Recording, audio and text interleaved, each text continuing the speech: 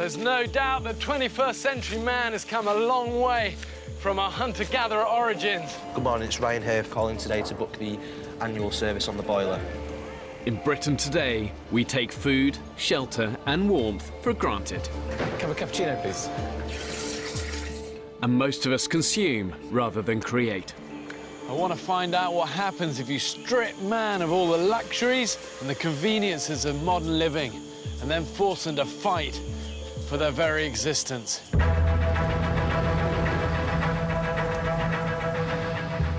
13 ordinary British men have been abandoned on a remote, uninhabited Pacific island. With just the clothes they stand up in and a few basic tools. Spear! Get spear! Keep eyes on it, keep eyes on it. Hey, And these guys are going to be completely alone, filming everything themselves. Can I pass the camera up to you? Just seems like it's jungle forever. When pushed to the extreme, does modern man have what it takes to survive? One wrong move, and this place will take you down. This isn't about talk, this is about action. Genuinely, it will take these guys to the edge. can't believe it! This is dangerous. Coming in, brace!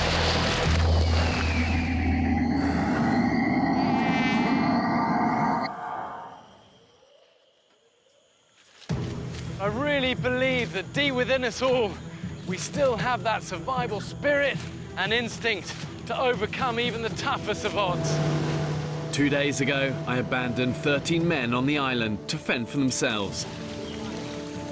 From here on in, you're totally on your own. With only the clothes they stand up in 3 knives, 3 machetes. and a few basic tools. We've landed in the middle of an alien movie. 3 of the men are trained cameramen, but they will be living under exactly the same conditions as everyone else. Mate, it's the beach!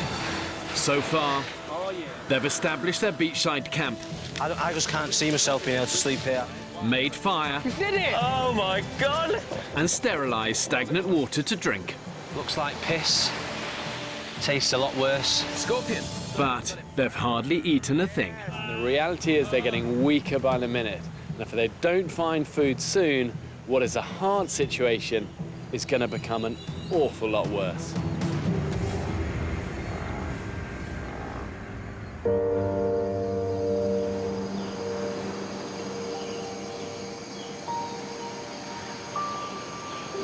Good morning.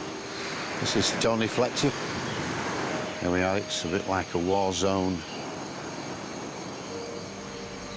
Bodies all over the place. Here we have Ryan stirring. Morning, Ryan. How was your sleep? What is sleep? Let me tell you about the comforts here. There is none whatsoever. Sleeping in the sand gets in every orifice.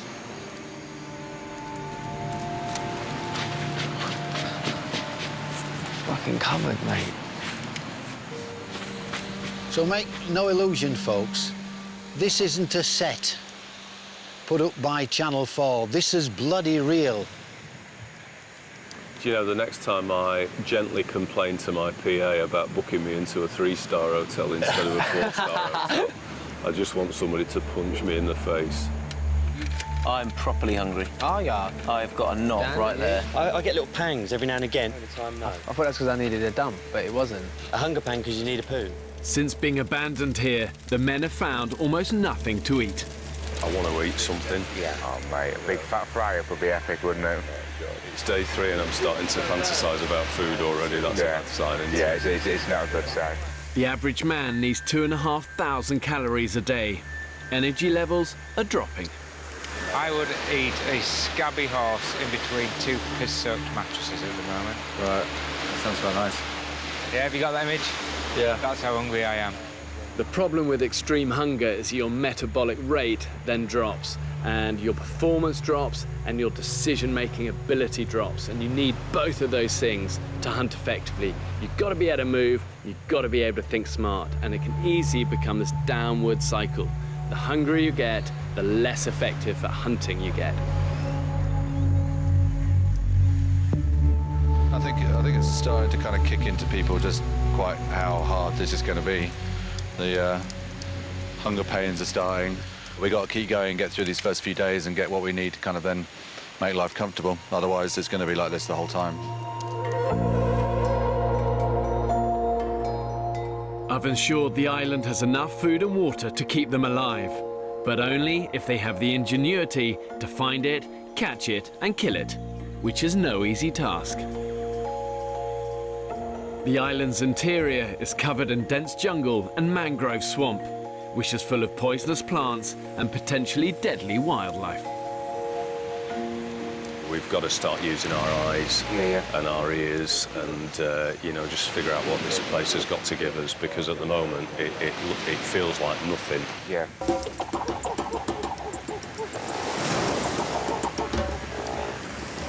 Good luck. If the men can't find a safe source of food quickly, they won't have the energy to hunt and they won't survive.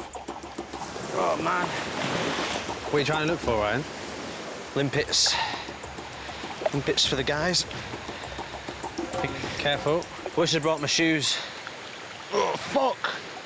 Where are we going, dude? Tell the people where we're going. We're gonna get very hungry very soon. Yeah. Which is why I'm trying to catch something now. I've got my bait here, the live hermit crab. Hey, let me zoom in on that. Let me come in. There we go. Is that for the fish? Yeah, that's for the fish. He knows what's coming. That's why he's trying to get out. None of these men have any previous experience of surviving in the wild. Really? It can be a bit slippy. With only 3 machetes, 3 knives, and whatever debris they can scavenge for the beach, they're having to improvise. Okay, so I've made this 4-pronged spear to give bigger area for spear fishing, hopefully. And I'm just blackening the tips in the fire to try to dry them out and harden them. We have found some string. We've tied it to a little bit of a stick that's got a bit of flex in it. Yeah. And then we've fabricated a hook from a Coke can. Yeah. Oh, well, that's a good hook. Thank you very much. It's time to kill Mr. Hermit Crab. Sorry, mate. This is pretty much a shot in the dark, but we'll see.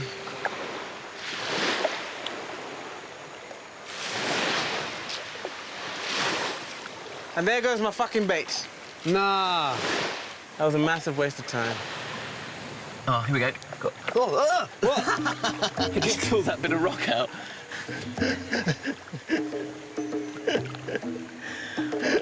Oh, what are they? Little snails. Nice. And 10 of these each? 10 snails each. But they're not enough, are they? I'm not going to Show us keep... that one. Well, it's tiny. It's not going to... No, exactly. It's not worth the energy of picking it out. No. If you think about it, how many calories have we burnt coming here? Yeah. More than a couple of winkles. Yeah, nothing. Desolate. What do you think to the fishing so far, Fletch? We might have just been dangling, haven't we, rather than fishing? We don't want much. Just take the hunger away.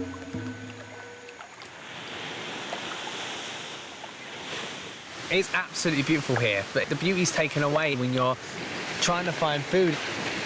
And it's harder than I thought. The fucking pelicans seem to be eating more than I do. Leakage engineer Craig has been scouring the shoreline for food since dawn. Good find by Taffy. Proud of myself now. Let's go eat, boys. Gentlemen, I present you breakfast. Right. Craig hopes the group of fish he found can make a tasty lunch for the men. Still wet. It's not been dead long, but you can see it's dried up quite a bit. And Not bad. it smells, for bait. It smells rank. Not a chance I'm eating that. I mean, nah. Sorry, mate. Let's keep that well out of camp. Yeah, well out of camp, Somebody mate. wanna- It stinks. That's minging. I think I'm hallucinating. I'm so hungry. We've gone out and looked for things, and we haven't found any. But I haven't given up hope. In a last-ditch attempt to catch some supper before nightfall, Saki and Joe have their sights set on another prey. I think if he goes for them, they'll come over here, and then I can go for them. Okay. Yeah. I could deal with some pelican right now. Bollocks. Shit. Sit. Run, get a stick, quick. Get a spear! Get a spear! Spear! Saki spotted a stingray in the shallows. Keep eyes on it, keep eyes on it. Hang on. Keep eyes on it. If they catch it, it could feed all 13 men. But these fish can be deadly. Stingrays have these long tails, them with these pointed barbs on the stinger. This has got toxins in it. If you get one of these near your heart, it can kill you. Yeah. And that other one has a really long, long sting, isn't it? That's a long time.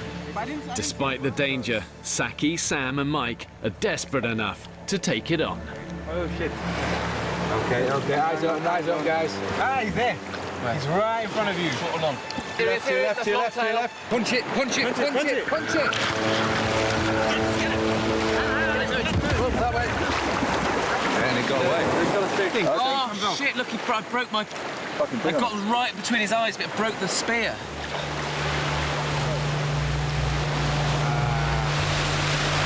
Bollocks. That would have fed everyone, wouldn't it? Yeah. This is your dinner right here.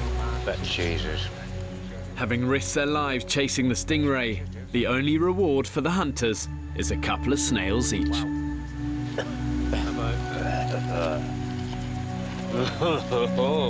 I'm hungry. Yeah, I'm very, very hungry. Feeling a bit weak. It's absolutely gutted. It's absolutely gutted.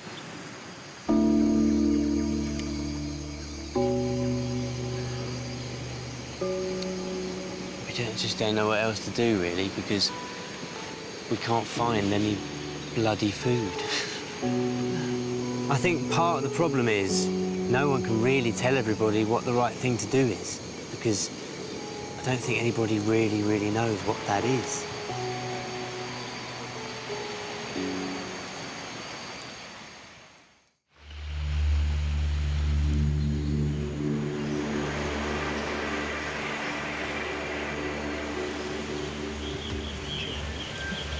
Look like you've lost more weight, Saki.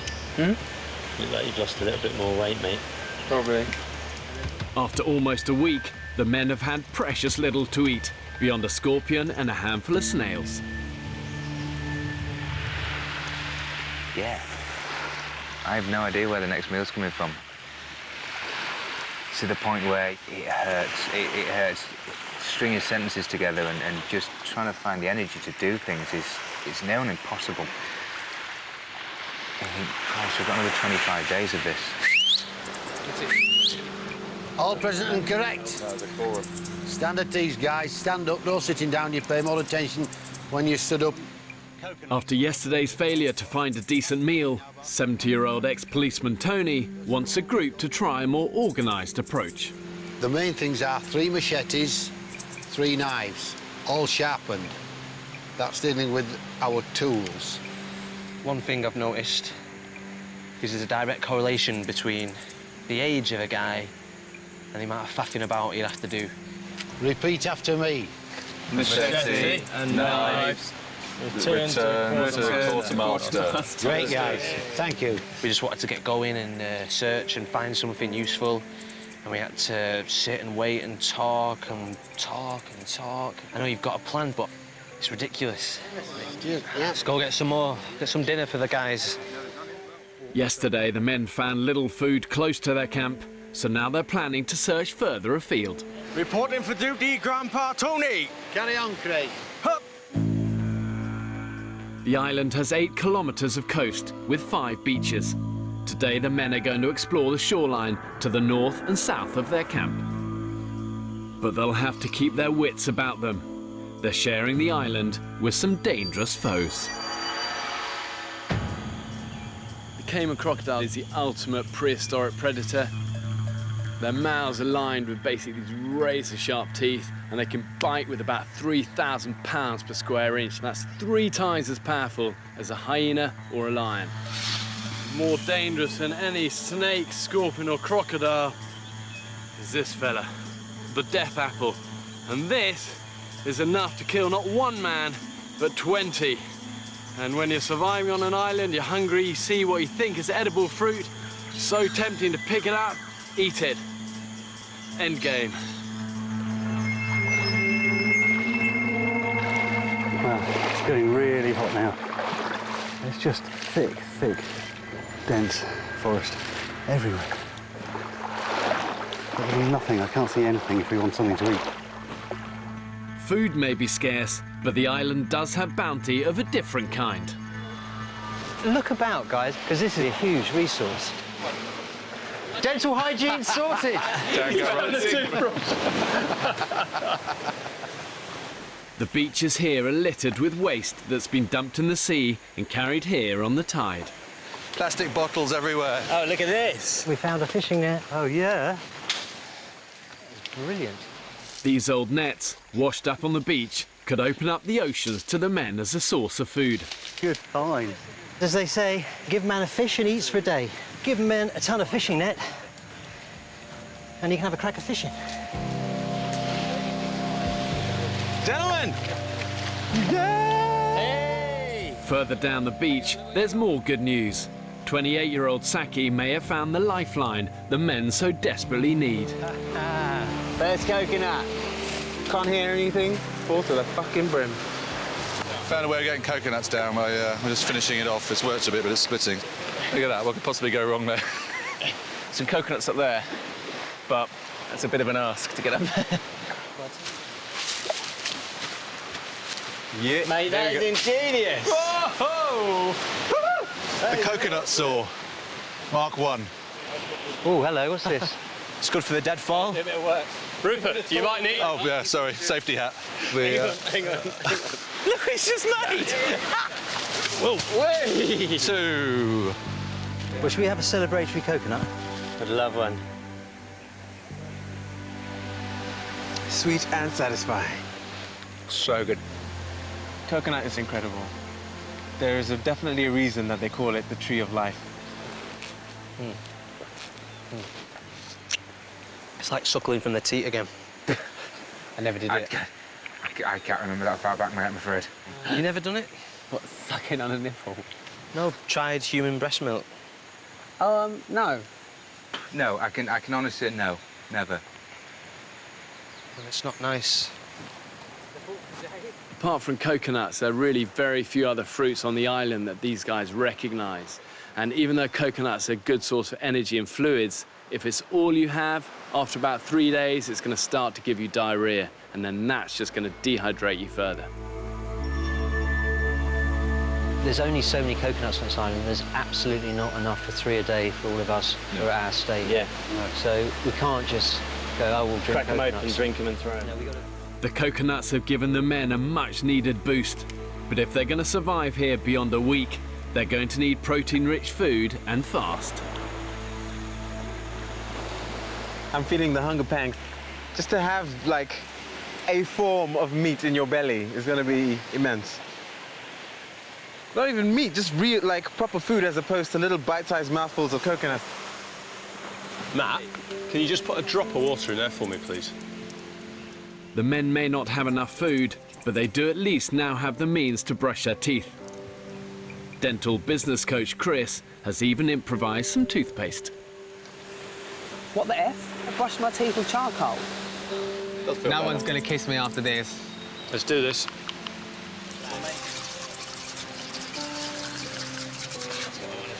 Oh my God. Mate, it tastes like egg. I feel so much better already. Give us a smile, Dino. Oh, Big honey. grin. Hello. Oh, no, honey, this is horrible. The men's goal for the afternoon is to put to use their newly found fishing nets. Can you see how I'm threading it through? Supervised by keen fisherman Mike. And then what we're going to do is tie floats to here. I'm desperately want to catch your food. Yeah. Desperately. You know, I'm running on empty and it's hurting now. Yeah. Yeah. So, but I think I've just a few big fish. Yeah. Oh, mate, Yeah, it'd be just awesome for everybody. Good luck. This 30-foot net is the best hope the men have had so far to catch themselves a vital protein-rich meal. Yeah, keep this one up. Drop the bottom one. That's it. Head sideways now. Yeah, you just keep, that needs to be dragging on the bottom as much as possible.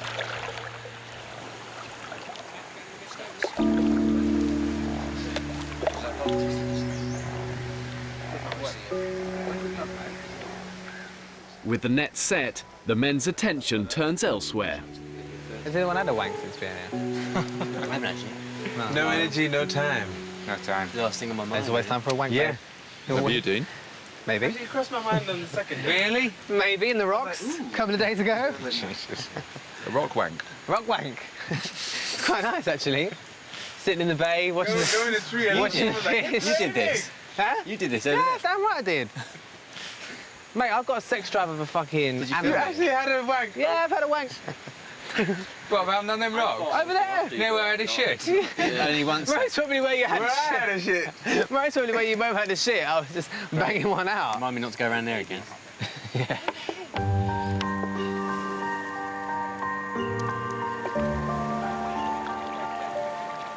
How are you doing, boys? It's now 2 hours since Mike and the men set the nets. Right, this is when it all gets tricky. Come together, come together. All the men's hopes for food today are pinned on a decent catch.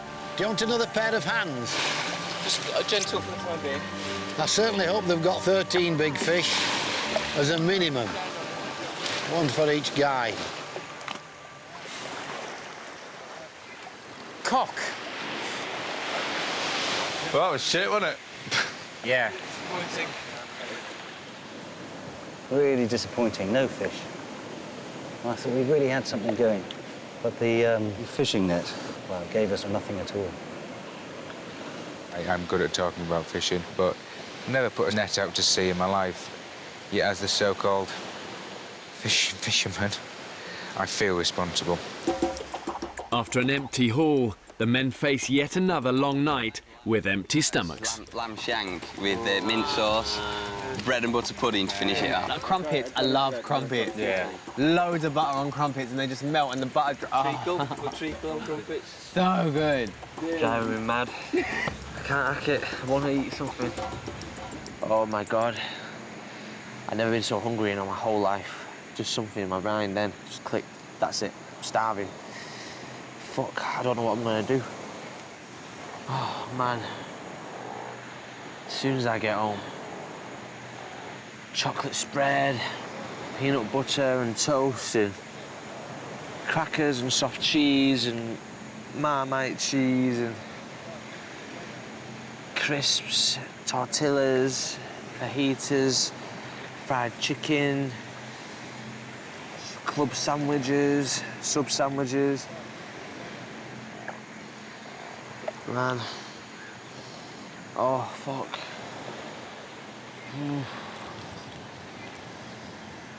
I can't wait to get off this fucking island, seriously. I can't fucking wait.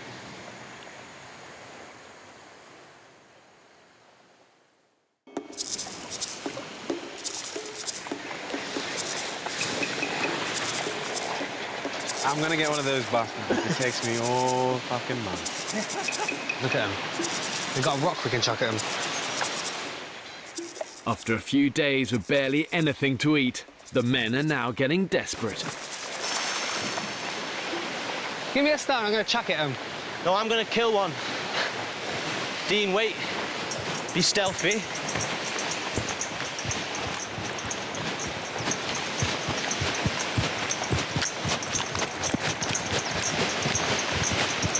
Chuck it, chuck it!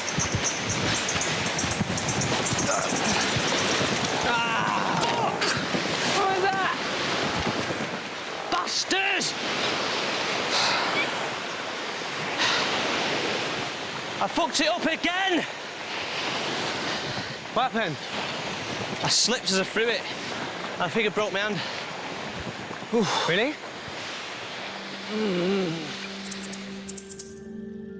21-year-old Ryan lives in Stockport with his mum and sister.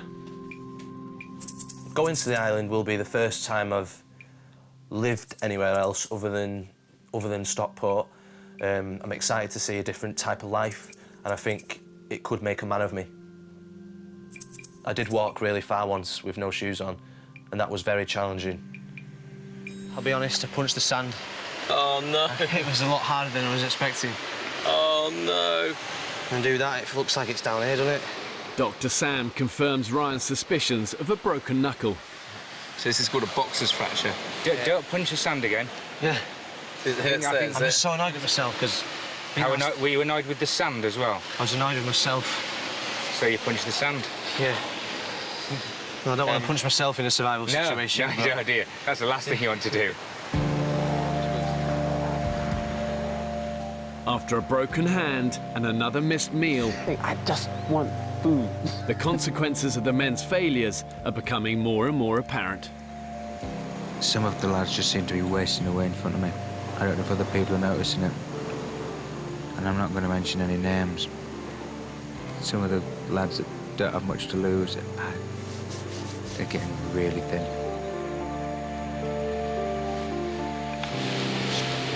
We're 13 strapping blokes. We're going to need a feed, and at the moment, wondering where that's going to come from. So I think we're going to have to, man up, get those machetes out, head inland, and just answer the question that really is troubling us all at the moment, which is, where is the real food? The next few days will be critical as the men use their last reserves of energy to try and hunt down the island's meatiest prey. So we're going to head down into the mangroves and see if we can see a cayman. I just saw a massive iguana head upland that way.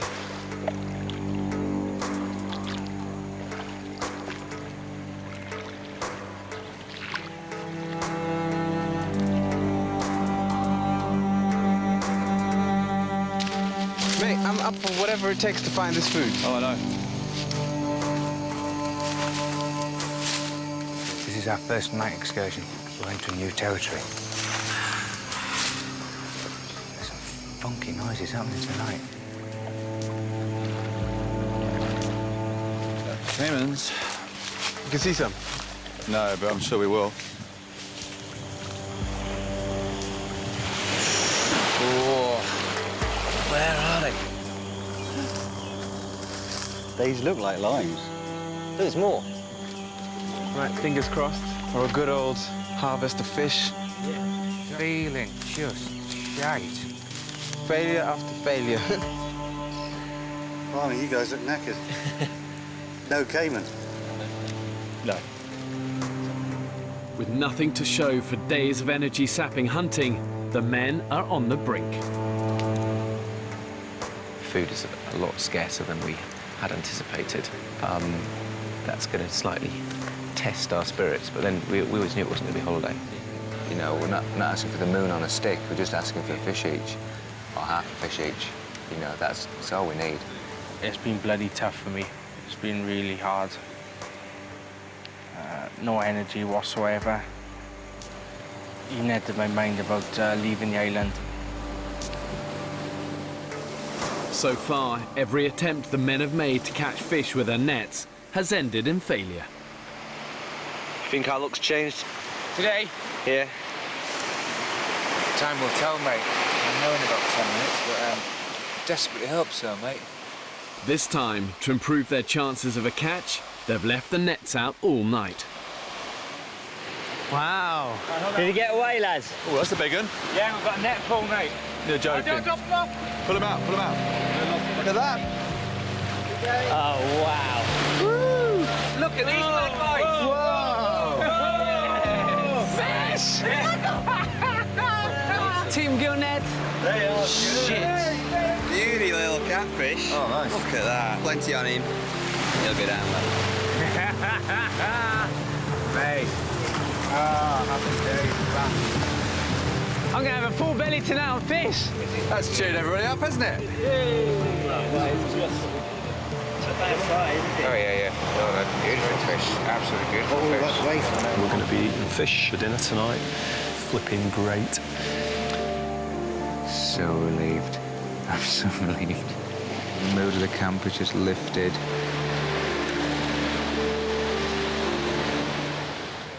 Two of the group's youngest members, Dean and Ryan, are given the honours of gutting the fish. This is different to cutting someone's hair. Have you got in there yet? Shove it in and saw it through. Doing it for the team. That's it, yeah, that's it. Yep. Grab it, Oh. that's it.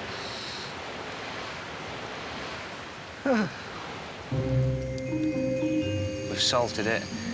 A little bit of lemon juice on it, nice salted lemon juice on there. We're going to wrap them up. As the men eagerly await their fish supper, thoughts turn to home. I'm craving titties, man. Miss them so much. I like little small titties.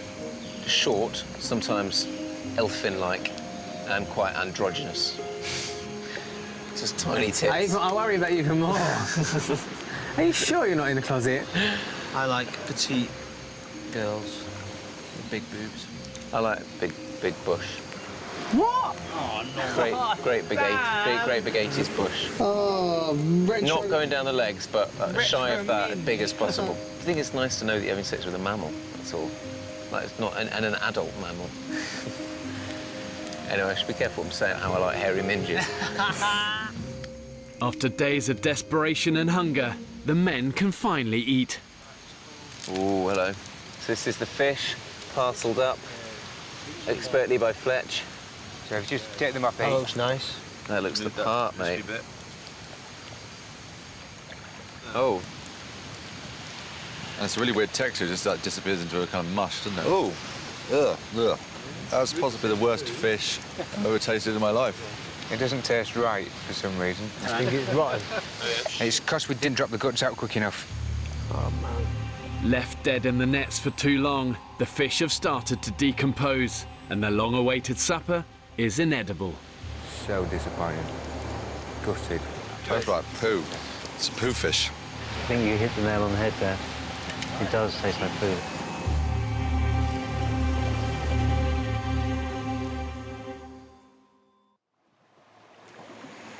This place looks like paradise. It's actually a bitch. It really is. Jesus God, when I signed up for this, I knew it was going to be hard, but I didn't realise it was going to be this hard. Thank you very much. Thanks so much, Bal. There's a slow acceptance that we've got a long way to go yet, and it's all uphill. The reality of island life is biting. You know, it's easy to be positive and upbeat and enthusiastic when you've got lots of energy, but when you're sapped of it and you're experiencing failures, it becomes a kind of spiralling downward circle of lack of food, lack of morale, lack of energy. Come on, nature, give us some food.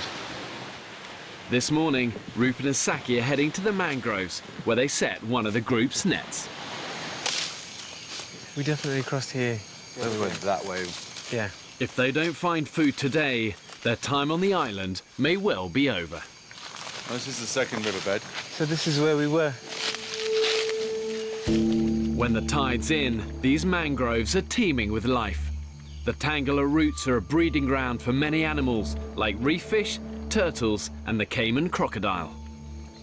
The tide's out, isn't it? Yeah, there's no water here today. Yeah. Okay. Nada. I wouldn't call it riddled with fish. All right, let's get the net out. Right down in. Something happened here last night. Something fucked the net. That is snapped, yeah. This is so fucking Caymanville. This is where a cayman has a serious advantage to just skitter across the top.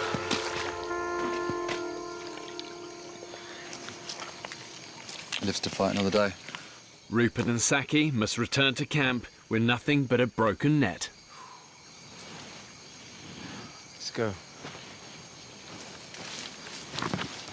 This ground is so treacherous. Oh, this big cayman right there. Holy shit. Holy shit the bed, man. He's watching us.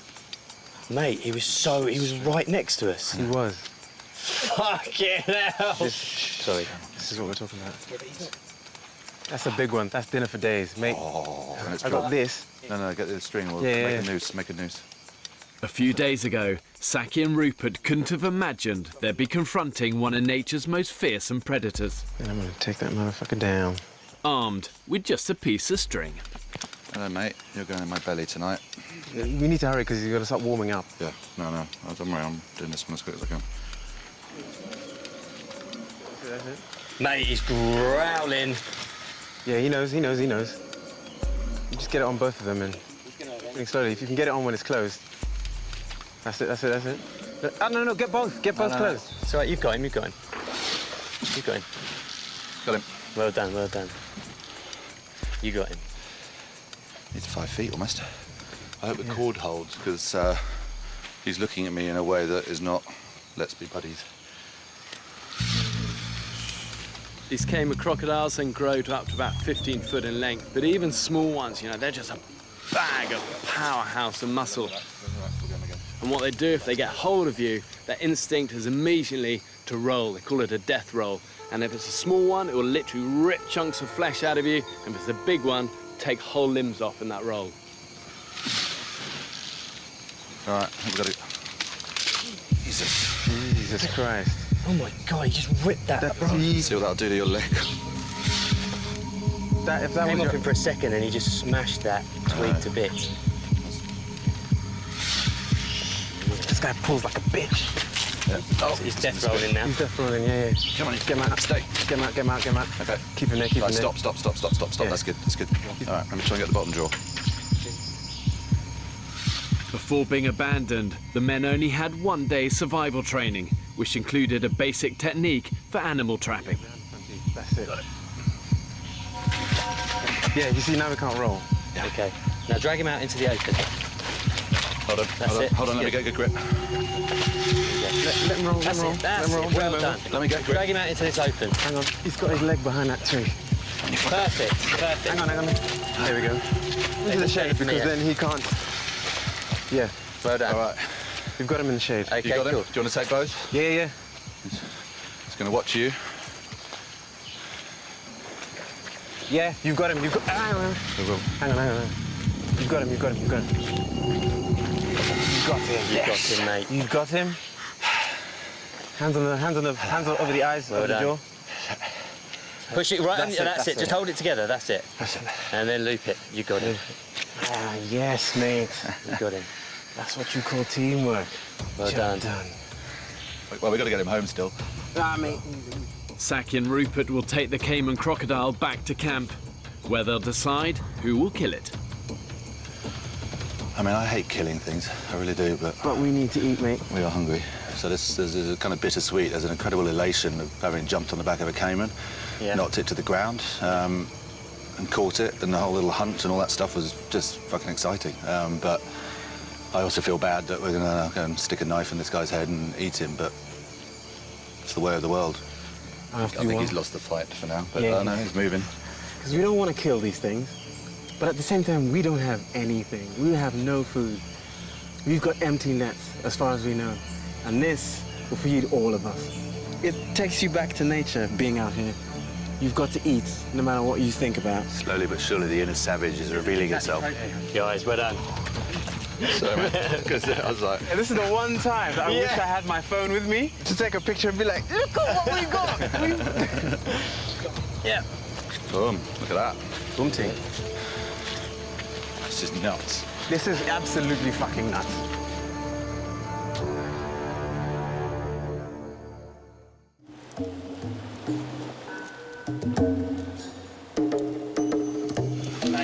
Jesus. Come on, get him out. Stay. Get him out. You got him. You got him, mate.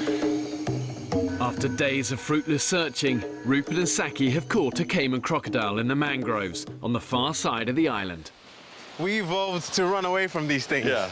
The fear that kind of stirs in you. It's a primal need to get out of the way. Yeah, it is. Oh, hello. That is a fucking cayman. Yeah, they're punching the air. Shut up. They've got a fucking cayman. Shut up. Go on, let's go. Here they come. They're running. Oh my God. Oh my days.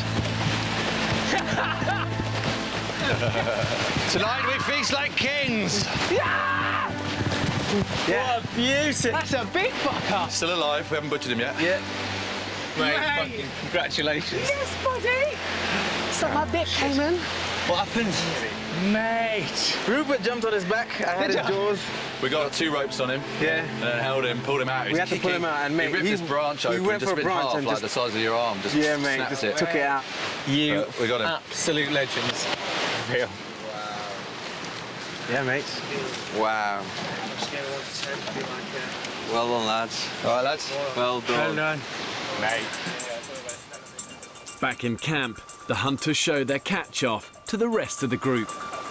Cheers, gentlemen. Tonight we shall feast. That's right, boys. And maybe even breakfast as well. Look at the meat on that one. That's amazing, guys. Thank you, gentlemen. Yeah, thank you. Team effort. I'm sure we'll all get a gator when we're done. Good on you, Ed. Yeah, well done, fellas. I want to catch a crocodile. That's my main goal for the island, but probably not going to happen. No, you can't do it by yourself. No. No way, dude. We were both a little jittery. The thing is about it being strong is you're fighting for dinner. That's fighting for its life. Yeah. The men must now decide who's best suited to kill the croc. Dan knows what to do, I think, with that sort of stuff. Oh, yeah, but Dan said Joe should do it. Should kill it? Yeah. He said Joe should do it because Joe's like the animal expert. I want to be here when that happens. A beer? I want to be here when that happens. I want to be here. They've nominated 23-year-old Joe, who's lived on a farm all his life. Have you butchered stuff before? Off the record. He wants to say yeah. That hurts. Yeah, he does. I've done a little bit in the past. Yeah, that's really hard. Joe, how do you feel about killing this animal? I'm nervous, to be honest. Yeah. Very worried. Mate, you don't have to do it if you don't want it. Oh, well. Yeah. See, if you don't want to, I'll do it, mate. If there's any... If you have any issues, pal. So there's a spot just there. See the back of the skull? Yeah. So you got to get in there and just on the hilt and just jam it in straight into the brain. Put all your weight on him because he will kick. Ready? Yeah. That's it. That's it. You got him. You got him. Yeah, I think he's dead. He's dead, mate. He's dead. Stop. Yeah, he's gone. Yeah, he's gone. See. Quick and painless. Good job. Well done, pal. It'll twitch for approximately 2 hours. Right. After it's dead. That's just muscle tissue. Yeah, That's me and you. We all will. How are you with that, Ryan? You right? Was done very, very humane, yeah.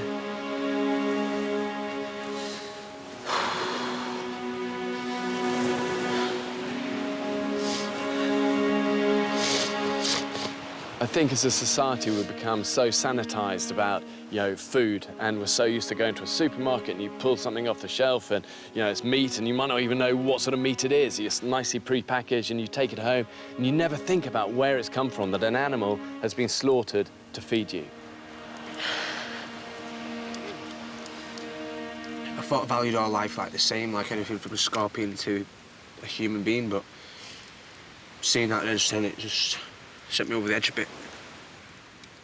Mate, it's the first time any of us have seen that, so... I know, it's just affecting me, that's all. No, totally, it's affecting me as well. I don't believe it was done the most humane way possible and everything, but... Yeah, it's still one of these weird things. I don't know why, it's doing the same, it did the same thing to me. Yeah, I don't know why.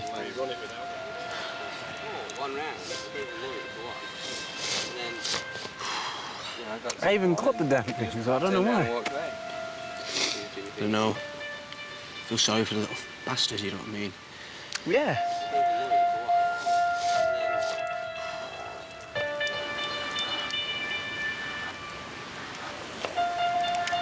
Mate, that is just oodles of pure, beautiful meat.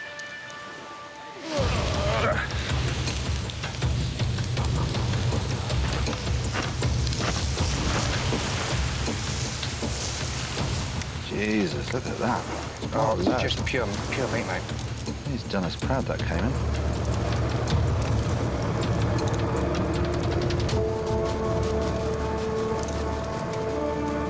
Huntsman Saki has the honour of beginning the feast. About to have the first taste of a cayman. It smells like heaven. Wow, look at that. Golden brown and white underneath. Oh, man. Is it good? What's it like? What's it like? It's fucking beautiful. Oh, baby. Man, this is amazing. This thing. Oh, it's so meaty. Oh, man. Mate, it tastes like a kebab. Good kebab or bad kebab? Like a good kebab. Like, good. like a chicken shish. My body's just saying thank you, thank you. Yeah. I think everyone's been flaking a bit today, but that is just in time, really. Tonight, for the first time, we're a tribe. Not a bunch of guys who've been chucked on an island. We're actually a tribe today. Everybody's done the bit. Everybody's had, oh my God, everybody's had a corner. Everybody's had a job to do, and everybody's got on with the job. And tonight we're a tribe. My belly's so full. It doesn't take long for the men to feel the impact of their first meat meal. Can I borrow someone's head torch, please? You going for poop in the sea? Not doing it in the sea, no. I'm gonna go and dig a hole. You better go down far away from camp, because somebody shat near the camp there and I can smell it. Yeah, that's Where? Whoever shits in the woods has been shitting too near the camp. Well, it wasn't me. Mate, I shat in the sea. I've had a shit on top of a Scottish mountain before. I had a shit overlooking the Grand Canyon. I had a shit in a car park. Next on the island, Tempest Flare. What the fuck are they doing? What did you just fucking do a wanker sign towards me? Fuck you. If they don't start looking after each other, they haven't got a cat's chance of making it to the end of this month. We failed on the soft approach. And what are you proposing as a hard approach? To make the lad feel like a twat? We can't help him. So I suppose we've just got to say our sweet goodbyes. Ryan! Ryan!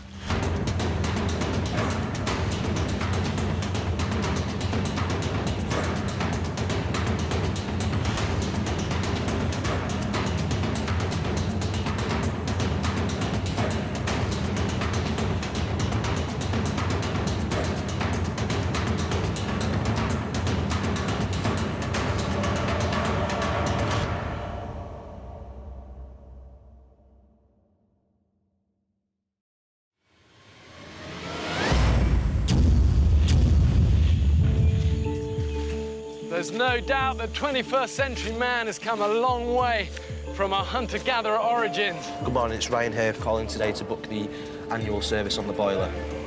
In Britain today, we take food, shelter and warmth for granted. And most of us consume rather than create. I want to find out what happens if you strip man of all the luxuries and the conveniences of modern living and then force them to fight for their very existence. 13 British men have been abandoned on a remote Pacific desert island. With just the clothes to stand up in and a few basic tools. Get a spear! Whoa! What's up, mate? And these guys are going to be completely alone, filming everything themselves. Okay, got him. We've landed in the middle of an alien movie. When pushed to the extreme, do they still have what it takes to survive? It will become Lord of the Flies. Did you just do a wanker sign towards me? I think we'll start sticking some of the weaker ones on a raft and send them off to another island. This isn't about talk, this is about action. If you think you can do it, prove it. Can't believe it! This is dangerous. Coming in, brace!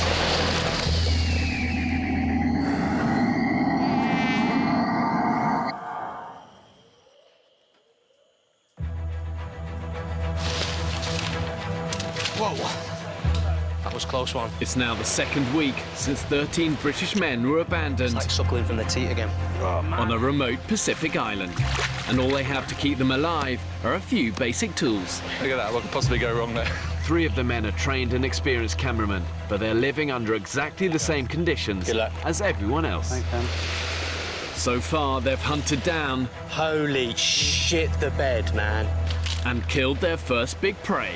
Seeing that edge, then it just sent me over the edge a bit. The longer we're here, the more our inner savage past will reveal itself. Tonight, for the first time, we're a tribe. But despite this success, food is now running dangerously low. And the men have drastically lost weight. The reality of island life is biting. Oh, I'm gonna kill one. Living on the edge of existence. He's stealthy. The men are now losing hope.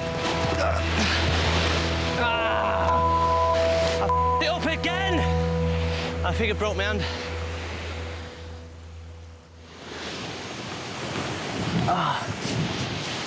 Oh, it smells a bit down here. Hello. Am I sitting in fish guts or something? There's not a very good smell here, but it. So day 8 and shit has gone down. Tempers are about to flare. I can see arguments about to kick off, honey. It's gonna happen. It's gonna happen.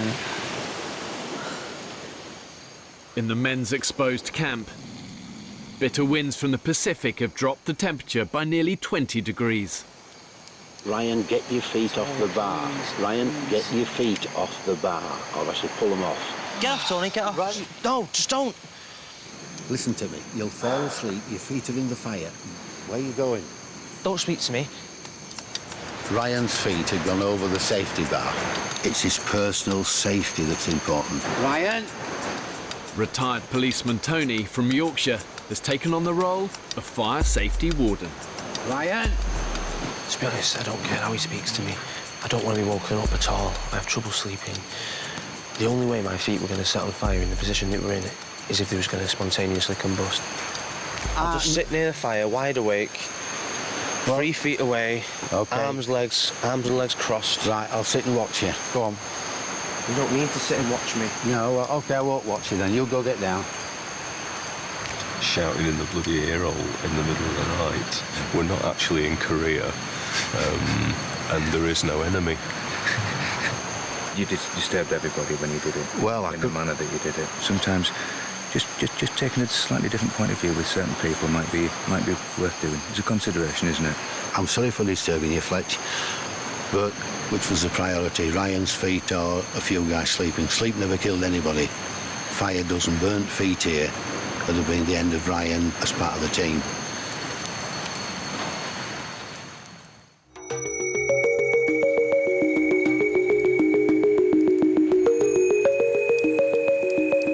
Morning, Kiff.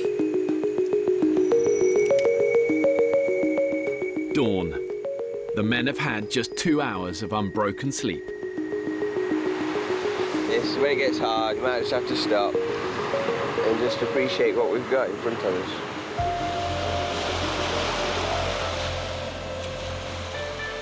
Well, I think one of the intriguing things about this experiment is that the wild is unpredictable, and what's interesting is see what's going to happen when you're tired and you're hungry and you're thirsty and you're missing home. Then you learn what people are really like, and that's when it becomes interesting. I didn't realise just what hunger meant. I really didn't. It's not a rumble in your tummy. That's long past. Dropped off 13 men, going to pick up 13 hobos.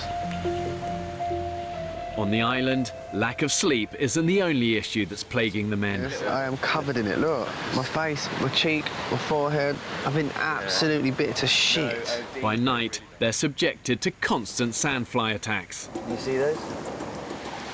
I've never known an itch like it in my life. It's like someone stabbing you in the hand with a really hot pin over and over and over and over again. Look at the state of me. If they think this is fake, they can fuck off. Ryan's invented a unique way to beat the critters.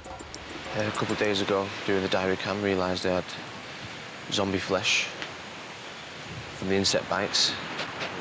So I had a bit of spare fabric. Started to sleep like this.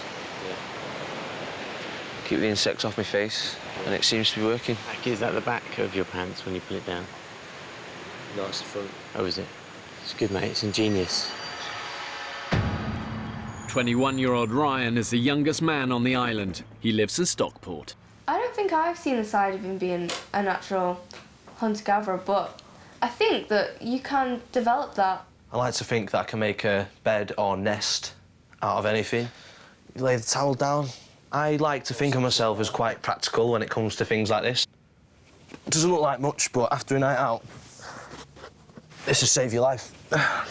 Maybe you could say I'm a survivor in the sense that I don't let myself die. So far, Ryan struggled with the severe conditions, but he's trying his hardest to fit in with the group. Ah, this is great morning. Do you know? Oh, you've lost your tits, bro. Ryan's really struggling, but he makes me laugh way more than anybody else here. You can buy unicorn meat off Amazon. It's basically just spam with glitter in it. Don't get it. Yeah. However, living in such hostile conditions can take its toll. What's going on, man? You feeling rough or what? I just feel minging. I'm not gonna lie, I'm not feeling too great. This is still hurting me. That's making me feel like an absolute prick. To make matters worse, I just had a dream about Natalie, my beautiful girlfriend. And a huge part of me wants to go home. A huge part of me. Despite one solid meal of cayman crocodile, the men are all suffering, eating on average a dangerously low 300 calories a day. Who needs Domino's pizza when you've got snail broth? And starvation is fast creeping up on them. So one of our big issues right now is we're not catching any fish in these nets. I think we need to move them. So you've got to track them, you've got to trace them. It's the same as anything. And if we just sit here waiting for it, we're stupid. If we don't have food, we don't have energy, eventually we all sort of roll up and die. So we need to have food. The men's camp is established on a beach at the southern tip of the island. I've ensured this island has enough water animals and vegetation on it to keep the men alive, but only if they have the ingenuity to find it, catch it and kill it. Day 12, and there was no fish in the net again. The men have made fishing nets from the washed-up debris found on the beach, but so far they've caught almost nothing. I'm not the best swimmer, that's why I don't help out with the gill nets. I can swim, but I can't save my life swim. If I was in a life and death situation, I'd die. What is it? Poo-fish. Oh, no. All we're catching in those nets is poo fish. Poo fish. And when I say poo fish, a poo fish is a fish that tastes like poo. Literally tastes like poo. Yet again, the men have left the nets in the warm Pacific water too long, and the fish have died and begun decomposing. So this is the poo fish. It's inedible, considering we would eat almost anything right now. And we're not eating poo fish, so it tells you quite how much it tastes like poo. Such a shame, it smells like the right kind of thing. It's just revolting.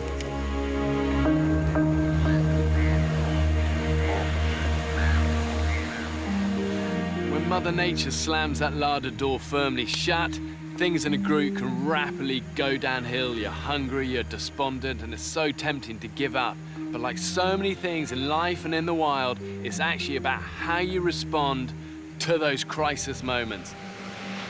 So where are we going, Sam? We're going foraging. In their second week on the island, and with energy levels at rock bottom, the men's very survival hangs in the balance. How good would a cayman be right now, Chris? I have vague and fond memories of cayman. It's the same people always working hard. I think Fletch, Matt, Kiv, Dan, Sam, Saki and Chris are the kind of ones that are always keen to go and do shit. And there's a kind of core group of resters that do a little bit here and there, just enough not to completely piss you off. There he is. One so-called rester, Ryan, the youngest member of the group, has been spotted aimlessly wandering alone. We found him. What's he doing all the way up there? It's good to tell us what he's up to before he goes. Hi, mate. How are you? I feel a bit useless at the moment. Do you? Why? I just feel weak. I don't think Ryan's really sort of engaging with the group and generally helping out. He's quite distant. Yeah, disengaged with the whole process. So I'm just genuinely worried about the guy. As the adventure and experience has got harder, relationships between people have become a little more tense. Everyone is very aware who's doing what in the camp now. Don't give me a hand this way. No. It's just idle. It's just an insult to the rest of us. You know, he's only young, and people are probably judging him a little bit too quickly, if I'm honest. I gotta be honest, I don't think Ryan will see 14 days on the island. I don't think he's going to make it, to be honest. Some people are looking for work and other people are not seeing it when it's right in front of them. Say Ryan, you know, He's sitting down there doing nothing now and has been for the last hour and a half. You know, we're too close to the edge of existence to, you know, to have passengers. I don't know if I'm strong enough to do this challenge. I need to go up there, clean up. I can't. I'm trying, but I can't. Right, I need to go. Right, mate. In the midday sun, the temperature is 35 degrees and 70% humidity. You say you weren't any good at rugby? I played, but I was the smallest in the year. Really? Ryan's been asked to help the others prepare a new sleeping area inland, away from the sandflies on the beach.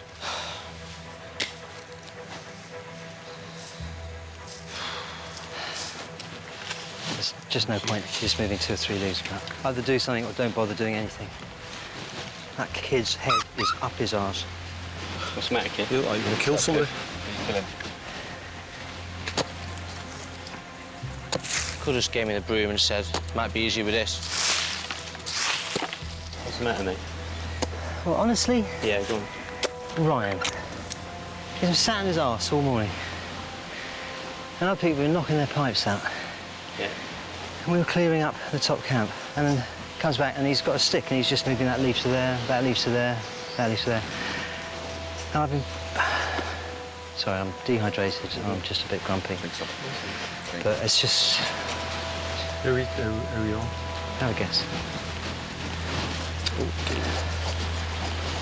Ryan, do you see everyone working here? You know, you've been walking around in a dream this morning and not doing any work. And we are fucking working hard. I was trying to help. Feel like I'm gonna fucking collapse, man. I'm trying my fucking hardest. Really am. Yeah, but well, okay. I don't need you. Oh, sorry, I'm really sorry, buddy. Oh, don't But be we're like that. carrying Don't you. be like that.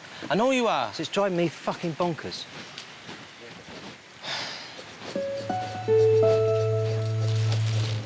Can't do it, Dan. I need to go. You need to put yourself in a positive frame of mind. You can't. Impossible, do it. it's too late. You're not useless. I am. I clearly fucking am. And don't worry about anyone else. Worry about yourself. I can't stand with the idea of one person thinking like that about me. Ryan's starting to grate with a few people, including myself, and pretty much everything he does here is a pointless exercise. Ryan's really quite distant and a bit disengaged with the whole process. So I'm just genuinely worried about the guy. –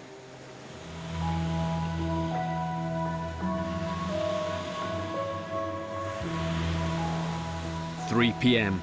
Most of the group are gathered in the shaded area in camp. It's a long time to be walking. I got a feeling he's gone, you know. Who's that, Sam? Ryan. Ryan. And, Let's deal with the situation now. How long has he been gone? Well, he's been gone for a couple of hours. Has he got his hat with him? I know, but he shouldn't go. He shouldn't go on his own. It's pretty clear what the rules are, and it's safety-wise, you shouldn't go off on your own more than 200 metres from the camp. Ryan has now been missing in the unrelenting tropical heat for 2 hours. But also, it's in the middle of the day. He took, to my knowledge, he took no water with him. Last seen heading south, alone and without water, Ryan is in imminent danger. So I think 2 guys should initially set off to find him. Yeah, agreed. I'm quite happy to go and look for him. You know, we're here to survive as an island community. It is for us as a community to sort this out. But it's pretty fucking devastating, that. Yeah. To lose 2 guys right now. Yeah. And not be connected because we've got nothing. With little energy left, 2 men searching for Ryan and not gathering food is further depleting their reserves. He's going out, lone wolf, doing what he wants, when he wants, sulking, behaving like a teenager and all that shit, and it's just... Would you go as far as to say that if he carried on behaving like this day after day, you'd just rather he wasn't here? Yes.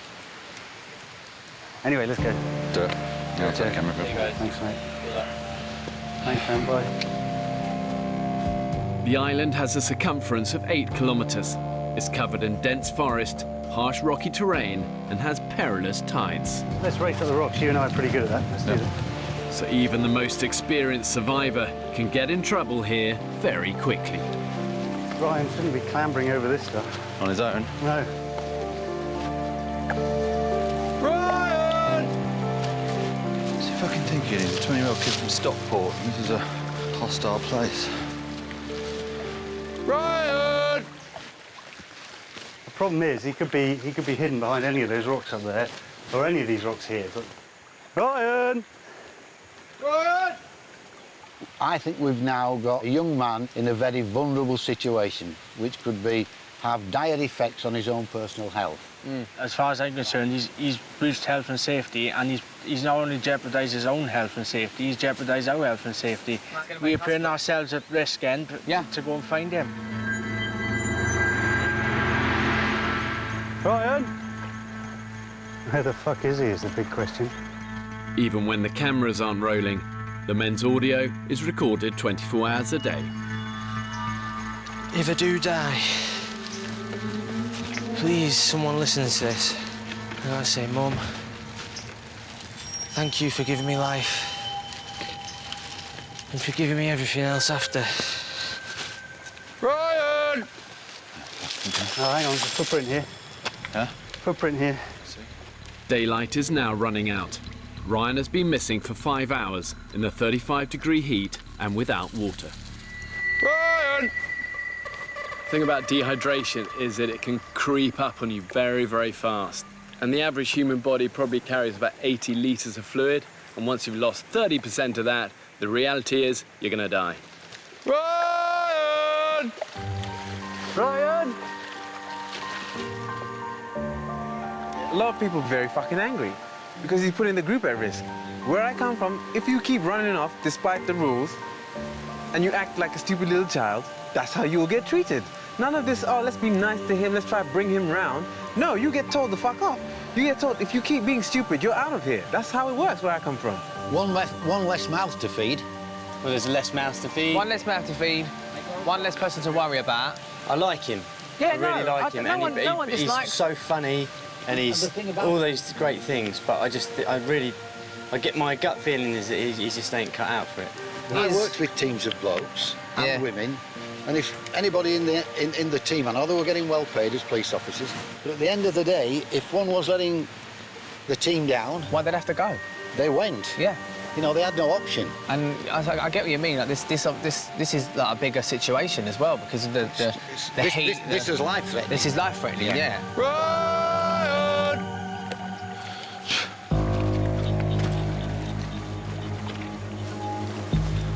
Tide's coming in really fast. We're going to have to start scrambling through the forest to get back if we don't find him soon.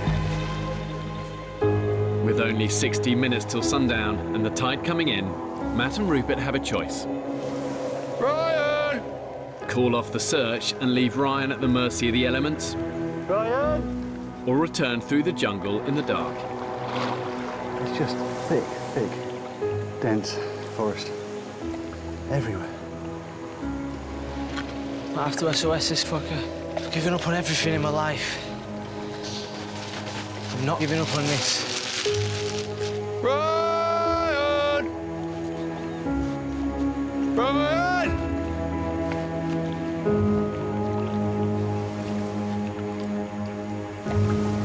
Oh, there he is.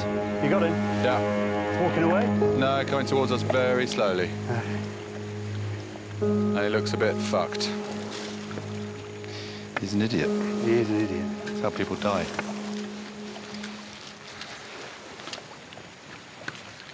Where have you been, mate? Just walking down the coast. Yeah, hang on, stop a sec. Stop. Have you had anything to drink? No. You've had nothing to drink? I don't want anything. You do need something to drink. I'll just get back. Mate, we're all going to get back, but you need something to drink. You'll collapse on the way. Let's sit down for a second. Ryan, okay? let's sit down over here, please. Dark soon. Yeah, I know. Ryan, you haven't drunk for at least 4 or 5 hours. And you've been in the midday sun. Sit down and let's get some water in you. But at the moment... Let everybody down. Sorry? Don't worry about that. Don't worry. Just You get let back. everyone down. Okay, don't worry about it, mate. I'm more concerned that you... Look at you. You get better, mate. I'm more concerned you get better and you need some water in you right now. Yeah? You need all of that in you. You've been a long way.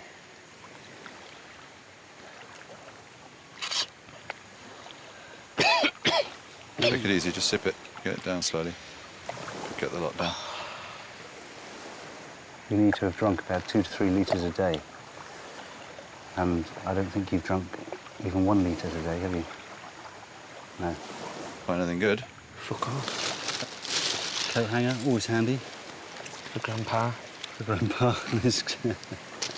I'll keep him happy. Sorry, guys. Don't worry about it, mate. We're just pleased you're safe. That's the main thing. We're pleased you're safe. That's the important thing, mate. You're safe. Because we were all getting a bit worried for you, and it was the middle of the day. You're being too nice to me. Well, shouting doesn't really help, does it? But I appreciate your apology. It's nice. Thank you. No, that's worth something. Let's get you back to camp. Oh, Get you hydrated, get a coconut in you, and Let's you'll do perk it. up. I'd love to say we've got a feast prepared, but we've got fuck all. Oh no, there'll be a big heart. I'll carry that. I'll carry that. No, I'll carry it. Ryan, I want you to concentrate on walking. You're staggering around and stuff, okay? right. So you get one hand on your stick. I've had water now. Yeah, but you... Yeah, no, but it'll take a while for it to work. You just get going. I'd be surprised if we make it round. Yes, we are being a little bit too nice to him. But still. Get him back, and at least we found him and he's safe, which is the important thing. Did you see any before? No.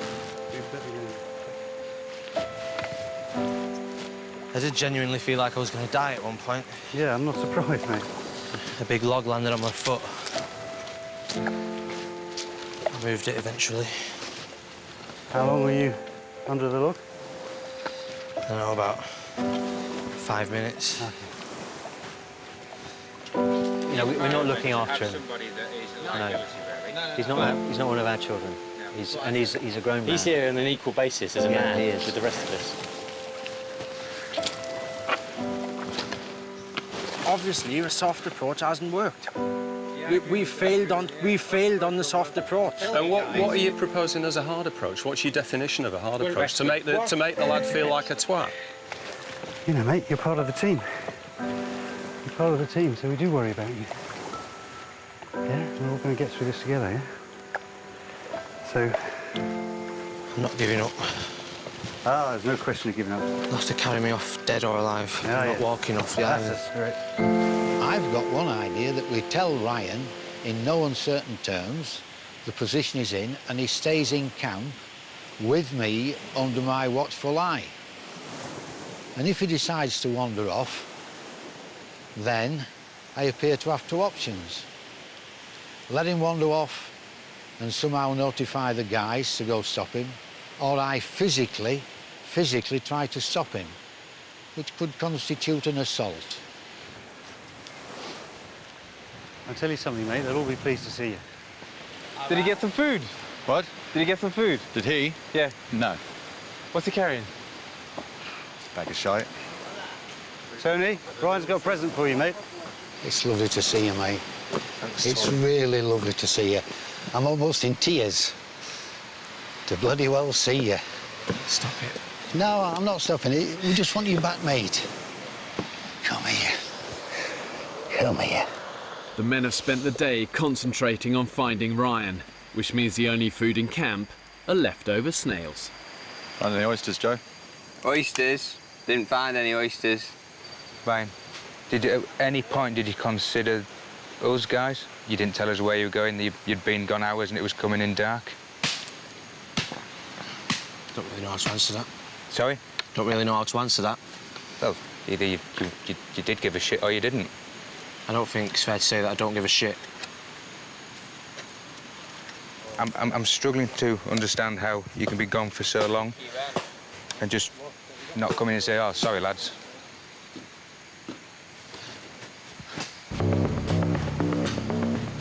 I'm over this now. I'm here to survive, not babysit.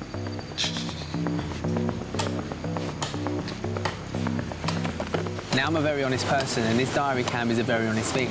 It's an experiment. It's not a weakness if you can't stand it and you need to go home. I guarantee you 13 people will not leave this island. 13 people will not leave this island. You know, this place looks like paradise, but this place can be very hostile. One wrong foot and you're in trouble, you're lost, or you're dehydrated, or you're in danger. You have to respect this place. Oh, well done, mate. Good. How are you this morning, mate? All right, yeah. Better? How's the hand? Just getting there. Yeah. 1 or 2 more days, I think. Yesterday, in the 35-degree heat, Ryan went missing without a supply of water. Forced to take action, Rupert and Matt found him nearly 5 hours later, lost and severely dehydrated. Some people are giving me the cold shoulder today. Hopefully I can change everyone's attitudes towards me. I feel like some people have already made their mind up. But the last few days have pushed the group of men really to the limit, and the truth is, if they don't start looking after each other, being resourceful and surviving, they haven't got a cat's chance of making it to the end of this month. Well, I just want to say sorry to everyone about yesterday. I want you all to know that I wasn't storming off in a mood for anything. I just went for a forage. You know, it was against protocol. I just didn't want to return empty-handed. Got a bit lost, and then that's why I was gone so long. So yeah, I'm sorry. This wasn't him going off to go and forage stuff. It was a cry for attention, cry for help, a cry for whatever. I should have been finding food, and I wasted it on him. If you had someone back home like Ryan, would you throw them to the wolves? I don't think you would. You'd help them. You'd try and find their strengths and weaknesses. It's too easy to say he's lazy. Jobs for today? Who's on water and fire? I would like to do water and wood and fire today, and I just need one willing helper who's prepared to graft their nuts off. Do you want a go with me? Yeah. I will beast you all day. Yeah, I don't mind. I mean, I will, but at the end of the day, we'll have done a shitload. You know, I'd like to give Ryan a chance, you know, because, you know, I know I'd had a go at him. I think he deserved it. And there's no good just sort of pushing someone down if you don't try and pick them up again afterwards. Go on, Ryan. I think all he needs is someone's approval. I think that's what he's after. While Kif takes Ryan on the water run, the others desperately scour the island for food. I've said this many times, but I cannot wait to have a seafood platter at home. Do you know what I mean? I cannot wait. These are good. These are falling out of the tree above where we are. And they're not the best thing you're ever going to eat. When you bite into them,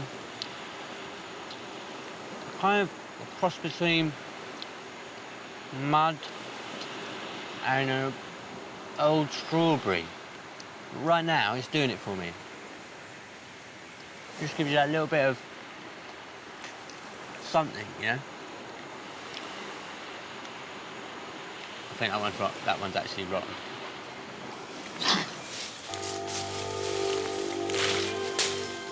Exerting energy in this heat can cause a man to sweat over a litre of water every hour. OK. Take that. You do tops, I'll do... Are you sure? Yeah. Collecting clean water could mean the difference between life and death for the men. Watched Ray Mears all my life. I've read the book, Robinson Crusoe. I've just always been sort of a fantasy to come to Desert Island and do this. I'm just finding it a lot harder than what I imagined, so I'm just going to try and get my head down and get on with it. When did you leave school? I did go to college. I did business, English language, geography and biology. Failed them all. I think I had such a lazy attitude. Did you go to university? No. I got chucked out of pretty much every school I ever went to because I was a lazy little bugger. Probably much like yourself. I've been doing sound recording for 17 or 18 years now. I'm the guy with the hook. I think because my jobs enable me to travel and see all types of people doing all types of things, the one thing I've learned, with kindness, things can be OK. And I think on the island, that is what's going to do it. Here we go. Chuff, chuff. Ryan seems to be pulling his finger out. Kif was on him, babying him. But if the babying works, then the babying is what we have to do. Breathe in, and then just watch. The fact that Ryan can't swim means he can't help with tasks like pulling in the fish nets, and this isolates him from the group. That slowly. So Kif wants to help. I really wanted to prove myself. I'd even have a go swimming out doing the gill nets, depending on how that swimming lesson goes. So your body's sort of turning. See, I'm already losing confidence. You'll be good. Let's just get into it. Big shout out for Kif, really, because you can see Ryan's spirits lift. 1, 2, 3, breathe. Good. 1. I've got so much respect for Kif. I realised that he was right, I was wrong. I've not been pulling my weight. I need to just man up. Just wanted the least attractive look whilst on the island. Jeez. No, you've looked worse, trust me. First sign of fish returning to the bay. There's one lone pelican here fishing. So our nets might hold something for breakfast, actually. The men now haven't eaten a solid meal for 4 days. From their 1 day of survival training, the men know the sea is their best hope of catching food. You got one sack? For the first time, Ryan has joined Kif, Saki and the others to help pull the nets in. Look at that. Beauty! There's a stingray in the net. He's out, he's out. Shit. You weren't hungry enough, mate. You didn't have the hunger. I do now. I'm gonna kill one of those fuckers before I leave. Now you're pissed off. Yes. For Saki, it's a bitter fail. Yay! But another net remains. Look at that, piggy. Yeah, fish. The second net has delivered the men's biggest haul to date. Catching 8 edible fish means vital protein to keep the group alive. Bear Grylls. This survival programme is a piece of fish. However, the net has also brought in an unwelcome visitor. That's the deadly stonefish. Shit. So these spines here, you stand on these spines. Boom. Boom. It's not great. Dead. A stonefish has 13 large spines, and each one contains venom so deadly it can kill you within 2 hours. Beautiful in a strange kind of way. Now that is a prehistoric fish. Didn't think we was going to see one of these, you know. Which one are you going for? You see the size of that going in there, Matt? Oh, man. If we can get a net of fish like that every day, then I think I'm just going to enjoy this opportunity whilst it's here. What a fabulous way to start the day. That was just a huge surprise this morning. With the bumper haul of 8 fish cooking, all the men, apart from Ryan, are gathered by the fire. I don't like Ryan missing at morning briefings. I don't think it should happen. He should do his diary cam at another time. He should be here. It's important. I said Celavie. No, it's not. It's not Celavie, Fletch. He's vulnerable. No, it's not. Away from camp, Ryan is attempting to dispose of the stonefish. That fish is twitching quite a lot, and I'm starting to feel really bad. So I'm going to bash its head in. Just to be sure, because I don't want it to suffer.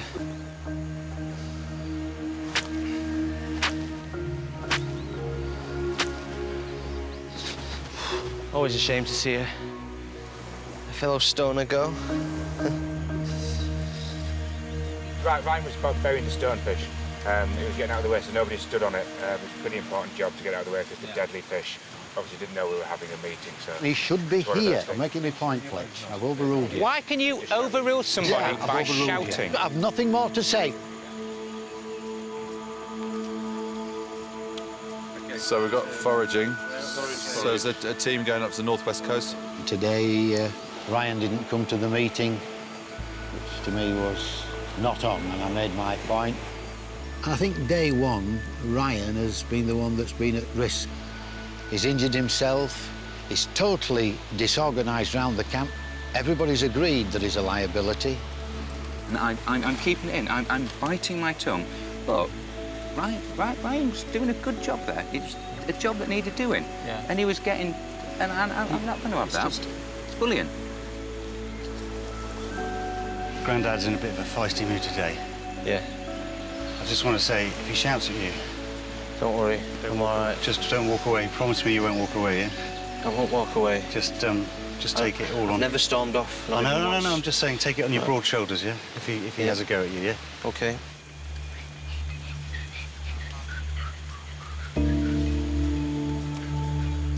Midday in camp. The men can finally feast on their first meal of fish. Thank you so much, mate. Some proper food. Mate, it's the best feeling in the world. Like, I don't know what it's like to have a baby because I don't have one, but I'd say it's better than birth. Can anybody tell me what fish it is? Sea fish. Sea fish. I like sea fish. Edible sea fish. Oh my God. Is it good? What, mate? Really good. Things are looking up. We had beautiful fish just now.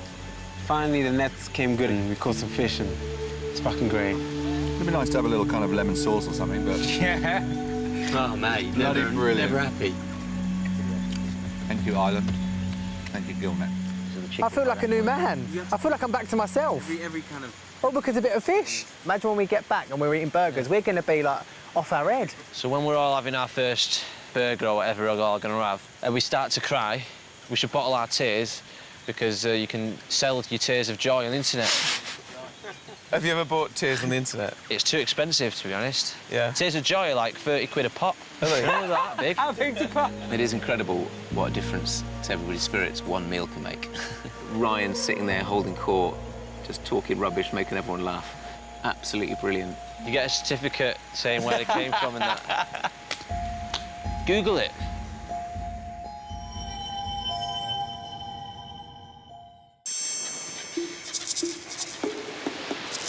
Wow. Oh, it's incredible. That is beautiful. Looks like they're all flying home for something. Full from last night's meal, a different concern is now the talk of the camp. The trouble is, in a hot environment like desert or here, you sweat so much, your body tries to hold on to any water it can, so it's very easy to get constipated. Joe, how many days since you've been? 8. No, 9 days. You haven't had a crap for 9 days? No, 9 days. I've not had one for 9 days either. Well, Longest I've ever been in my life. A new Ryan record. Always thought you were full of shit.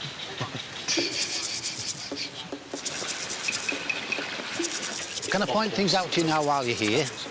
In the sleeping area, Quartermaster Tony is on the warpath. Your hat is there. Your belt is there. I know where the hat is. I know where the belt is. Everything's all over. No, it's not. OK? It's always bollocks every 5 minutes. Whereas Tony all the time digging at people, it's pissing me off. There's no need for it. There's no fucking need for it. I don't know what his problem is. Tony, mate, lay off him, because he has turned a corner. He hasn't turned the full corner. OK, but we're getting there, and if you and things like that will send him back. Yeah, I've laid off now for a few days, but we are carrying him. Tony slightly has it in for Ryan because I think he sees him as a bit of a hippy-dippy sort of soul who needs to go to boot camp, but this is not boot camp island, this is about surviving. Truth is, this is so much harder than what I ever thought it was going to be. I'm just going to do everything in my power now to make sure that nobody feels like I'm not pulling my weight. For these guys who last the course, there will be an enduring sense of self-respect and pride. And it's easy to talk a good story, but ultimately, this isn't about talk, this is about action. So where are we going, Ryan? Going to Echo Beach, getting some snails. Determined to prove himself, Ryan heads out to forage for food. But this time, he's asked Saki to come with him. Is that an injured one I see? One of them might be. The men are only ever one failed catch away from extreme hunger. Hey, Saki! Hang on! Ryan has spotted something that might sustain the group a lot more than snails. He's injured, the poor guy. Some sort of seabird, I don't know. It's got beautiful green eyes. I want to end this thing's misery ASAP because it's not even giving me a fight. For animal lover Ryan, killing the cormorant humanely and quickly is of the utmost importance. It's a sad situation, but it's the kindest thing to do. So if we're gonna kill for our food, this is probably the way that least makes me feel guilty. Right, I'm gonna do it. Right, hang on. Just as hard as I can, yeah? As hard as you can. This is your moment of glory, mate.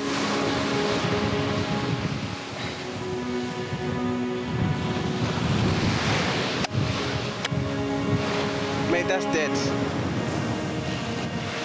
I think that's a job well done, Ryan.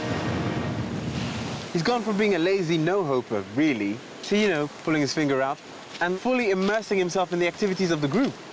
And that's commendable on so many levels. What you got, Ryan?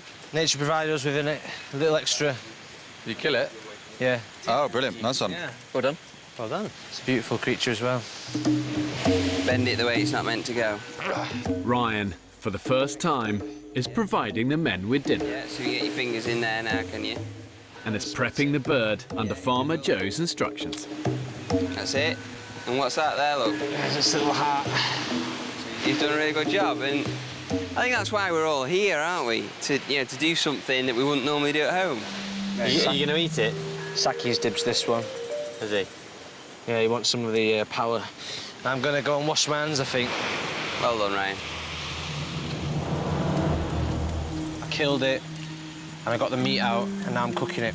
That is one of my main goals, what I wanted to achieve coming to this island, and I think I've done it. So I'm quite proud of myself, really. But wow, thanks, buddy. But it's proper meat.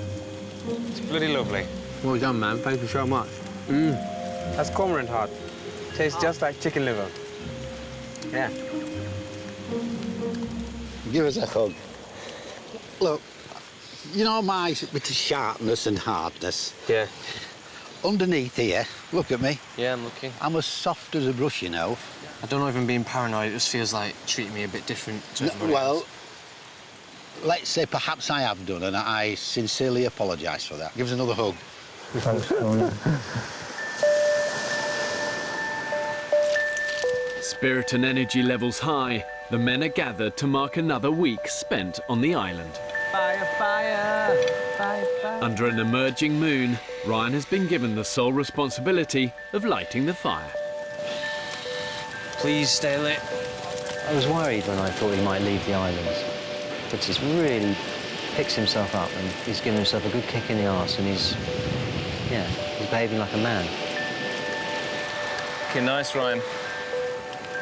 I do think as a culture, especially men, we see low moments as weak moments. And I think what happens when you're vulnerable with each other, you create strong bonds. And where there's strong bonds, there's strength in a team. Easy at home, isn't it? Yeah. You got to work for your shit here. I've already found out something about myself, is that I'm a prick. I'm a total prick. Definitely see this as a turning point, not just on the island, but in my life. It's not exactly the island of the super vixens. I'm in a dream world. What are you talking about? My libido's not gone anywhere. First 2 nights I had a boner. What about you, Ryan? How's your libido? Like, I had morning glory the first night, and after that, nothing. Getting a bit worried now. They're like poking a marshmallow into a money box when you get home, mate. Like every couple of days I'm on the rock. I'm just going to look for some, I'm out there on Wang Rock. Didn't find nothing. Go look for some snails. Go look for some snails.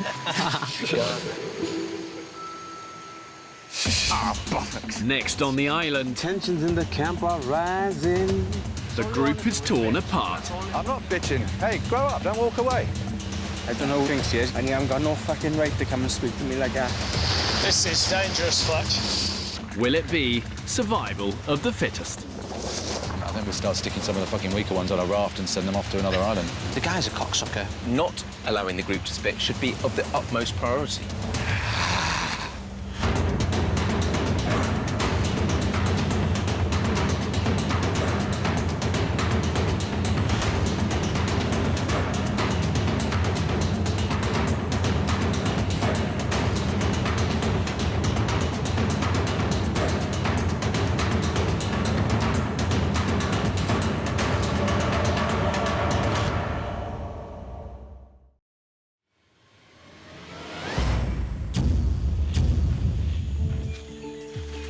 There's no doubt that 21st century man has come a long way from our hunter-gatherer origins. Good morning, it's Ryan here calling today to book the annual service on the boiler.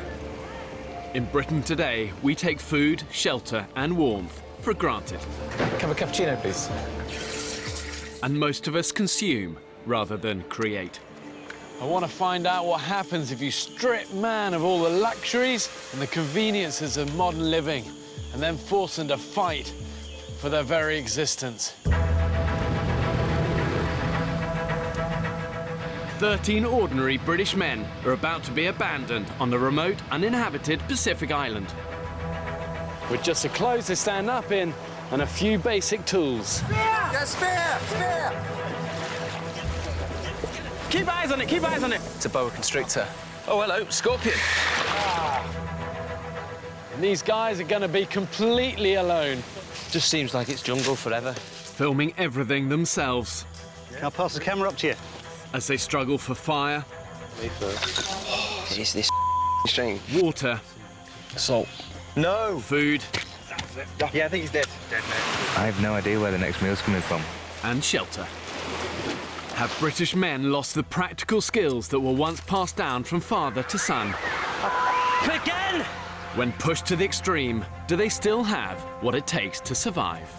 We're all losing weight, people are on the edge. I feel like I'm gonna collapse, man. Tonight we feast like kings.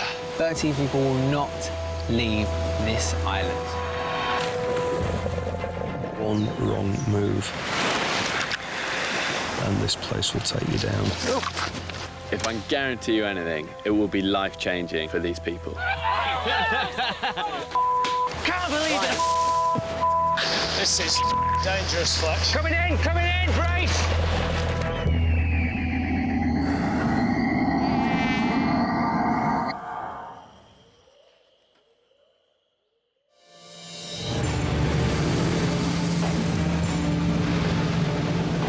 It's hard to say if I'm a survivor or not because I've never had to survive.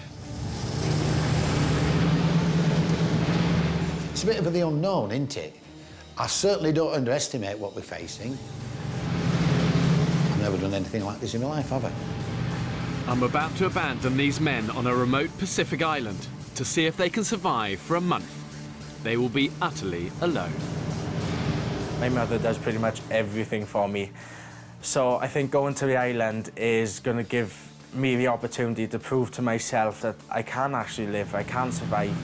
These are ordinary guys with no previous experience of living in the wild. Oh, mate.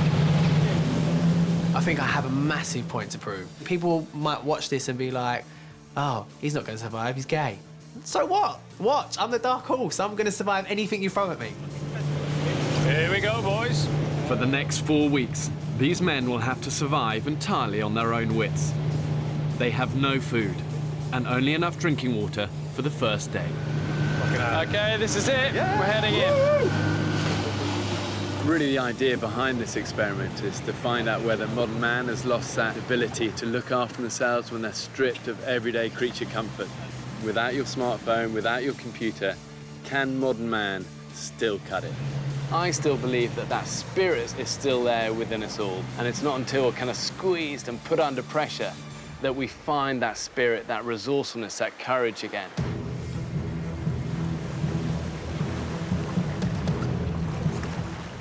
So, OK, who was expecting a white sandy beach? Check it out, guys. What is it? It's a croc over there. No way. Where is There it? is. Right over there. That's where we're on now. Just over there. Just went under. Right, see where the ripple is over there, to the left?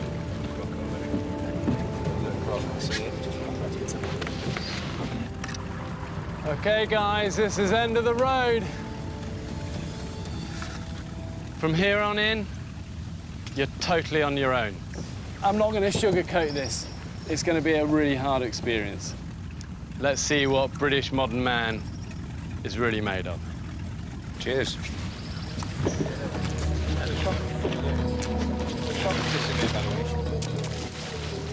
I suggest we get in a single file, because where are we going to go from here? Do we know the way? Exactly. So it's pointless all wandering off in different directions. The group has never met before. What's your name? Sam. I'm Dan. They will be completely alone and have had just a day of survival training. Straight ahead looks as if there's some land down through there. From here on in, everything you see will be filmed by the men themselves. Got it? Hey, yeah, good to meet you. Hello, buddy. Get in single file, because if you wander off, you could drop down a gully. If you're in single file... What's your name? What's your name? My name is Tony. All right, Tony. If you get in single file, fellas, if one of you wanders off, even if you're going to a gully, I'll tell you. Single file. Okay. Oh, God.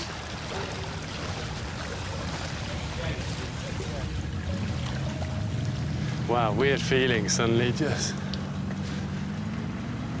leaving them. Mainly because I know how harsh these sort of terrains can be. These islands always look amazing. But you get up close and dirty and you realise, you know what?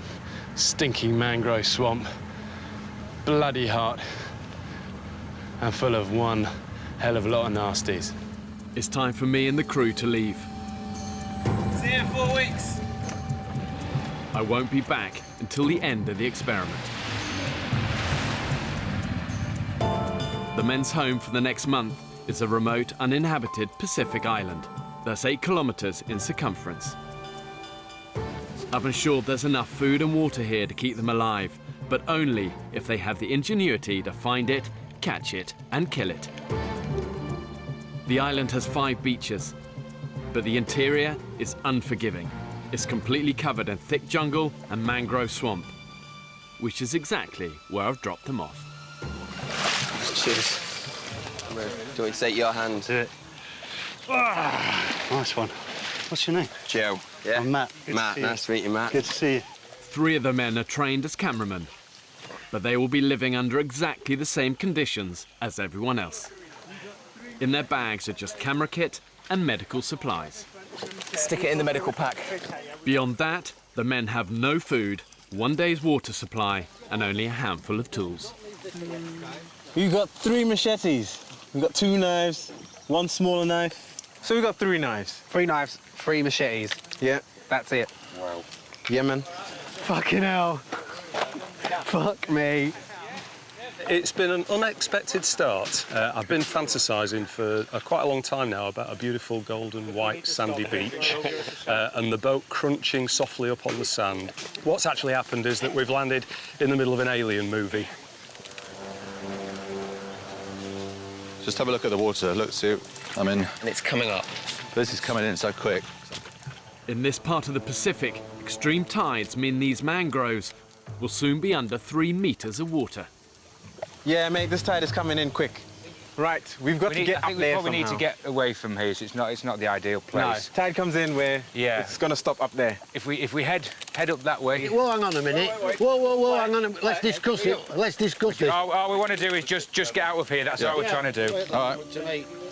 You want to go up and then I'll... Yeah, so we can get ourselves up right here. Good point. Watch your ankles, it's slippy. Come on, listen in, fellas. Yeah. Oh, listen in. You'll soon go over and you'll finish up with a bloody sprained ankle within an hour. It's 4 hours till sundown. The men now have 2 pressing priorities. Go on, I've got you. Get a foot on. Lovely. To look for a safe place to spend the night, and then find a source of drinkable water before their supply runs out. You all right? Yeah. Yeah, can I pass the camera up to you? You coming up? You ready? Yeah, I just don't want to slip. You got it? Yeah, I got it. Well done. What do you do for a living, Dean? I'm a hairdresser. And look what I'm doing now. Am I allowed to say that first 30 minutes was just fucking awful? Where are you from originally? Well, I'm from London. I was born there, but I grew up in Ghana and Zimbabwe. What about you, Ryan? Where are you from? I'm from Stockport, near Manchester. Lived there all my life. Out of reach of the incoming tide, the men can catch their breath for the first time. What do? I train people how to use computers. I'm an IT guy. Oh, yeah. Wow. I would never have got that. Never have guessed that. Hey? Sam, I'm a neurologist. you're a neurologist. What's that? Brains. It's like brains. Yeah? Yeah. What about you, Tony? What do you do? I was a police officer for 34 years. Wow. No, I still do security work. Wow. So what does Ryan do? Yeah, Ryan, what do you do, mate? I work in a call centre at the moment. Customer service. Nothing glamorous, nothing special. Could you please just confirm to me the first line of the address and postcode? I'm not where I'd like to be. at this point in time, and I feel like the chances to achieve things are running low. I'd like to think that I could achieve something that's a bit tough. The only other thing that I've done that is remotely like this is going camping with my friends, but that's just been one night on the park, getting drunk, having a party. Other than that, nothing. Whoa! That was a close one. Almost had my kneecap then. Day one. Here we go. To be honest, this could be not a bad place if we had to camp. You know what, that's what I mean. This is not a bad place to start. Thing is, there could be scorpions all around this area. Business coach Chris is convinced that in the remaining 3 hours of daylight, the group should find a beach to camp on, away from the jungle critters. It looks as if the island is almost like a U-shape, and we came into the lagoon. For me, the best plan at the moment is to get back in the water and walk along the mangrove slopes. No, we stay in the middle. I'd strongly object to that. Why? What reason? My reasons are this. We don't know how deep that water is. We don't know what the floor of the water's like. We've no idea how far we're going to be wandering through 3 foot of water. We don't know how idea we're going to be up here then. Wait, one at a time. We've got to, you know. If we had to, at a push, we could easily make camp here. It'd be an all right place to stay if we had to. It's better than the mangrove swamp. There won't be any crocodiles up here. Yeah. We're away from mosquitoes a little bit. Whoa, guys! Oh, shit, look. It's a boa constrictor. Big one. Let's get a shot. They're fucking quick and they're pretty vicious. Just shows we're not alone. Yeah. Great. How exciting. I've just seen that. I just can't see myself being able to sleep here. I just stay awake all night. For all we know, is a field right there. From what you've seen of the island so far, how many fields have you seen? I think... I don't want to sleep here either, but... Yeah. I don't think I can cope. Really? No way. I'm not sleeping tonight, I already know that.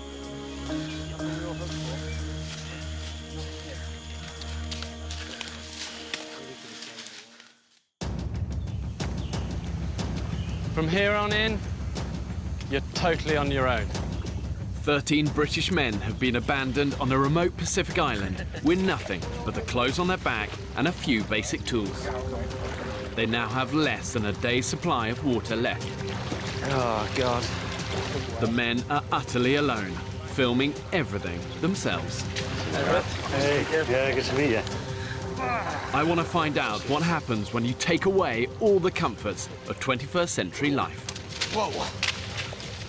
I think there's something primal and deep within us all that actually wants to know, can we still cut it? Sometimes it takes a little bit of squeezing, a little bit of pushing to find it in people. Guys, Camp 1. Yeah! Welcome to the jungle. The men have chosen a clearing in the jungle to sleep in. But with the remaining daylight, they must find a source of drinking water, as their supply will be gone by tomorrow. One option is to keep thrashing up through this way, but what we've got to consider there is that we could thrash for an hour, get to the top of a hill or something, and there's bugger all there, we haven't found any water, haven't found anything. So one plan would be some scouts go that way so the base stays here. Just be careful, the plants here are alive and they will get you. While one group, headed by retired policeman Tony, stay behind to prepare the camp for the night. Don't forget, this is your bed tonight. The cleaner, the better. See you later. Call centre worker Ryan and the others head off to scout for water. Ryan, left or right? Right or left? This way, that way? This way. Let's go then.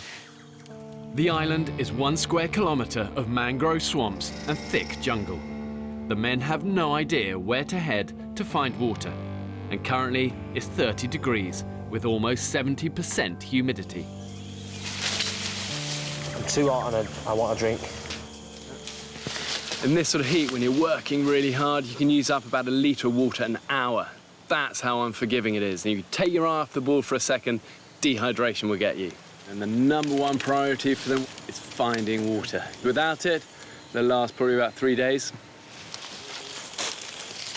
Water! What you found, Zaki? Stagnant water. There's more over there. We found water, boys.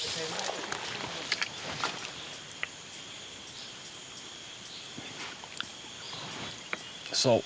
No! That is salt water. Fucking hell. Cock. Bit scared that the island is just like this all the way. Really? Yeah, that's what it feels like at the moment to me. I hope not. I'm hoping there's some sort of open space where we can look at the sky. Yeah.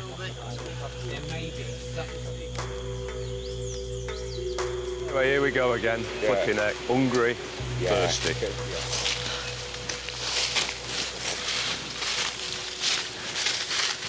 To be honest, guys, this almost looks like animal tracks, doesn't it? This is a definite trail, isn't it? Good trail. Mate! It's the beach! It's the beach, guys. I can hear it right there. And you can see the water, the sun glinting off it. It's just beyond this prickly mass. Yeah! Palm trees! Woohoo! Oh, yeah! Oh, thank God. Yes! Yeah, baby! Shazam! Oh, my God, look at this.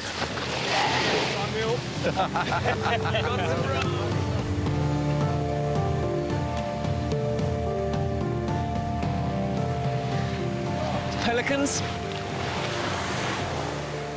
Wow, beautiful. It's so beautiful compared to that mangrove swamp. It's just perfect, isn't it? This is ridiculously wonderful. We can sleep tonight, knowing full well that we're going to come down here tomorrow for a dawn swim, and it's all going to be beautiful. Although I'm well tempted to just have a quick. Well, should we jump in? I am tempted. Should we let's have a go. Come on.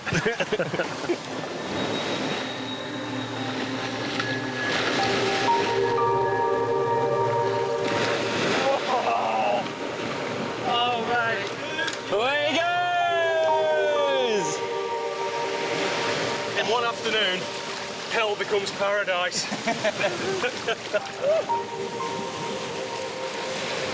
Suddenly from a dank, sweaty forest full of snakes and spiders and scorpions.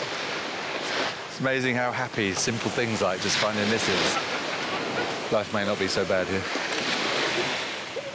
Sam's been stung on the face by a jellyfish.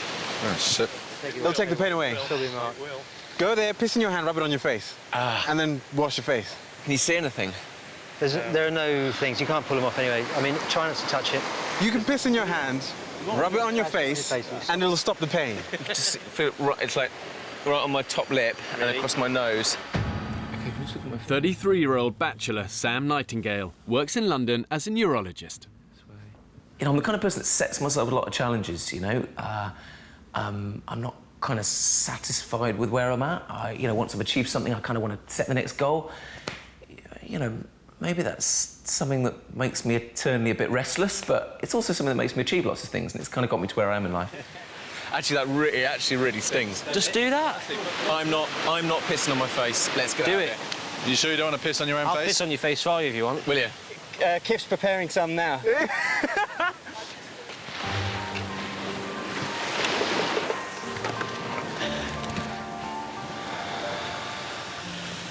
Right, you think we should start heading back to camp now before it gets dark? It's a shame we haven't got enough time tonight to move down here, but I think it'd be silly. The men have less than 7 hours of drinking water left. They urgently need to find a fresh source. At the jungle camp, Dean and Tony have cleared a spot to sleep for the night. I was quite worried about doing this because I've only been out for a year. So, being from... Did you say you came out a year ago? Yeah. Oh, that was going to be one of the questions I was going to ask you. I came out a year ago. Because I'm from a Romany Gypsy background, it's harder for me to come out because everyone there is married by the time they're 17. How are you accepted by them now? Absolutely fine. Like my dad, I was most scared about telling my dad. So it's like, it is so nice. It's so nice to just be able to be myself and like know who I am. That's awesome, mate. I'm so chuffed for you. Sam, Rupert and Fletch continue to look for a drinking supply. Whoa, watch your hand, mate. Ants. Fucking hell. Ah, Jesus, bastards.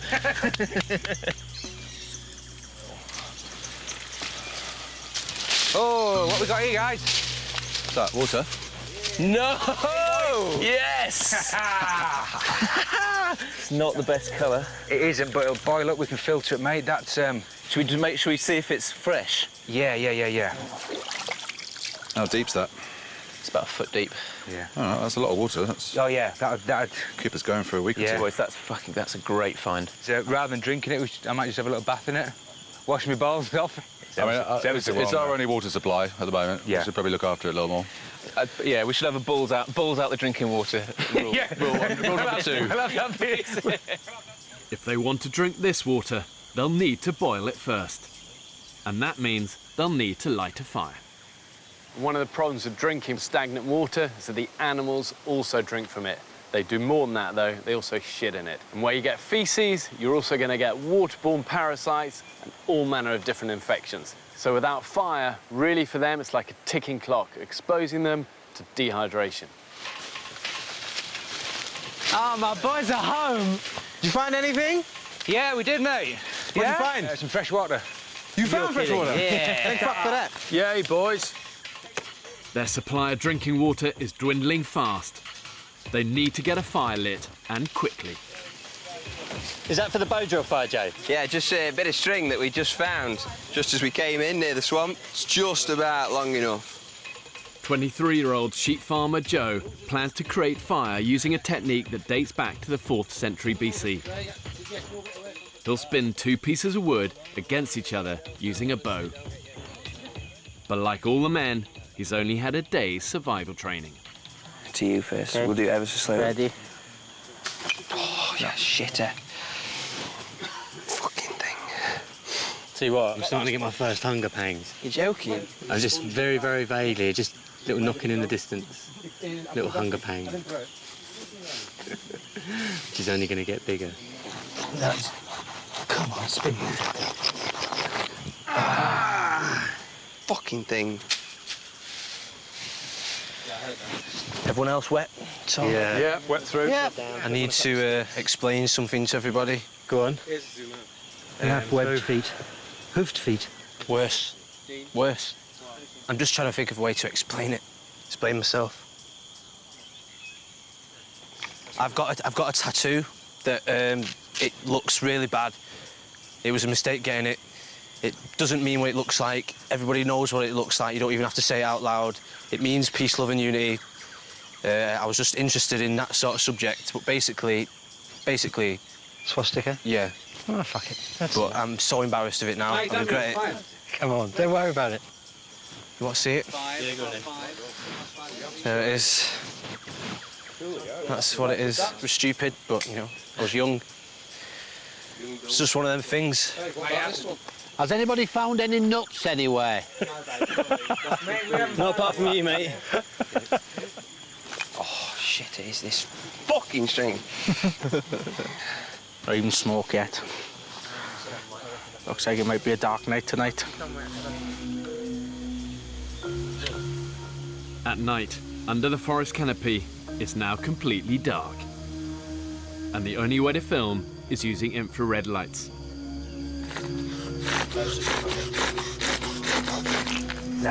Shit, drill. After 3 hours of failure, the push to get the fire lit has now become an urgent group effort. Okay, let's start speeding her up a little bit. There we go.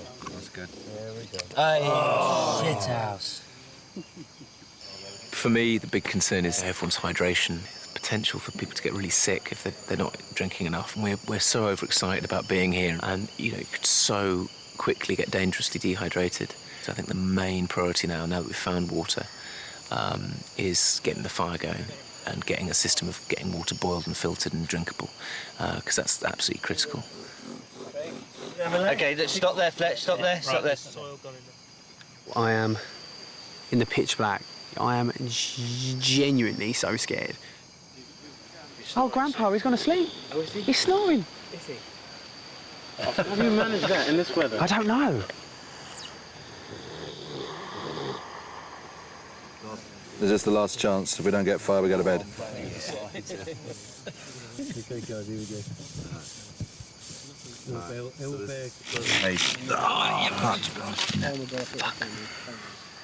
We have failed at making a fire. I really thought, I just thought we'd be able to do it. And I don't know, I feel pissed off, feel really pissed off. Hopefully nothing's going to crawl on me in the night, but I'm going to try and not think about it, try and get some shut-eye. Have a day off, we are fucked, man. Absolutely shattered, to be honest, yeah. The men only have a few hours of water left. If they can't light a fire in the morning, their time on the island will be over. What is that on my leg? I am cacking myself. Oh, fucking hell.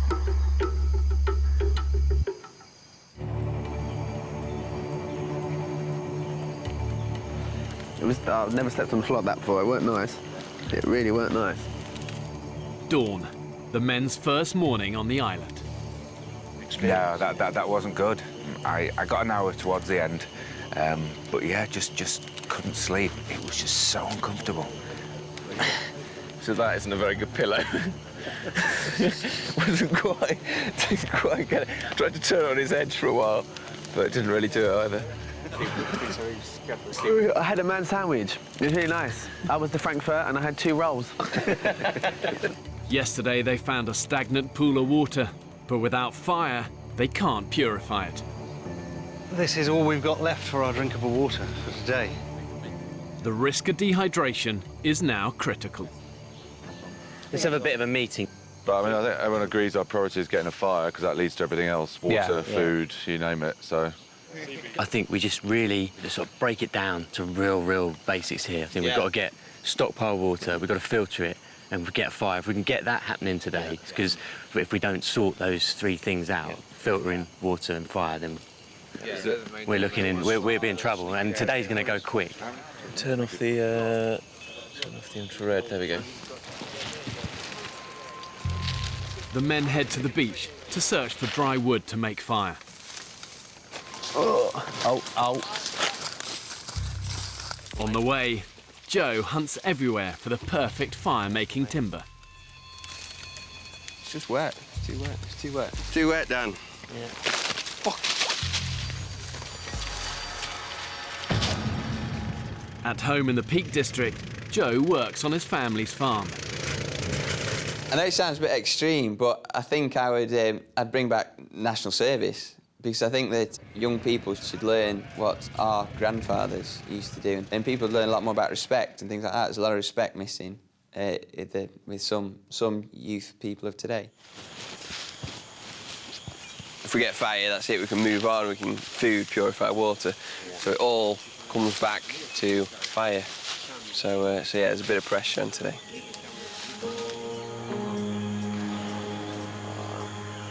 This is going to be the first time some of the guys have seen the sky since we got here. Oh man, this is a dream. The world! Welcome to paradise. Oh my God! Whoa! This is mate, this is bollocks. Oh, look at this. It's just like loads of containers. This is just a council tip, basically. The amount of rubbish that is washed up on this beach is horrendous, really. But I suppose for us, it's a blessing. Mate, that's a find. That's perfect. How many to find a hammock? Yeah. One thing that staggers me with these desert islands, however remote they are, is just the amount of trash you get washed up on the beaches. But for these guys, they really need to embrace the fact that one man's trash is another man's treasure. The men are on the island with only the bare minimum. This debris, discarded by ships and washed up on the beach, could be a lifeline for their survival. Can I just take the opportunity to introduce you to the 14th member of us? He's our survivor. Give a big round of applause for Percy the pig. After a night in the sweaty jungle, the beach is an ideal place to cool off.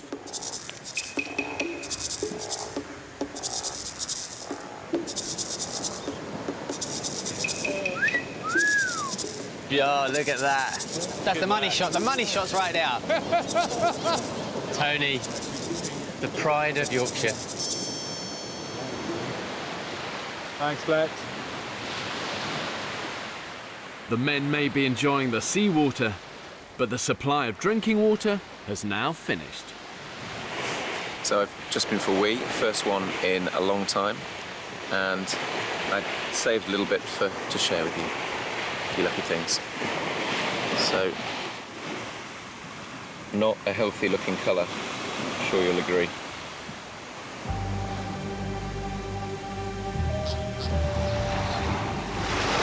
I think we've got an injury here. IT trainer Mike Fletcher is in trouble. Come up to the camp. Yeah. OK. Look out if you've been poisoned or not. Yeah, I don't know either, mate. Come up, I think the This area of the Pacific is notorious for deadly stonefish. With skin-piercing spines, it's the most poisonous fish in the world. It's more than just a rock, do you think? It shouldn't hurt that much, should it? OK. Ah, bollocks. It really hurts me more than it should. Sit down, sit down. I don't know whether Fletcher stood on like a fish. Oh, really? Or whether it's a graze on a rock. Leakage engineer Craig is also a part-time St John's ambulanceman. Can't see anything in sight there. That's just fresh blood coming out of it. So I don't think you've... I think it's just a rock. With a puncture wound, you normally just get 1 point. Yeah. But this is quite spread across. Cool. I think you might live to tell the tale anyway. I'm guessing I'm not going to die. That's my prognosis. Yeah. It's very tricky. It lulls you into a false sense of security, this beach. I think when you're in the jungle and all the mangroves, you're sort of, you know you've got to crack on, but you hit the beach, and of course we're so used to hitting beaches and just relaxing. But actually, if we don't get fire today, people will start to ask the question, can we ever get it going, you know? Joe and Dan have found some driftwood, and the desperate quest for fire continues. Right, let's just start, and that's it. Start it like that. Fucking hell, this rock's good. Is it? Yeah. What, compared to last night? Yeah. Okay, oh. Keep going, keep going. You're getting tinder? Got some in there. Through friction, they need to heat the tip of the wood to create a smouldering ember. What's that? Hold it. Put it away slowly. No, there's no ember. No. Motherfucker. Fuck.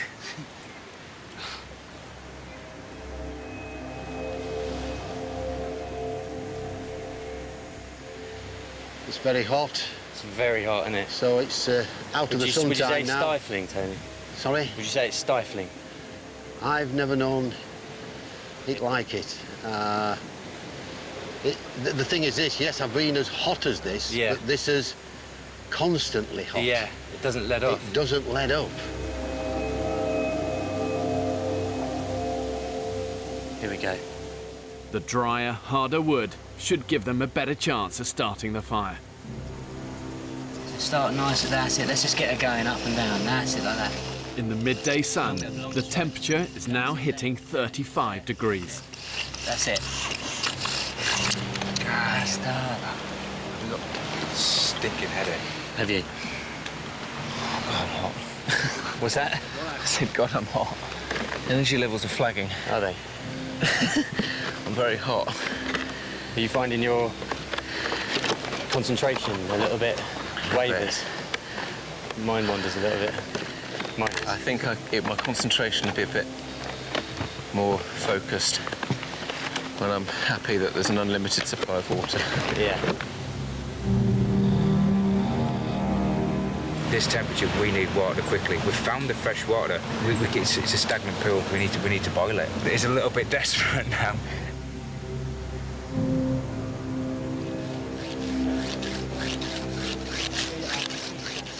They have been trying to get an ember for 8 hours. Nice and long. Oh, no. Just put away. Whoa. Right, we've got one. We're in. Okay, just stay there, Joe. Just stay there, Joe. Stay there. Got time. Slates. Okay, right. Now let's get some of this together. Okay, guys. Okay, just drop her in sideways. Slowly, really gentle. Just to get something, just get the knife and just slowly drop her on. There we go. Yep, she's on.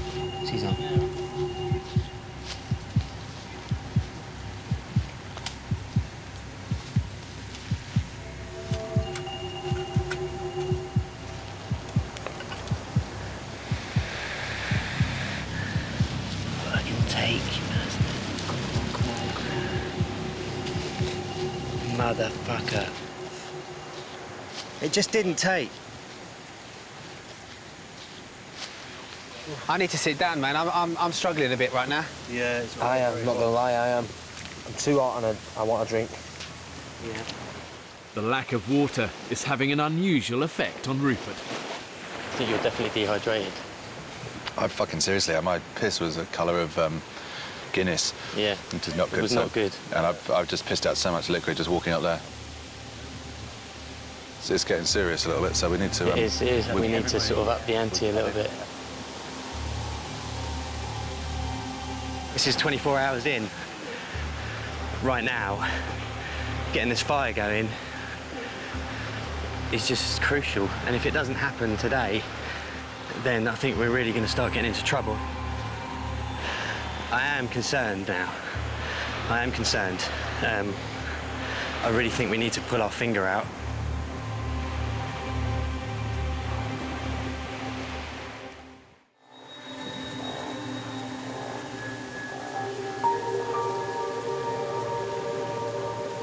Finding the heat unbearable at the moment. It's the first proper midday we've been on the island. We've experienced the heat without the water, without any water. Halfway through the men's second day on the island, and it's over 30 degrees in the shade.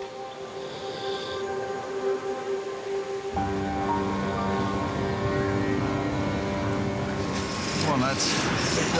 Yeah, that's it. Stay. Bastard. For the past 12 hours, Joe, Dan and Fletch have been struggling to light a fire. This is it, boys. I can feel it. Big long strikes to you. Big long strikes. The drinking supply they arrived with has now gone. They urgently need to boil the stagnant water they've found to make it safe to drink. Fuck. Dehydration is taking its toll on 70-year-old Tony. My mouth is very dry now. My mum, Agnes, 91 years of age. I'm 6,000 miles away from you, mum.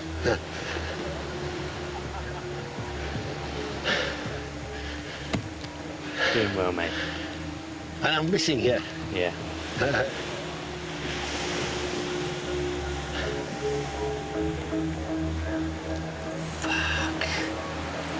That's just not taking. It all went there. That should have gone. Joe and Dan are trying to produce a smouldering ember using friction, but everything has to be just right. We realise now that the drill has to be the same width all the way down. The stone's got to have the hole in exactly the right place. Yeah. The hearth's got to be dead flat and very, very close to the little V. So it's like each one of those things has stitched us up. A lot of ducks to get in a line. Yeah, along the way. This is it. Okay, long, big old long. If they fail to get a fire lit today, they will have no choice. They will have to leave the island. This kind of has to work, because this is, without this, no water. Okay, stop there. Fingers crossed, everyone. Fingers crossed. Okay, go on then. Drop her on. Gently, like a butterfly.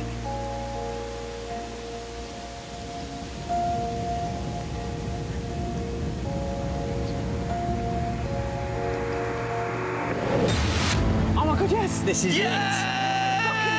This is it, guys! Oh yes! That's the best moment of day 2. Oh my God. Wow, we got fire. Oh my God! How's it looking, Fletch? It's the most beautiful thing I've ever seen.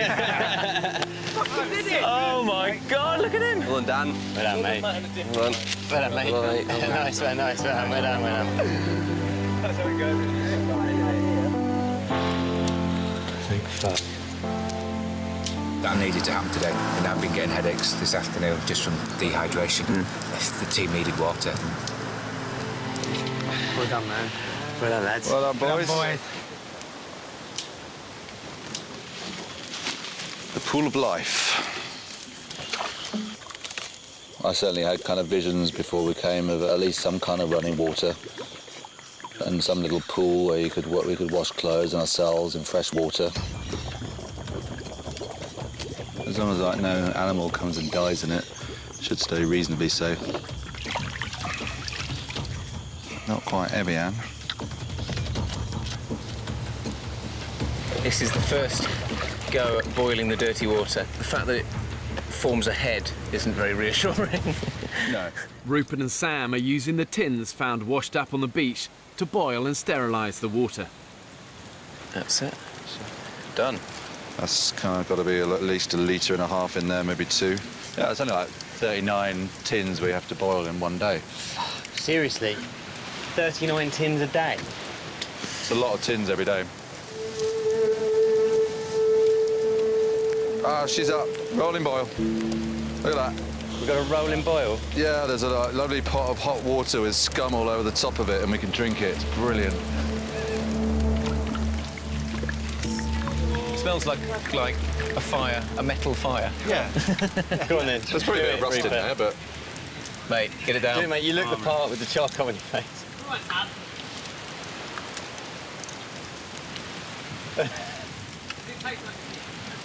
Yeah, a bit like tin.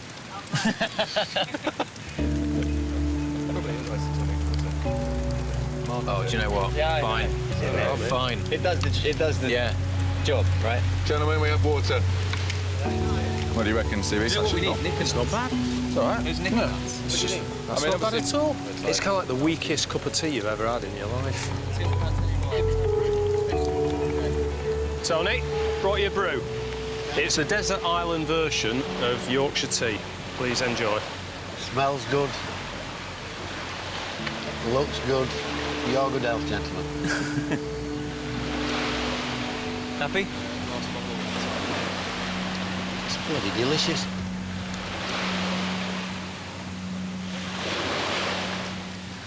This is some of the finished product. Looks like piss. Tastes a lot worse. Mind keeps wandering. I keep on thinking about bottles of ice-cold water or can of cola, ice cold, straight out the fridge. Oh. And all I got to drink is this bloody warm, worse than piss water.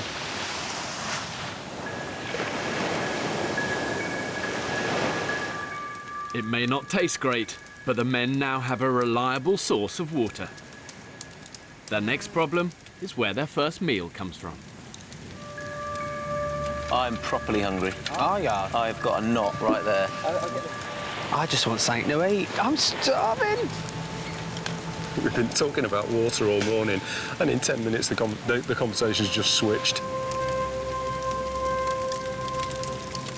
When you're deprived of food, it literally becomes all-consuming. It's all you think about. It's all that motivates and drives you. I need something. These guys have got 13 mouths to feed. They've got to be resourceful. Oh, hello. What is it? Ooh, scorpion. In the fire, that's silly. There he is. There he is. Got him. I've got him. He's got small claws, guys. He's one of the bad ones. Aggressive. He's aggressive. Jesus. Don't kill it if you're not going to eat it. Yeah. Of course I'm going to eat it. Mate, I'm starving. Okay. There's the stinger off. Okay. Let's kill him because I feel bad. Oh, yeah. Oh, fucking hell. Oh, God, I can see its guts inside. That's not going to be tasty, guys. Come on, man, you're making us wait. Come on. We want to see you eat it.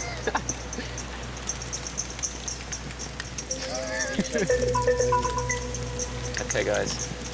Come on. Good. No, just down in one. Blow it and then just get rid of the legs. Just protein in the legs. You said you were hungry. Yes! That's man food! Man food! Yes! Yes! Oh, mate! How does that taste? Oh, it's food! I'm proud of you, Sam. That was amazing.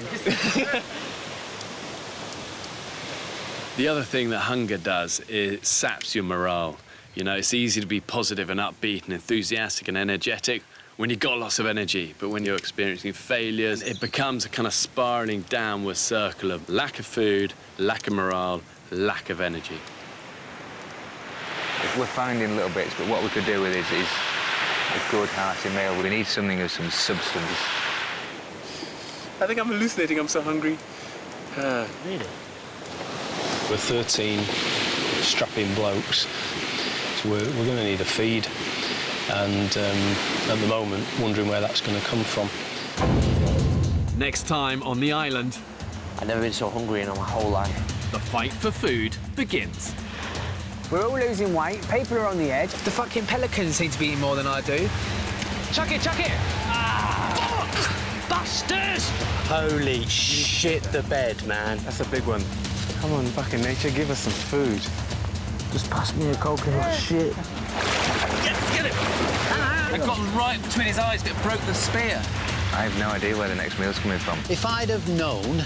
This is absolutely fucking nuts. ...that it was going to be like this... You got him, you got him, mate. I'm not too sure I'd have applied to come.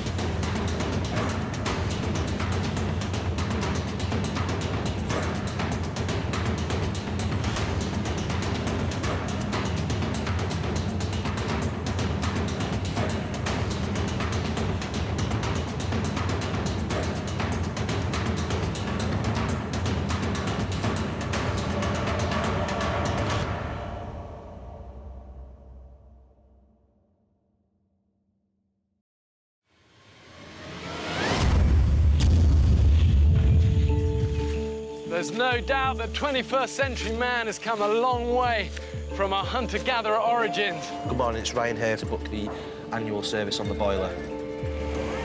In Britain today, we take food, shelter and warmth for granted.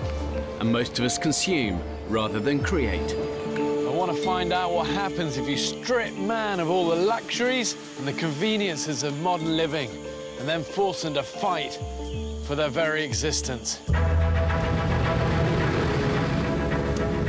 13 British men have been abandoned on a remote Pacific desert island. With just the clothes to stand up in and a few basic tools. There's one. Whoa, whoa! It's bloody...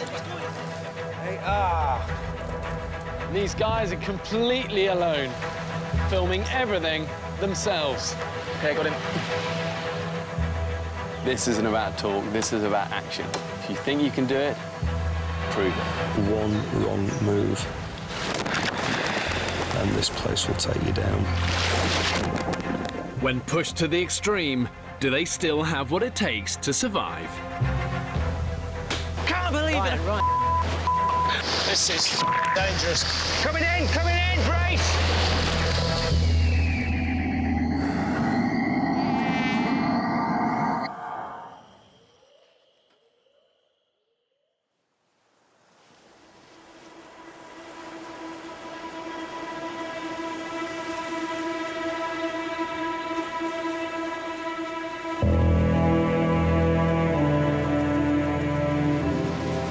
Three weeks ago, 13 British men were cast away on this remote Pacific island.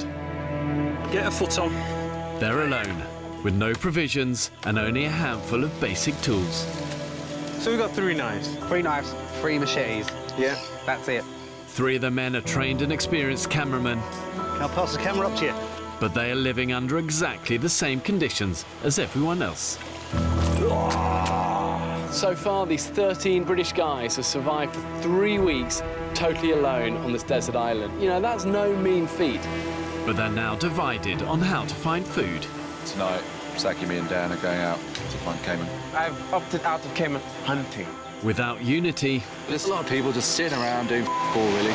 And no clear sense of direction, the men are sabotaging their own chances of survival. If you're not looking for food, why should you get any? Mate, come on, why are you here? It will become Lord of the Flies. I think we start sticking some of the weaker ones on a raft and send them off to another island. Hey, grow up, don't walk away. I actually think that the hardest part of survival, harder than finding the food, is keeping everybody together. I'm so hungry now. Truth is, if they don't start working together, looking after each other, thinking smart, being resourceful and surviving, they haven't got a cat's chance of making it to the end of this month.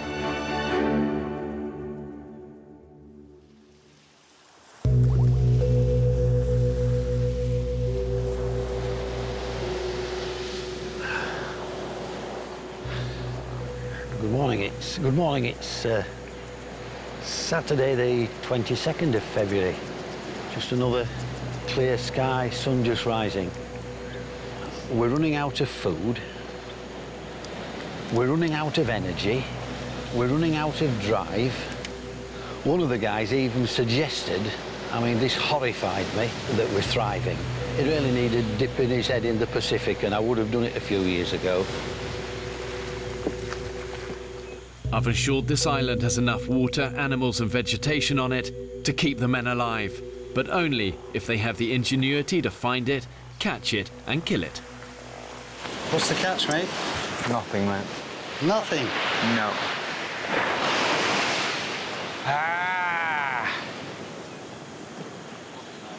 The fish catch sucked, it was shit. So we still have to focus on getting food for today. Now in their fourth week, the group is fractured and food is scarce as a result. Oysters are almost out. Fish is, comes in, comes out, feast or famine. We've got no carbohydrate left on the island that we know of. OK, so are we really doing more slogs round the island? Or die. It's quite interesting what's happened in the last few days because the group is beginning to split, essentially. It's incredible. We're just not eating enough. We're just not eating enough. Whatever shape, form or fashion it takes, we need someone to focus our group of 13 men. Now the dwindling supplies of food are seeing the men's bodies begin to shut down. I'm not even kidding. My experience of the toilet this morning was like trying to squeeze a watermelon through a straw, which is becoming a little bit more of a common occurrence and one that I'm not particularly enjoying. It's the diet we're eating, it's the lack of fibre, lack of fruit, it's the dehydration which just sucks moisture out of everything in your body, and some people are really, really suffering.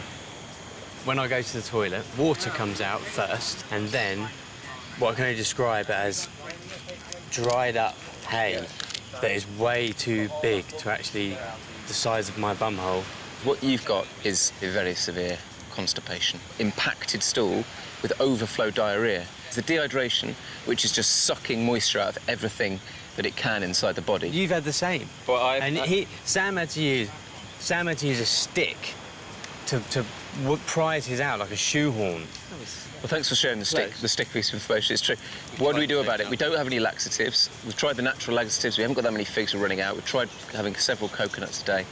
So the only thing that I can think of left is the pipe of justice. Using a water bottle and pipe they found washed up on the beach, Dr. Sam has fashioned an enema kit. So I'll just lay on the floor, I'll stick the pipe up the bum, and then Sam just squeezes the liquid in, I suppose.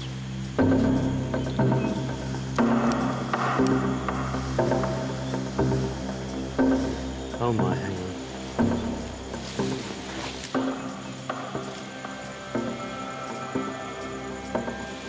Jeez, that is not easy to get up. I'll hold it. You ready? Yeah. That feels weird. Yeah. All right, now I'm just going to gently push in, OK? Oh, my Lord. Whoa.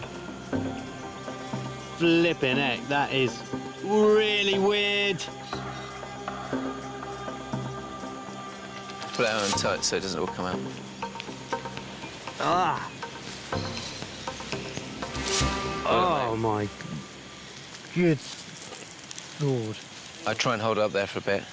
Okay. Some of it will be absorbed, some of it will hopefully just soften that stool up and then go and get it out.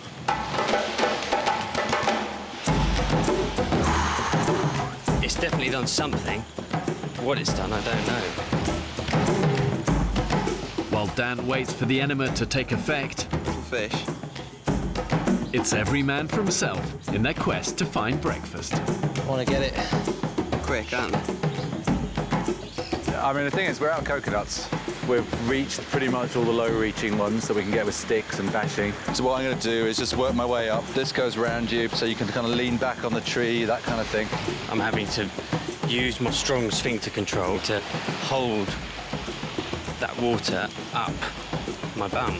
Extreme hunger affects not only obviously your physical strength, but also your decision-making ability. Go on, Ryan. And it can become this vicious downward spiral where you get weaker, you get less strength, you make less good decisions. I've got to go, mate. And therefore your hunting abilities plummet. Oh my goodness. Worked amazingly. Yeah. Yeah.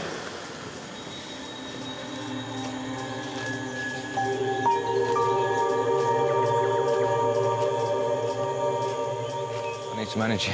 I'm massively lacking energy. My muscles and my legs, my arms just feel dead. We are starving. We really need to focus or come up with a way of getting more food for the group because I don't think we're doing that great. And it's affected the mood in the camp. People are just so lethargic. People are just doing their head in. There's not enough communication. There's certain people in the group who will just do something for themselves. And now all of a sudden I feel hungry, and I mean painfully hungry. I can't think straight. Stingray! Stingray!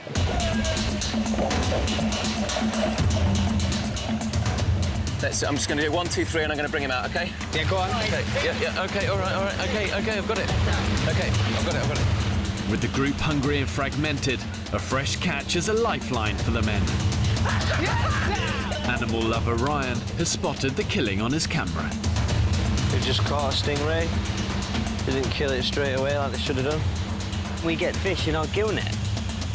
Bang on. Amazing. What could go wrong? What the fuck is he doing? The quickest way to kill a stingray is to drive a sharp knife between its eyes. Are there any other knives in the camp? You just can't find any knives anywhere. What are you doing? Will somebody please put it out of its misery? OK, we'll grab a knife. Come on, stab it in its head, man. OK, wait, look, he's just come to get a rock and a knife. Calm down. Calm down. Fuck's sake. Hey, stop. Ryan, you need to grab a hold of yourself. Man. That's it. That was horrific. Stop for a second and just breathe. This isn't about you, mate. I know it's not about me. It's about that stingray suffering. But I want to he's stab trying it to with a spear. explain to you. We haven't got a knife. Exactly. With a They point didn't on have the end one. of it. So I've run up and down the beach. Don't point that fucking machete in my I've run up face. and down the beach 10 times. Ryan, I think you need to go away and take 10 minutes. What are you sniggering at? What did you just fucking do a wanker sign towards me? Fuck you. Ryan, I only got half of that. What was going on, mate? Talk to me, Ryan. You fucking made a right meal of killing that stingray. Why are you pointing at me? Why would I do I'm that? pointing the big Tony finger at you. Then you got Rupert walking past, fucking doing wanker sign at me. Yeah, that was out of order. Doing a wanker sign. It didn't help, I know. A stick. Yeah. You're not finding the physical side of this difficult. The side that you find difficult is dealing with people like him without losing your shit, without putting him a wanker, without driving him off into the jungle if we were indefinitely to die and starve on his own as a lonely man. You know, that's the challenge for you. That's the personal challenge for you. It really doesn't take much for groups to split apart. You know, it's often small differences make great chasms. But now things have got so bad, even a fresh food cache can't heal the group. It wouldn't have really mattered whether it was a stingray in the net or a UFO landing on the island. I think the point is that tensions are now running high. We're a ship without a rudder, and we need someone to grab that rudder and get this camp in good working order. We desperately need a leader now. In the wild, when people are under pressure and your life is on the line, you've got to do all you can to keep a group cohesive and together. Tony, I'd like to call a meeting in 15 minutes. Because when it's together, it's strong. It's not strong when it's fragmented and broken. I'd like to call a meeting. I'm in. 43-year-old director Matt lives with his partner and daughter in East London and has some experience of filming in hostile environments. But if there's conflict every day and it's Lord of the Flies, essentially, there's a risk of not working together as a cohesive team. That's the nightmare situation. What I'd like to think is that we're all pretty sensible and we all get on with it and we all thrive in the environment and really make something good happen. There's just something on my mind I wanted to sort of share with you. I think it's no secret that there are fracture lines appearing within our group. That's no secret. We could think about electing a leader, someone who can, bring unity to all of us. I think we're too late into this to suddenly come up with a whole new structure which is going to I disagree with you, but I sort of believe in seizing the moment, and I think this is the moment to seize it. It's way too late. Mate, I think this is the time to seize the moment, and, if we're going to let this moment pass, then I think we're all doing ourselves a disservice. If a leader is elected, it will be a leader's job to make sure that everyone is doing the things they've undertaken to do. I fully understand why you're saying it, because I agree that we are kind of drifting. I mean, I agree we need to go out and do stuff, but that's down to your personal responsibility and commitment to this project on every single person. I think a leader's a really bad idea. It's not like we all have to be like all hail to the leader and be scared of him or anything like that. But that's not what we've been told to do, though. Finish, please, yeah. But so it's an argument, Dan. People interject. I know, but you don't. The way that the conversation goes is one person says says something and the other person says something. It goes like that, one backwards and forwards, rather than speak over the top. Matt also proposes the elected leader organises a party to unite the group. To stitch those fracture lines together and come back together again as a group of 13. We could just say we have a project, and that is the sorting out of our camp and the preparation for a celebration. So would it be a better comment to say we're electing a project manager rather than a leader? If you want to call it a project manager and someone's in charge of building up for the celebrations, fine. If that's something we should all vote upon rather than voting for a leader, then maybe that's the way forward. I will second your proposal. Thank you, Tony. Second your proposal. Shall we put it to a vote, gentlemen? Those in favour, put your arms in the air, please. Pretty unanimous. That's fantastic, guys. Can I suggest that those who want to put their names forward as a candidate do so now?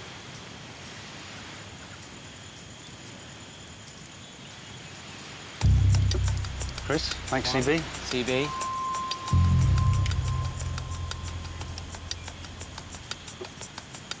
Sam. Put my hat in the ring.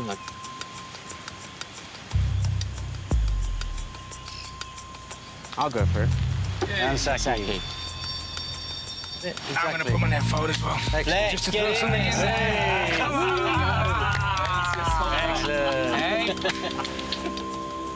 Bruce, put yourself up for leadership. I don't want to be a leader. I didn't come here to be a leader, so... Sounds like it. No, I don't think that we need one. I think we just need a bit more sense of personal responsibility for everybody to get us through to the end now.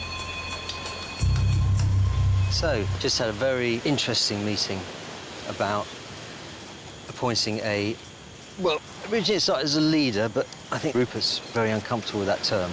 But essentially it is a leader, but we've called it a project manager. How did you think the meeting went?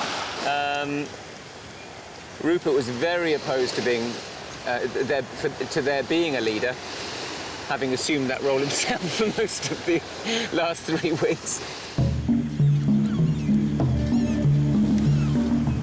Across the island, 4 of the men are preparing for their first election. Let's go through the candidates. So we've got Zaki, Doc Sam, Fletch and Chris Burrows.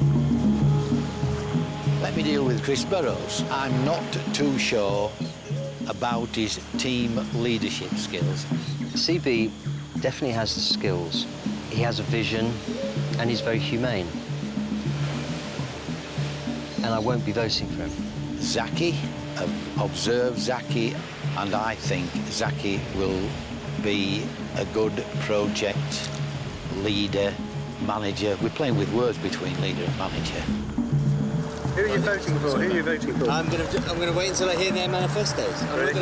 Absolutely. He certainly is a floating voter at the moment. Sam has been tirelessly enthusiastic. But he can't actually say to people, come on, mate. It's about motivation. It's not about telling people what to do, it's about motivating them to do it. We then come to Mike Fletcher. I think Fletcher would be brilliant at it, because he's decisive, he's hard-working, he's practical. Mike Fletcher and I don't get on. Mike Fletcher, you're not a leader, you're just full of bullshit.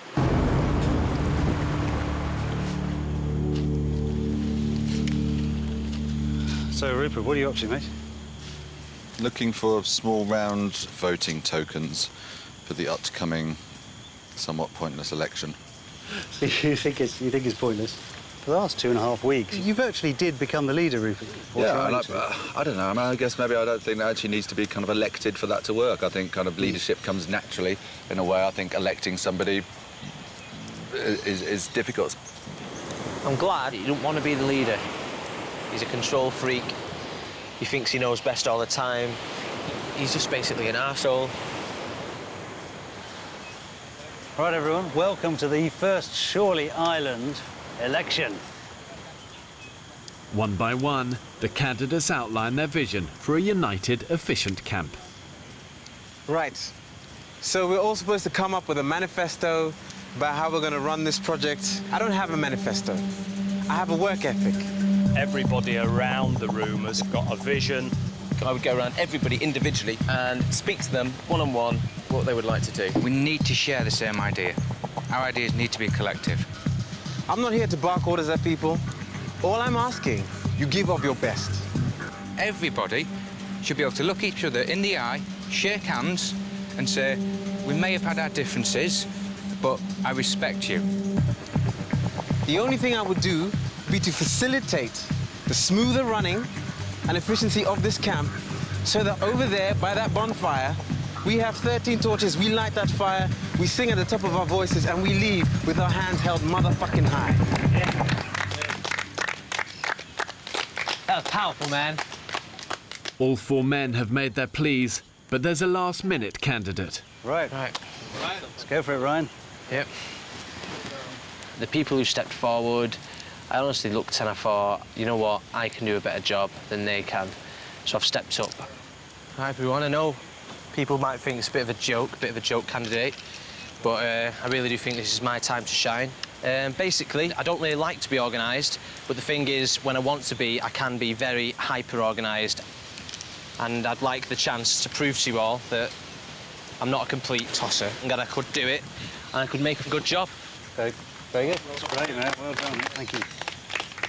Each candidate has his own token. So, for example, Saki has almonds, Ryan has snails, Sam has shells, Fletch has inedible nuts, and CB has a nice, delicate piece of palm leaf.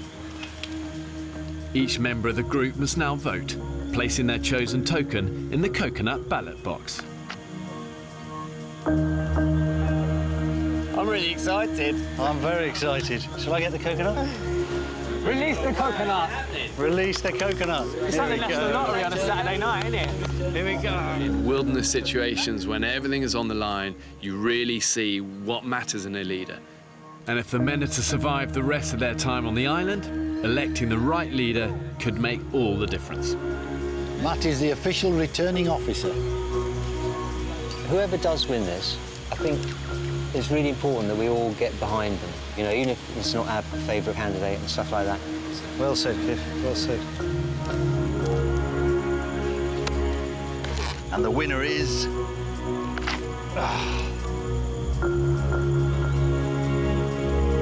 That is a clear winner. Saki! Well done, buddy! I hope that I make you all proud at the end of this fucking journey.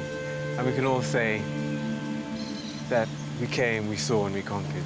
Well said. Well said, mate. Thank you. Saki absolutely cleaned up. He got 7 votes. The rest of us got 6 to share between us. So I'm really, really pleased. And I think he bridges that gap between the 2 groups that are splintering off a little bit. He's pally with the younger lot, but he's also got the respect of the older contingent. So I think it'd be really good to bring everyone together. A leader serves, essentially. It's not there to kind of sit on the throne, it's there to serve people. And I remember always being told that nobody cares how much you know until they know how much you care. And for a leader, that is critical, that people know you care for them. It looked at times as if our group wasn't even going to agree on having a leader. But let's make no mistake, we do have a leader. We don't have a project manager. We have a leader for the 13 men on Shorley Island, and his name is Saki.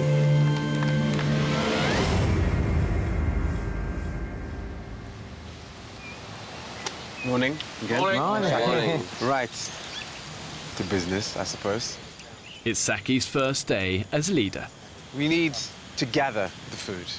To improve their chances of survival, he's delegating tasks to the men so they can find food more efficiently.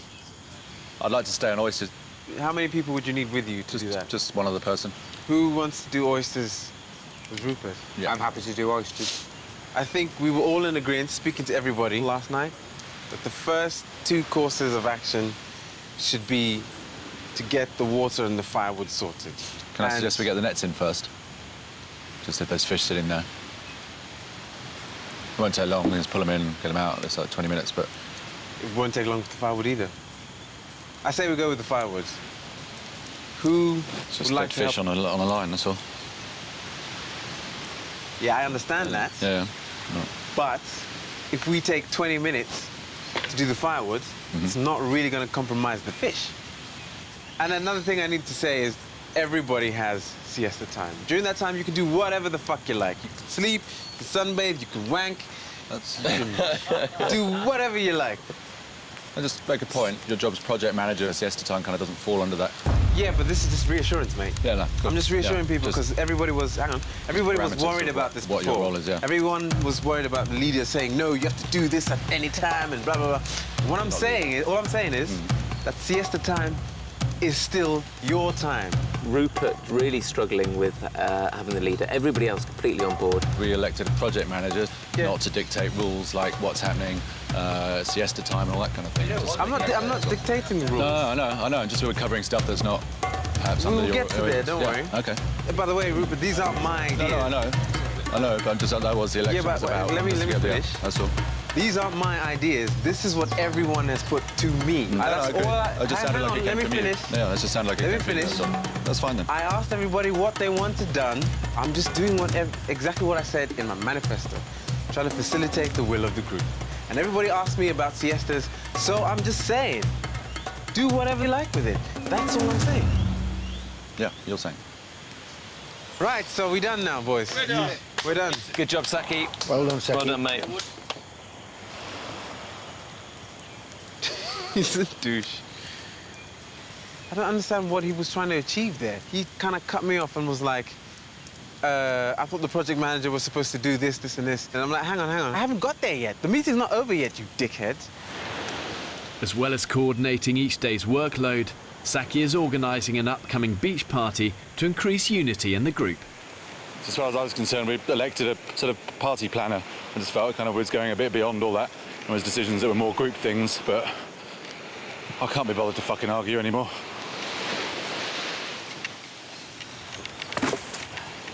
We very clearly elected somebody as a project manager for the party, which is basically organising a party planning and getting a bit of food to go. We had a very clear discussion on that we weren't voting for a leader, but that would still remain within the group. So if we start giving Saki that position of doing that, then we're saying he's leader, and that's what we didn't do. So I'm very clear on it, and I'm very adamant.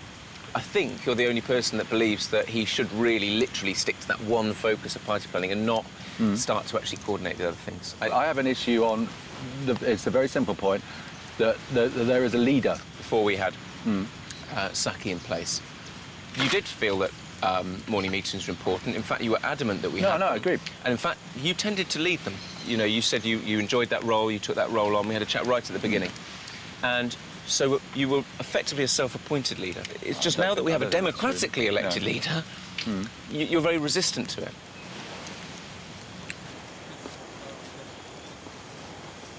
Brian? Yeah? Joe! Dino! Saki has called some of the men together as a chance sighting by Ryan could lead them to a food source rich in energy. Me and Joe went on a fig run. On the way we saw some bees.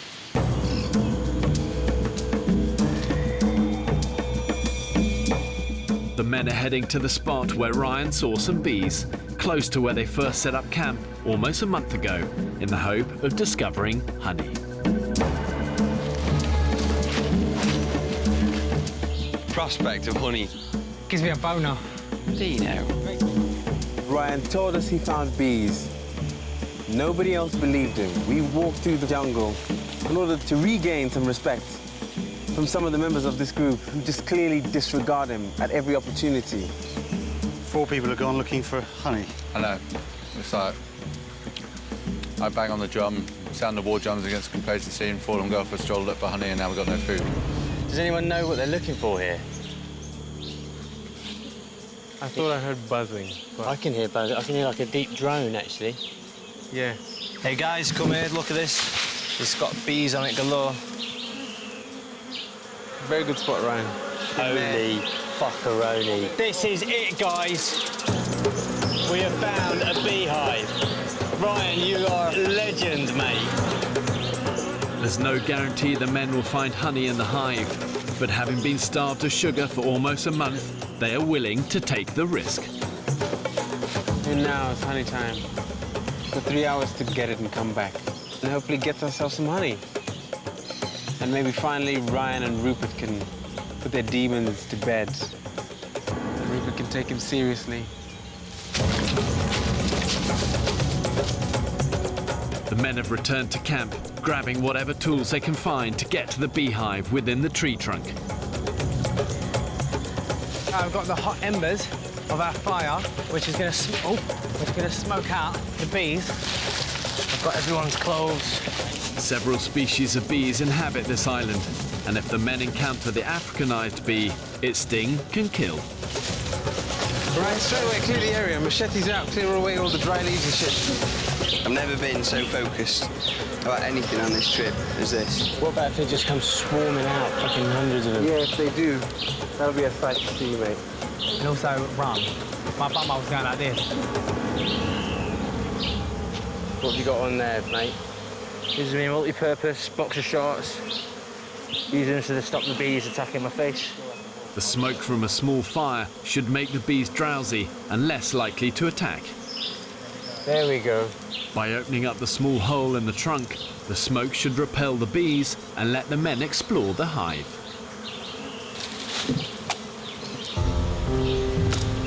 This is it, lads.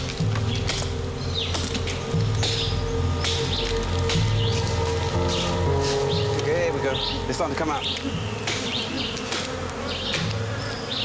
Yeah. Oh, fuck.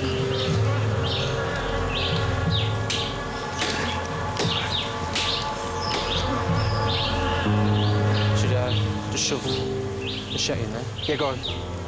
Go on.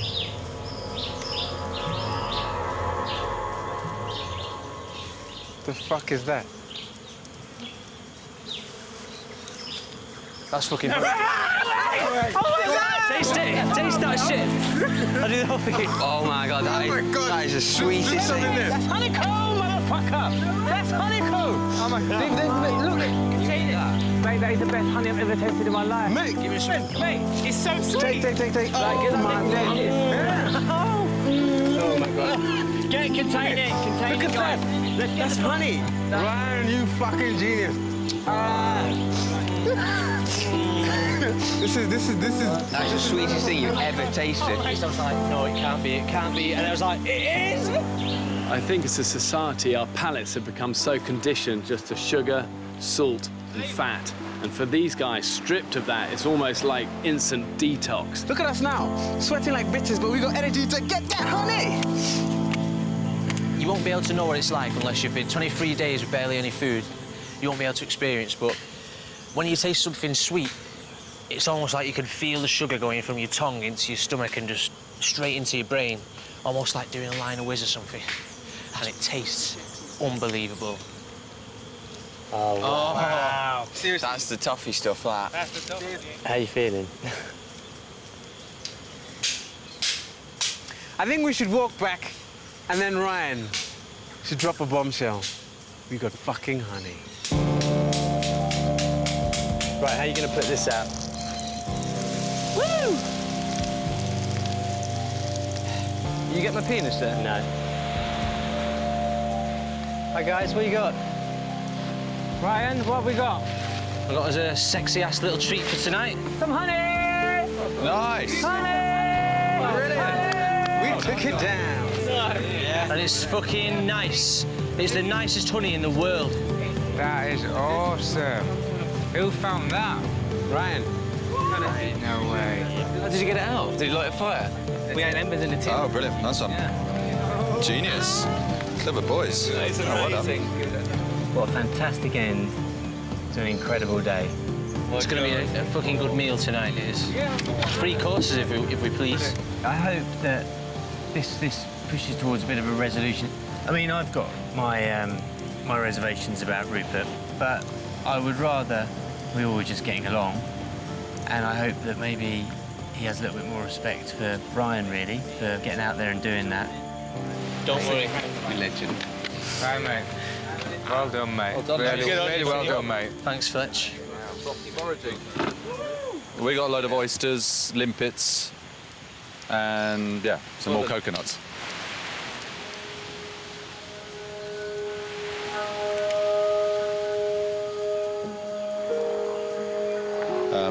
Ryan, yeah, well, there's been lots of different Ryans on this trip, hasn't there?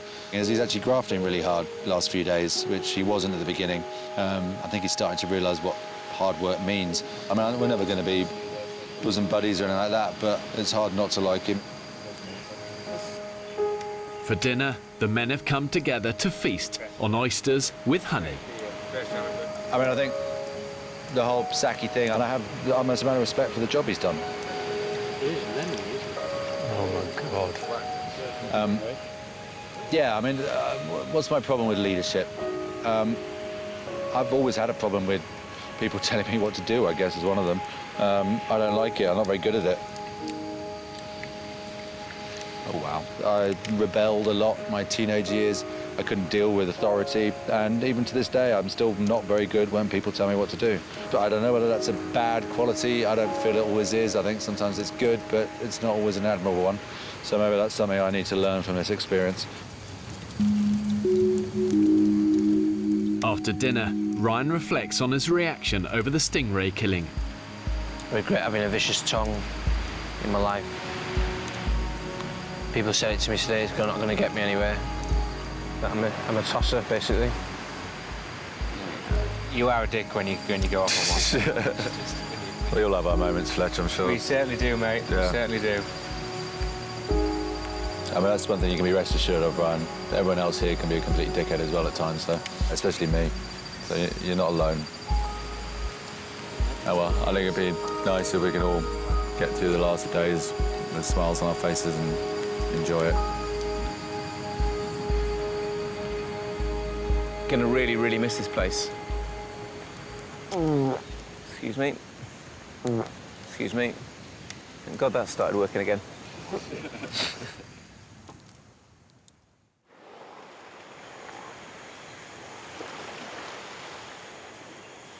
Hey, morning.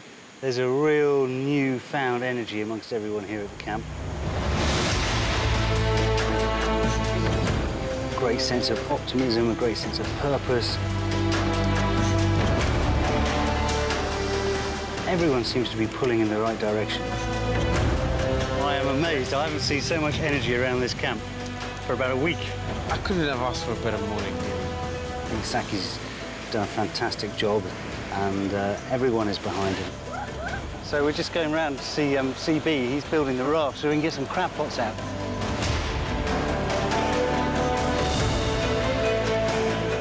We were dropped here with 3 knives, 3 machetes. That was it. And we've sourced food, we've sourced water, we've sourced our own home. We've made beds, tables, and we are bloody amazing.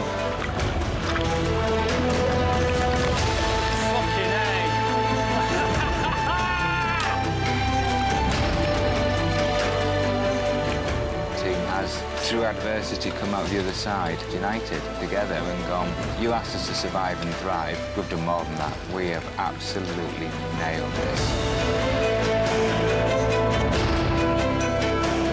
It's the men's last night on the island.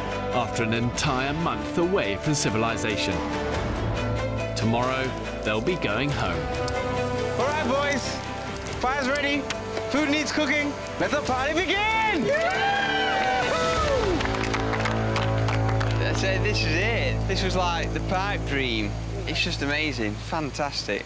I wouldn't want to be anywhere else than I am now. Really wouldn't, in the world. Cheers, guys. Cheers, guys. Cheers. Thank you. Cheers, guys. For the best time of my life, anyway, lads. Thank you. Good on you, Jay. You get out more, son. How far we've come from half an oyster and 6 snails each, eh? Just in the ways of the ancient peoples, we thought it would be very nice tonight to offer something back to the ocean with a huge display of gratitude and thanks. All right, guys, we're going to launch our raft of gratitude to the ocean. There we go. Fantastic job.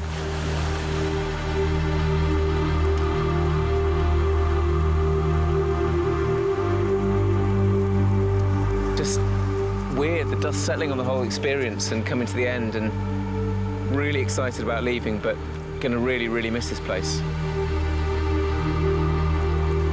Last day on Shirley Island and I've been hit with an extreme sense of depression. And it's mad because I'll be fucked if I can't wait to speak to my girlfriend. But it's hit me that we are leaving and it's making me sad. I've got to turn my emails back on tomorrow and I don't want to do that. And there's a big alarm bell going like that, big flashy light. Then why don't you want to do that? What is wrong with life back home that makes you fear that side of it so much? And that's kind of what this island helps you understand. But on the same time,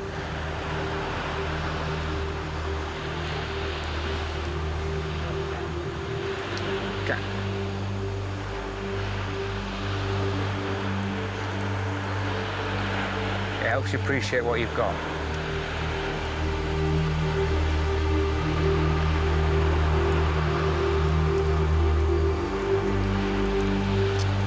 The best thing I'm looking forward to is seeing my mum and dad. That's it.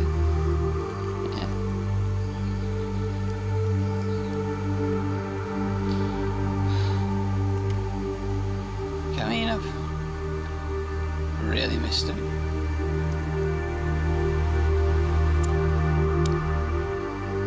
I'm sure we'll all agree this has been an amazing fucking journey.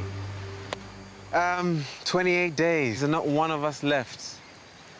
We all came here at the same time.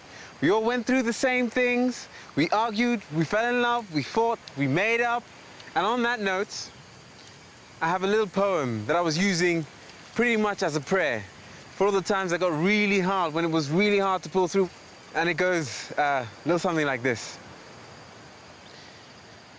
Out of the night that covers me, black as the pit from pole to pole, I thank whatever gods may be for my unconquerable soul. In the fell clutch of circumstance, I have not cried nor winced aloud. Under the bludgeonings of chance, my head is bloody but unbowed. Beyond this place of wrath and tears looms but the horror of the shade. Yet the menace of the years finds and shall find me, us, unafraid. It matters not how straight the gate, how charged with punishments the scroll. I am the master of my fate. I am the captain of my soul. I've said to them over and over again a few days before they started on the island, just remember the pain won't last forever. But the end goal has now arrived, and we're going to take them home. Well, I can see their fire. There he is, boys. Oh, my God. Come on. How are you feeling, guys? So excited. Fucking excited, man. This is it. We've done it. All we've worked for has come down to this moment.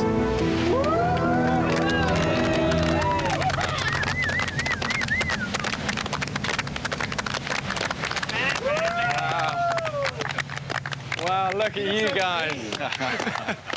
Hairier, skinnier, but hopefully smarter. Wow, congratulations. Before the men leave, there's just one thing left for them to do.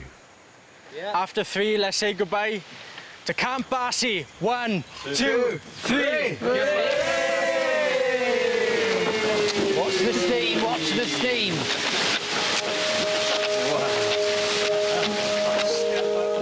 I think we live in such a fast and materialistic culture, and I think what these guys have proved, actually, when you're stripped of all of that, they're made of something decent. And they've only proved that one way, and that's through hardship. It's going to be a wonderful thing now to leave with them and then reintroduce them to life. And let's hope they focus on the good side of things and leave behind the bad stuff. Some people may think, well done, Tony, others may think, silly old bugger. See you later, Shirley. Bye, Shirley. We're all different. 20s, 30s, 40s and 50s, but there's still life at 70. The greatest thing about this experience, I think, was this amazing opportunity to really think in depth about who you are, your life. So I'm kind of looking at a new future, and so it's been great having that time to really think about where I'm going, what I'm going to do. I've always seen myself as lazy. Here you can't really be lazy. Mine now is focused and sharp. I've got a sense of ambition that I've never felt before, which is going to change my life, a happier one for me. I really think that I have undergone quite a big change in my head. I think having had everything just taken away and stripped to the absolute bare bones of nothing, I feel like I'm going to appreciate just everything so much more. I really do. I've still got a bucket list at my age, and I realise, really, that I've got to bloody get on with it and not spend the next 10 years just keeping up with emails. I came on a boy, almost didn't know where I wanted to go in life, just plodding along, just thinking, yeah, I got a job, whatever. And now I feel as if I'm leaving like a man. It doesn't matter what sort of person you are, what sort of man you are, you can do anything and achieve anything you want to. Fucking hell. We did it. We came, we saw, we conquered. We did it.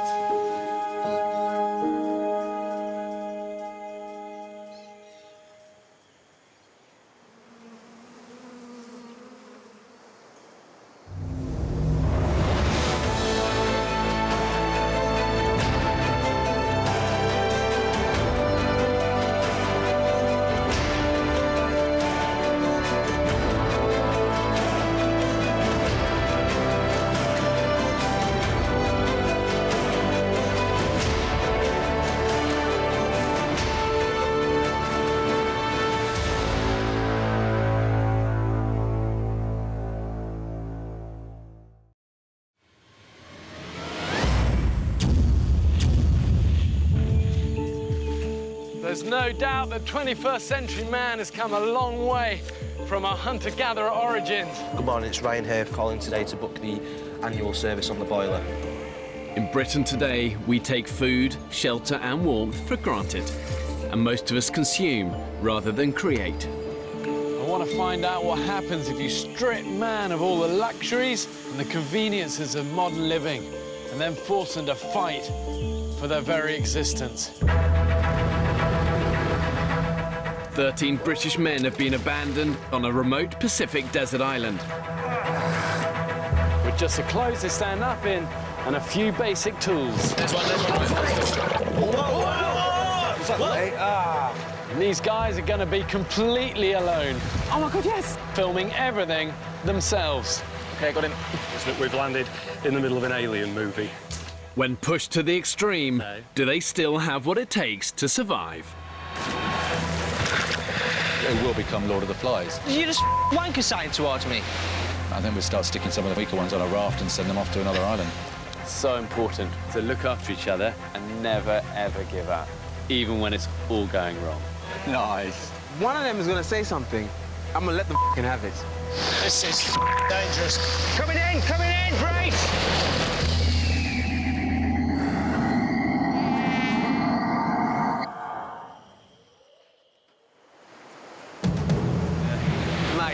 Jeez, bollocks. 2 weeks ago, 13 British men were cast away on this remote Pacific island. Come on, nature, give us some food.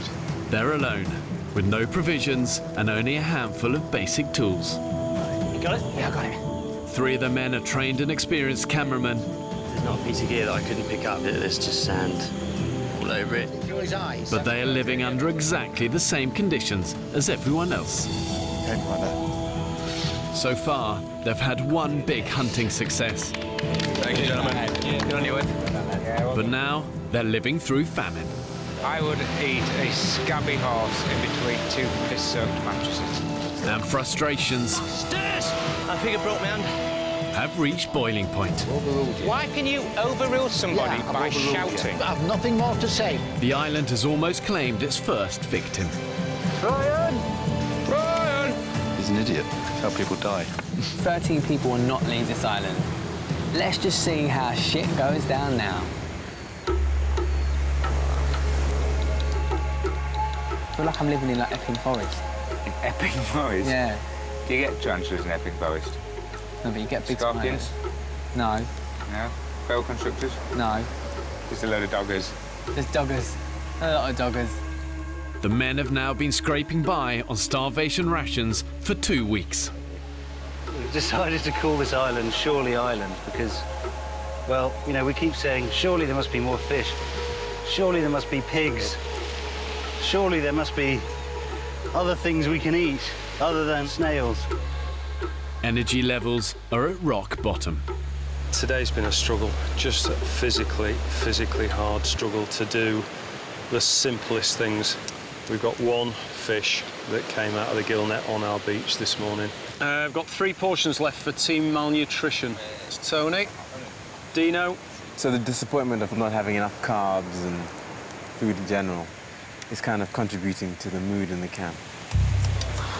I'm so hungry now. I'm so hungry.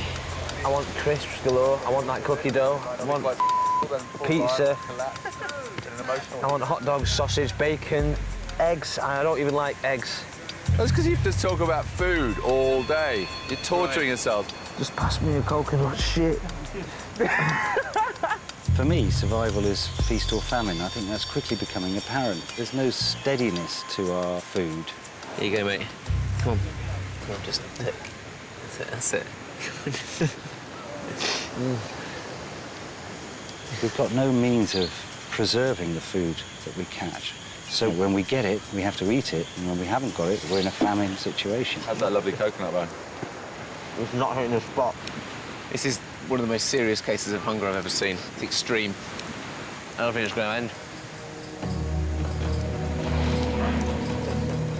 I remember as part of our combat survival training in the military, one of the things I learned is actually just how hard work it is, the business of surviving.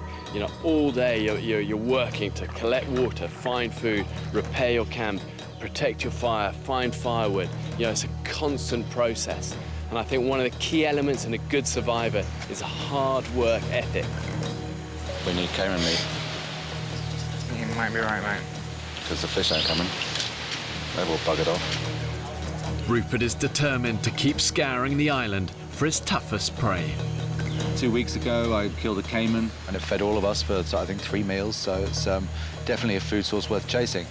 We're ready to rock and roll. I'm on this one. Bucket man. Do it.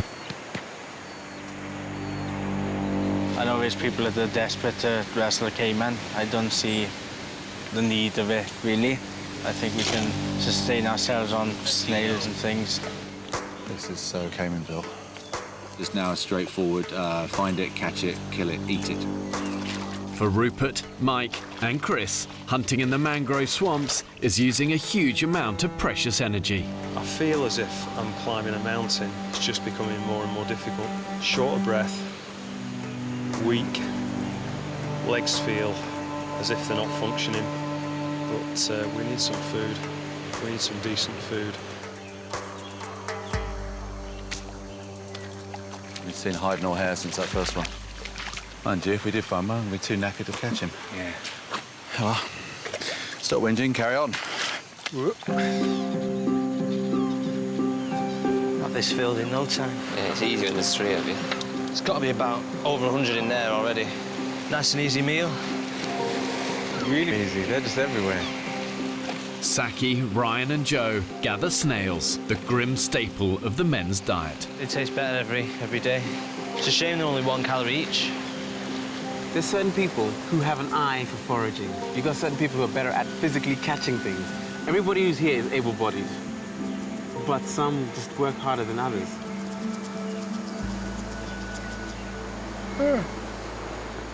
Soz, I'm just so tired, babes. I'm so tired. Devil makes work for idle hands. You keep busy all day, you keep your nose clean, but, you know, if you don't keep busy, then it's going to bite you in the backside. Just in the last 2, 3, 4 days, all I've seen of Craig is Craig lying around, and I think that's wrong. It's bloody hard. It's hard. You want to do so much, yet you haven't got the energy in order to do it. He's not pulling his weight, and at the moment he's on a free ticket. You know, he's getting a free lunch every day.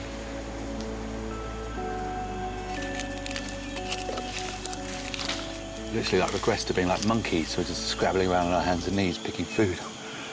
Crazy. After searching for hours, they've failed to find a cayman crocodile, but they have discovered a few wild figs. Oh, stood up, ow. Oh, fainting. Fainting. I assume it's dehydration. We'll get to those beaches, I think, and then round before tide changes and hits us. The men decide to return to camp, but they've been out so long, their way back through the mangrove has been cut off by the rising tide. They have to take an alternative route across a rocky coastline. In the afternoon, heat is at its zenith. Where are the figs? Good question. Where are the figs? This is a sign of how fucked up our brains have become. Then pick a whole bucket load on our hands and knees like monkeys, and then wander off, leaving the bucket there. Duh. That's just a quick shufty back, innit? Yeah. Go, go, go. Totally Chris's fault, though. I mean, he was carrying the buckets. Yeah. 60-year-old Chris returns for the figs, but it's a dangerous gamble. With the tide rising at 1 metre an hour, the route back to camp is rapidly becoming more difficult. Extreme hunger affects not only obviously your physical strength, but also your decision-making ability.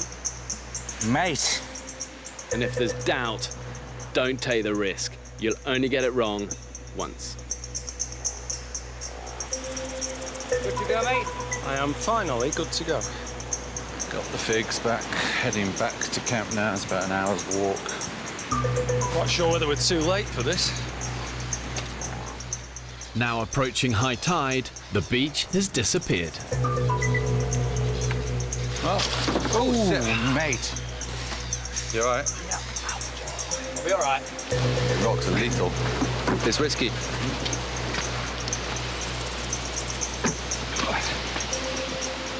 Oh shit, it's a chasm of doom. Means the trouble with this route is we've got all these little gullies that just get worse and worse. Death-defying jump.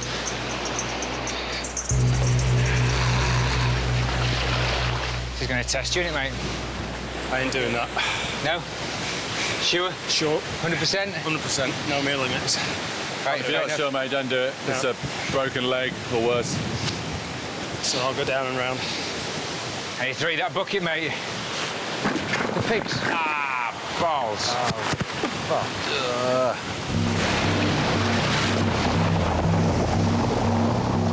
Unwilling to risk the jump, Chris has no choice but to take his chances in the sea.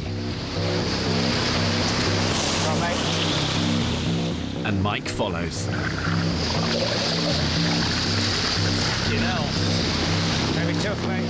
Yeah. The currents on this stretch of shoreline can reach 6 knots, powerful enough to pull even the strongest swimmer out to sea. Jumping the ravines, Rupert's made it ahead of the others. Brace!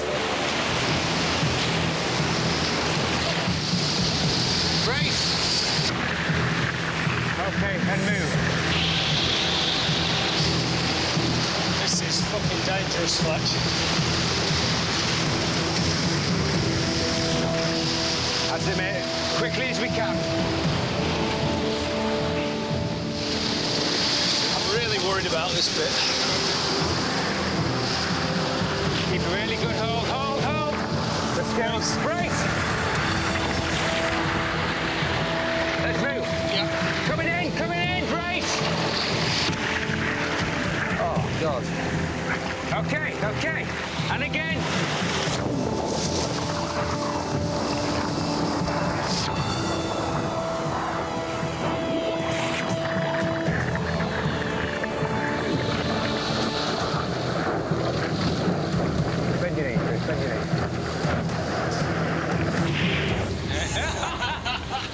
Couple of happy chaps, having gone through hell. I was pretty close to the edge. Well done, Chris.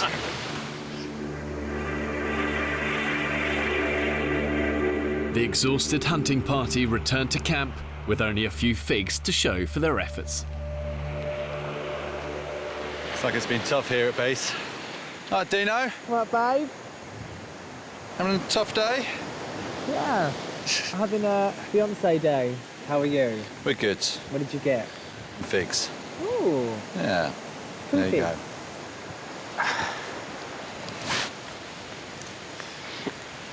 We staggered back into the camp, and there is Club 2130, all flat on the backs, storing the bloody heads on.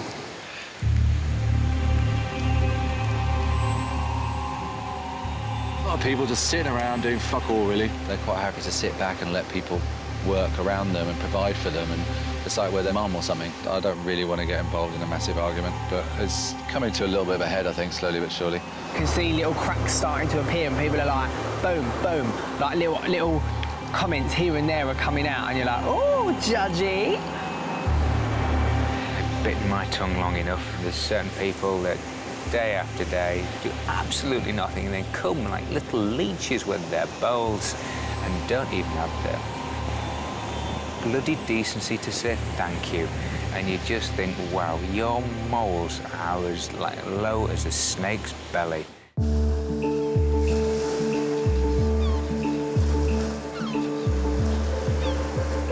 This is the life here, guys. Oh, I feel like the Kardashians laying here. This is jokes. I got a couple of sardines baking for dinner. It's mid-morning. The 4 youngest members of the group are sunbathing. One of the team there, and I won't say who, just said, I can't wait to get home to play on my PlayStation. That is how different we are. I cannot comprehend why you would look down there and go, God, I wish I was in my mum's house. Yeah. You know, in my bedroom, playing on a PlayStation. But it's fucking moronic, isn't it?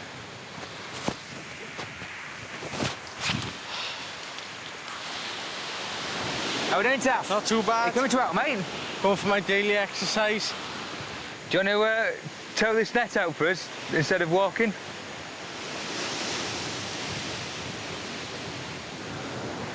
Maybe.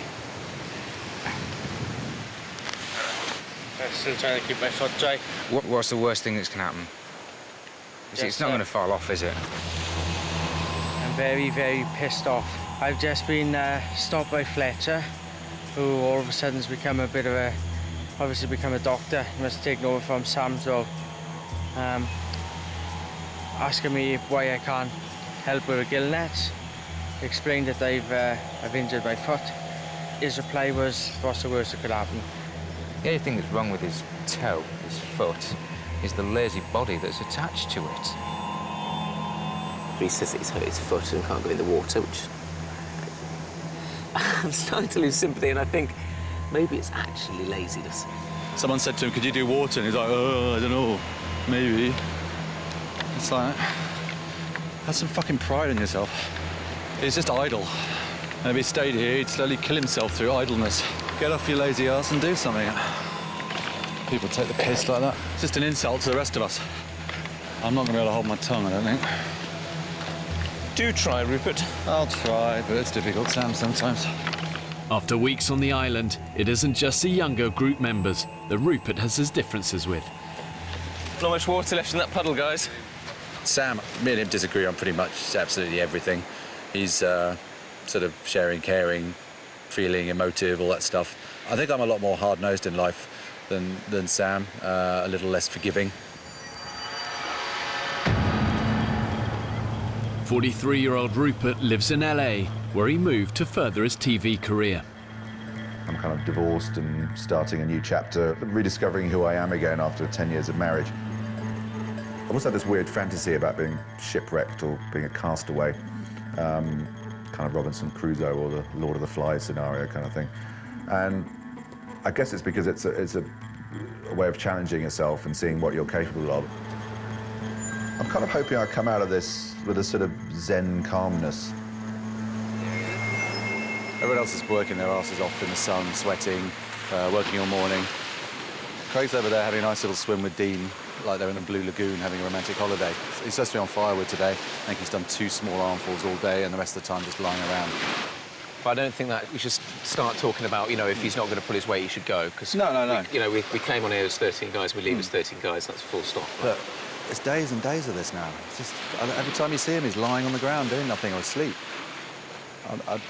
That winds me up. Sorry, I have to say something. Craig, have a word, mate.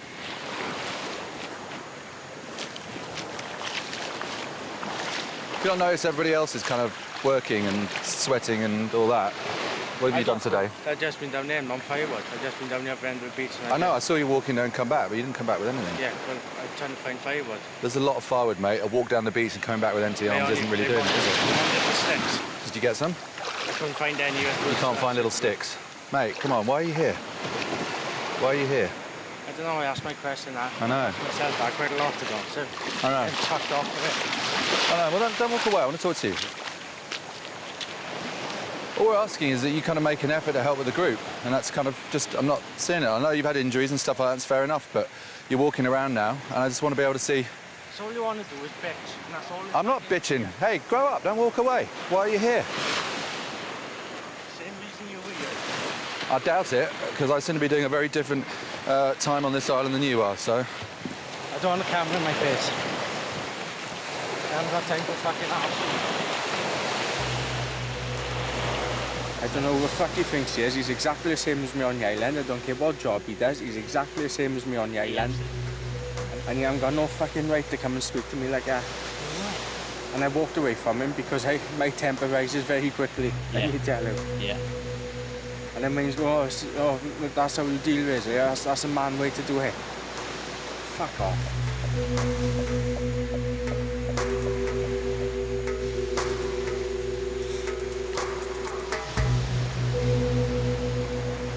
Going. No. No, I've had enough. I'm going. Listen, don't be rash. Tomorrow I'm off to my wonderful land of Wales. Craig, don't do that, mate. Craig, mate, listen, buddy, we'd be devastated if that happened. Sorry, I'm not apologetic for it, but I'm not. The clash between Rupert and Craig has affected the group. It's very easy to criticise other people, very easy, you know? And, I could easily criticise some of the guys that like to lie on the beach and sunbathe. And I could easily criticise the people that have a massive go at people, which is completely out of turn. I think both those things probably actually don't sit that well with me. But I just don't think that we should be sniping at each other and picking up on those things. It's because it's only happening because we're hungry, we're knackered, we're spending 24 hours a day in each other's company. And I can just feel the group falling apart. Because that's my biggest fear here, is that you know, at this point, when we've done so much, it starts to break up. And that would just be a disaster for me. Get this shit. The group has barely eaten anything in days. I've ensured this island has enough water, animals and vegetation on it to keep the men alive, but only if they have the ingenuity to find it, catch it and kill it. It seems to to go quite quiet inland. Not much life. Rupert and the hunters are scavenging the forest for anything to eat. We look? Yeah, maybe. Oh, we can get down to the beach here again. Rupert! Look, they got something. Woo! That is what you call a yucca. Yes! Solid carbs, mate. Wow. Solid carbs. Just one? No, mate, the forest over there to somewhere over here. Really? Yeah, mate, and they're just popping out the ground everywhere. Welcome to the yucca forest. Oh, wow. That's the yucca right there, this baby here. The yucca has edible potato-like roots. You wait till you get some good carbs in your belly. Very happy. Let's go and tell the boys. For maximum efficiency, really you want to be getting about 60% of your energy from carbohydrates. And these yucca plants are actually some of the best carbohydrates known to man. The men's bodies will turn them into energy far more quickly than the protein that they've been eating. Wake up, you dozy bastards! Hang on, I just heard something coming up in the background. But this sounds good. We got something for you. Anyone for carbohydrate? Wow. Oh, my God. Welcome to your first yucca meal. Tonight, we eat like royalty. Oh, my God! Oh, you beauty. If I don't get a drink of water, I am going to pass out. Run, get a stick, quick. Get a spear! Shit. Go. Tangled in the fishing nets is another welcome discovery. Zaki, what is it? Let's just bring a whole lot in. Stingray! It's a big one. It's a big one. Watch out for that stinger. He's done. Holy cow, that is massive. He's done. Shit. Fish and chip for dinner!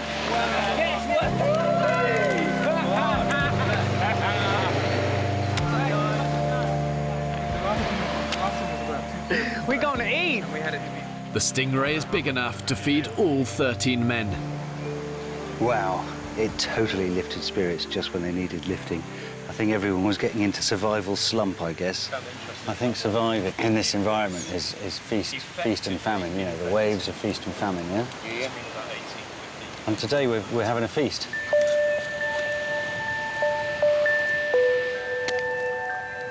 The promise of their first proper meal in weeks has brought a fragile peace to the camp. We don't have champagne, we don't have a DJ, but now it's party time! Oh, look at all that meat, man! They look a little bit like a haggis, don't they? I've never had haggis. You should try catching them, mate. They are so difficult to catch. What, a haggis? Yeah. But they've got one leg shorter than the other, so they can go around mountains a lot easier. Really? Yeah, they're crazy. They're going to go one direction. Yeah. So you've got a clockwise and anti-clockwise one, and they're completely different species. I've never seen a haggis. Yeah. Is there any haggis here? No, you only get them in the Scottish Highlands. Sort of purpley, aren't they, Fletch? I'd say more mauve. Yeah, I was going to say mauve. Well, the animal's mauve. Like, it looks brown, but then when you catch it in the sun, it's got like this glint, you know, like... So it's got some highlights? Dogs can eat, I guess. Essentially, yeah. It's a hairdresser's dream. It really is, yeah. Haggis is not an animal, is it? Is it? You lot of bastards. Sizzle, look at that. Whoa. Really good. Yeah, we finally got a meal with meat and veg.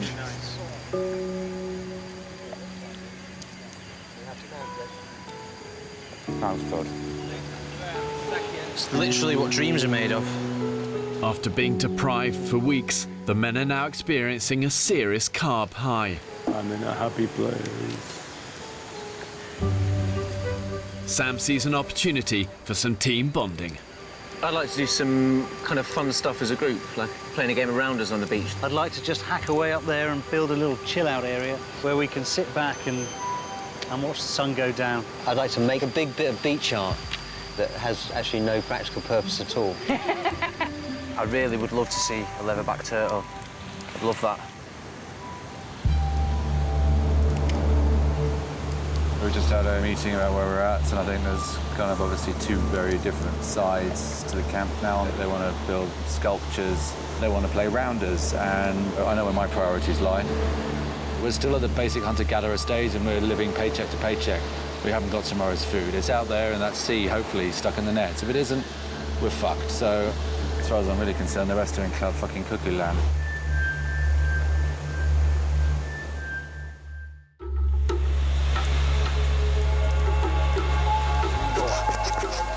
Both my grandfathers were miners.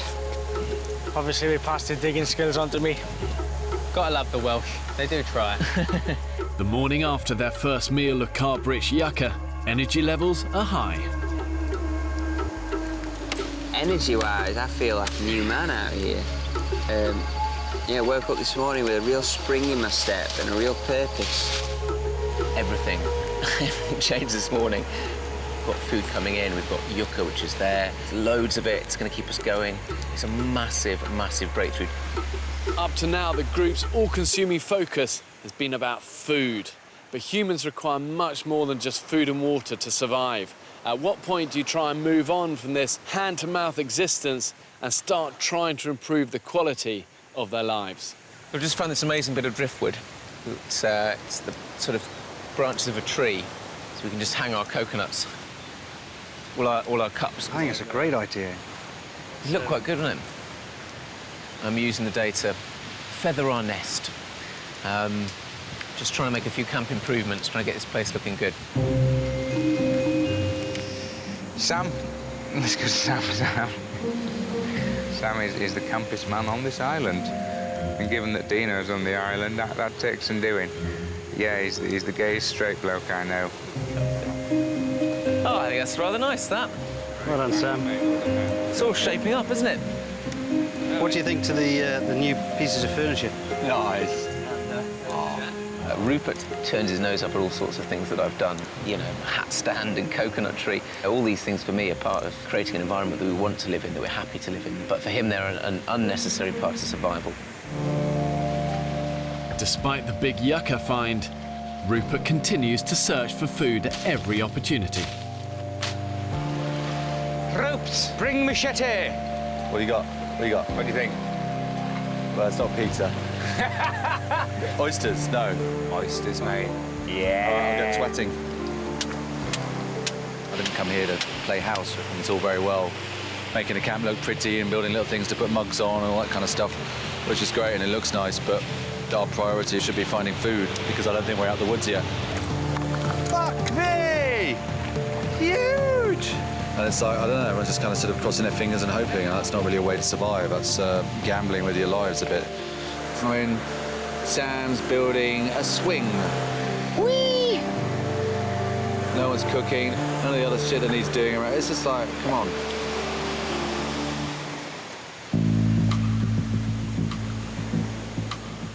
With yucca supplies in camp running low, Rupert takes a team to harvest some more.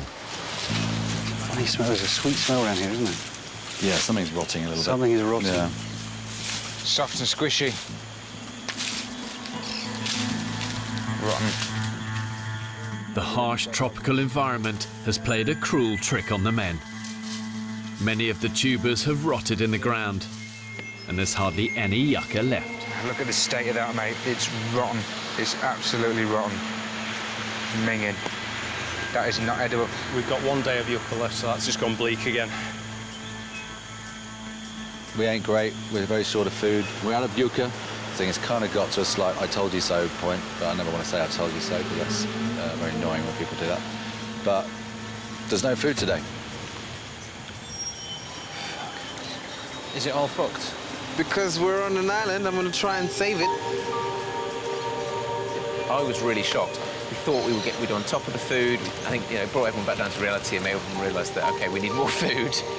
I'm going to try and get as many pieces into everyone's bowl as possible so that everyone gets the same amount.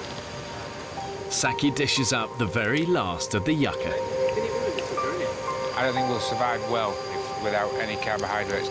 It's the one food that everybody gets a hell of a lot of energy out of the yucca, which really genuinely lifts everybody's spirit.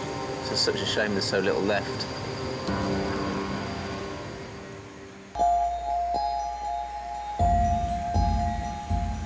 pretty obvious to me that we're running out of food. They've searched everywhere. We're running out of energy. We need food, and we need it for tonight. In camp, the men discuss the best way to feed the group. Do you think cayman is an important food source? It's a good source of protein. It's not fish and it tastes nice. For Rupert, hunting down an old enemy could replace the yucca and feed the camp. I think the cayman kind of catapulted us from sitting around eating snails and nothing to giving us a big energy boost to doing a whole load of stuff. So who's to say that couldn't happen again? It is not necessary for the survival of our community to kill cayman. Gill nets have provided, more protein than many caymans combined. We might get 2 or 3 days of no fish. Could be on snails again every night. Who wants that? It's about stepping forward, isn't it? And stepping upwards and moving on.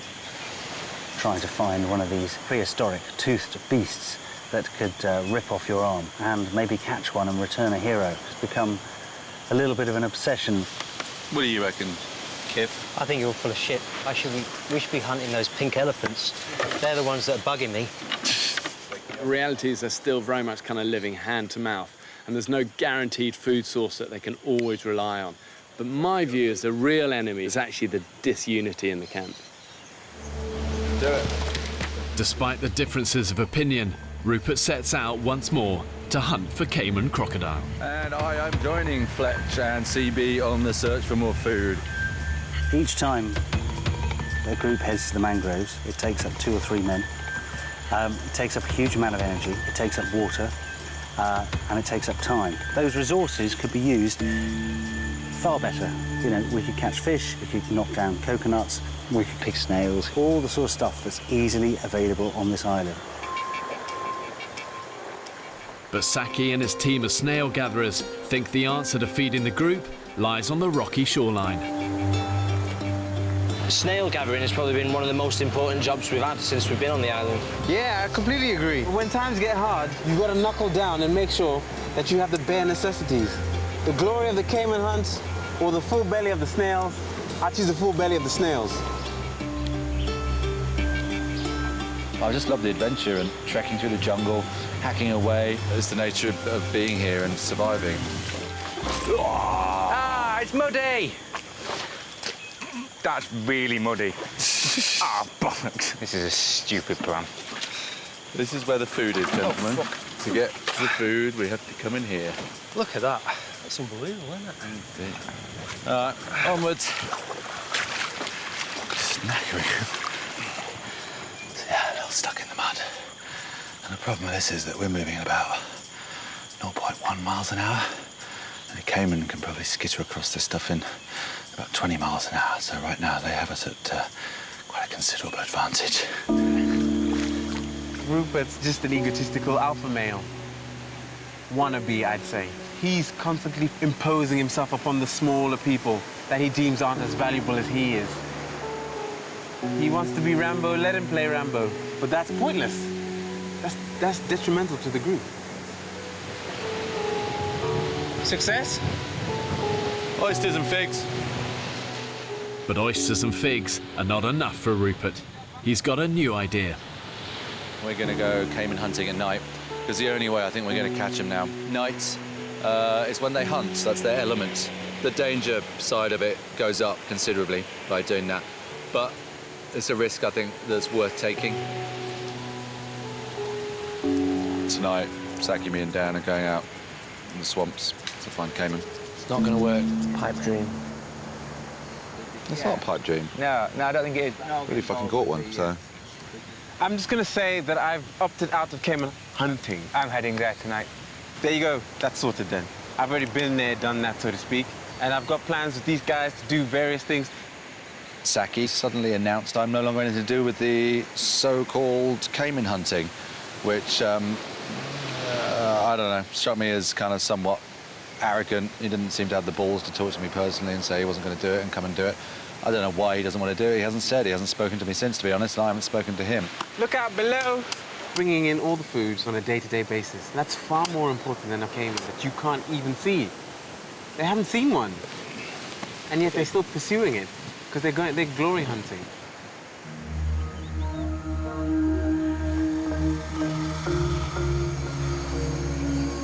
I just hope I don't come across as too kind of crazed loner. But long term, I think they probably agree with me when they're starving. So I think I'd like to feel I'm still right. This time, along with Chris and Mike, someone else is up for the thrill of the hunt. Just about to get ready now to go out into the mangrove for a bit of night cayman hunting. Some of the guys were going, and I just thought it sounded too exciting to pass up. Right then. Let's go. See you later. See you later, Zach. Luck, boys. See you later, man. I am excited by the prospect of nighttime cayman hunting, like any red-blooded male. But it seems like a bit of an insane expedition, really. Oh, shit. In the tidal mangrove swamps at night, the cayman crocodiles themselves will be hunting their prey. My concern is that they don't stand a chance in the water because we can't wrestle it in wasting water. It's just crazy.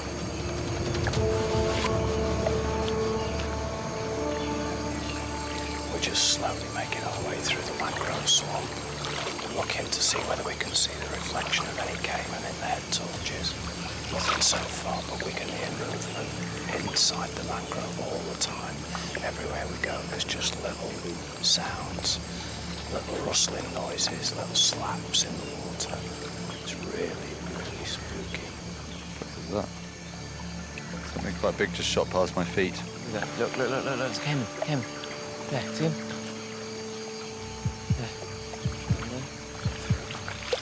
Rupert and the men are on a dangerous night hunt for cayman crocodile in the pitch-black mangroves. Well, there's something, I can hear it.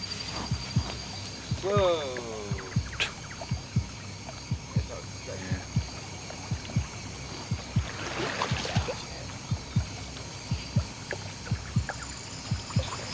There's a lot of funny noises. There is, isn't there? It's pretty eerie. There's a lot of splashes going on. Wow. Oh, gee. Have you got him down? Yeah. What was it? Huge bat. The trail's gone cold. Everyone good to carry on? On this week's episode of the Clueless Cayman Hunters, the Clueless Cayman Hunters decide to go into a mangrove swamp, attempting to catch a crocodile with their bare hands. Stay tuned to see whether we can get their leg bitten off.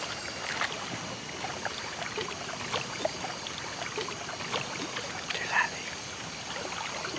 Obsessed. Midlife crisis. After an hour of fruitless searching, some of the hunting party are starting to have their doubts. Clueless Cayman Hunters. None of us have got a clue, have we? No. No. That's the whole point of this trip, is to maybe try and work out. The thing is, we've got a doctor, a director, a businessman and an IT guy. Collectively, we still know nothing. You see, that is the intrepid British spirit. Yeah. Is there likely to be one on this peninsula? There will be one 30 clicks in that direction. 30 clicks? Wow. It's like a tropic thunder. Should we have a cup of tea? It's the fun. But I still have hope, and you never know. But we got one, something. Yeah. Whilst we're stood here having this conversation, they're all kind of out there playing cards, smoking cigars and drinking whiskey. There's come those idiot British guys again. Yeah, that killed old Jack the other day. Flame Jack. Yeah, Lame Jack. Dreams of another cayman crocodile dashed, the men head back to camp. Wow, check this out. Very fresh. Big old turtle track.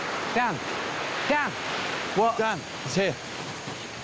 You serious? You see him over there. Yeah, no, he's digging in there. Come here, come look. Oh my God. Oh my God, it's huge. Wow. Beautiful thing.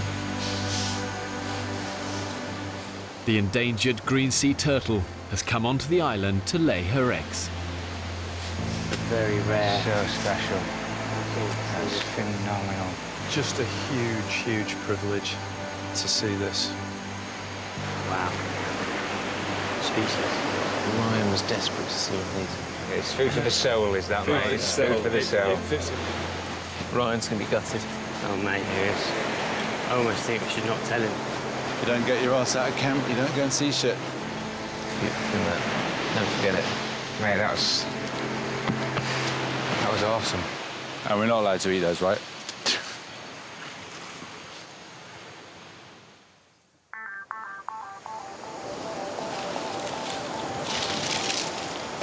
After the failed night hunt, most of the group are now convinced that pursuing crocodile is a waste of time and energy. It's nice to have an audience when you work. And for all the naysayers who think, oh, it's pointless and all that, if you don't try, you don't succeed. And they're obviously trying very hard just to sit around the camp and do nothing. And they're succeeding at that. They're doing very well at that, in fact. What are the chances of a lovely cup of tea? News of last night's turtle sighting has spread. Mate, I tell you what, it was a big turtle. Beautiful thing. Mate, I couldn't give a shit. I'll Google it. Google it. I'll happily Google silverback turtle. Like, I would rather sleep. I've not slept in 3 days to be woken up about a turtle, man.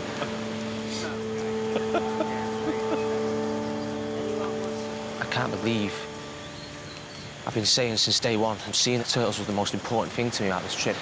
I said, if I see one of them, I will die happy. 5 guys got 3 meters away from them and didn't come back and get me. Genuinely, mate, I remember thinking, oh, Ryan would love to see this. But, you know, we were just worried that we'd disturb it too much and, you know, we didn't want to go and wake people up. Those are the reasons, mate. Then you can spend a lifetime trying to see those and fail. Fuck off. I will never forgive any of you, right?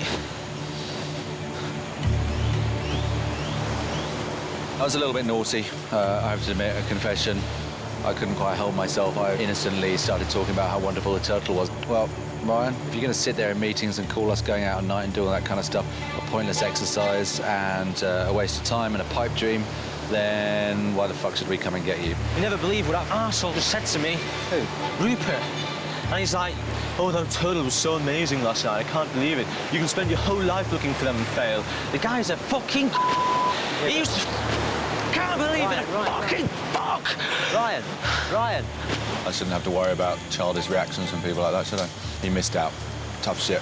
I have very little sympathy for him on this one. He needs to grow up or fuck off. Rupert, all his negativity that he's expressed over the last couple of days, attacking Craig, he's really attacking Ryan. You know, attacking rather than childish, but actually doing childish things himself. Just things that are completely unhelpful. I really hope these guys can come together and build an effective team, but the reality is, when you're tired and you're hungry, the more primal side of us comes out. Then you learn what people are really like. It's either all or nothing with Rupert. It's either his way or no way. I would say the group has outgrown Rupert. The human side of it's starting to kind of just bear down a little bit on me. If I could get rid of half the people here, then it would be a lot better. I don't understand. Why be so difficult?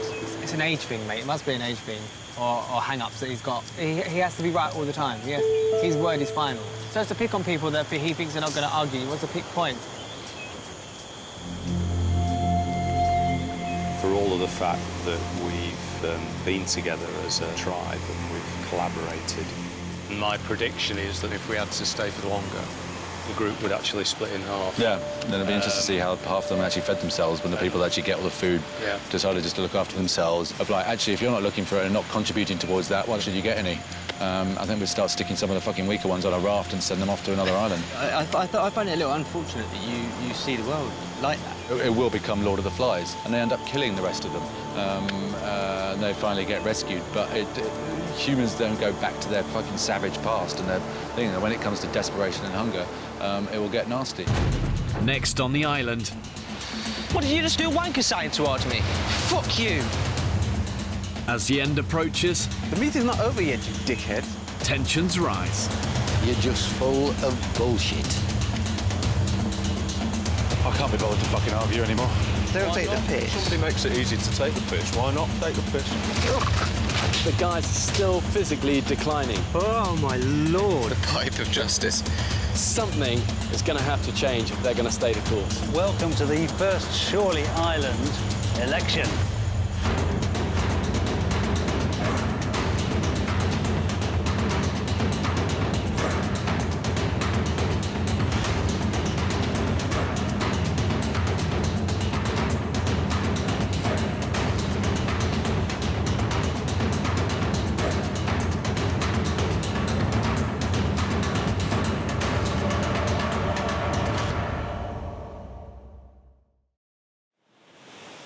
Make no illusion, folks. This isn't a set put up by Channel 4. This is bloody real. 4 weeks ago, I set out to prove 13 men could survive being abandoned on a remote Pacific island. The pelicans seem to be eating more than I do. This, for me, is a simple experiment to study what makes a man a man. Left alone on the island. Okay. And there you are. They filmed everything themselves. I wanted this to be totally new, totally original, and never done before. 28 days after dropping them off, I returned to the island to find out how my groundbreaking experiment actually worked. That's what we've been drinking. Tastes like you've all been washing your socks.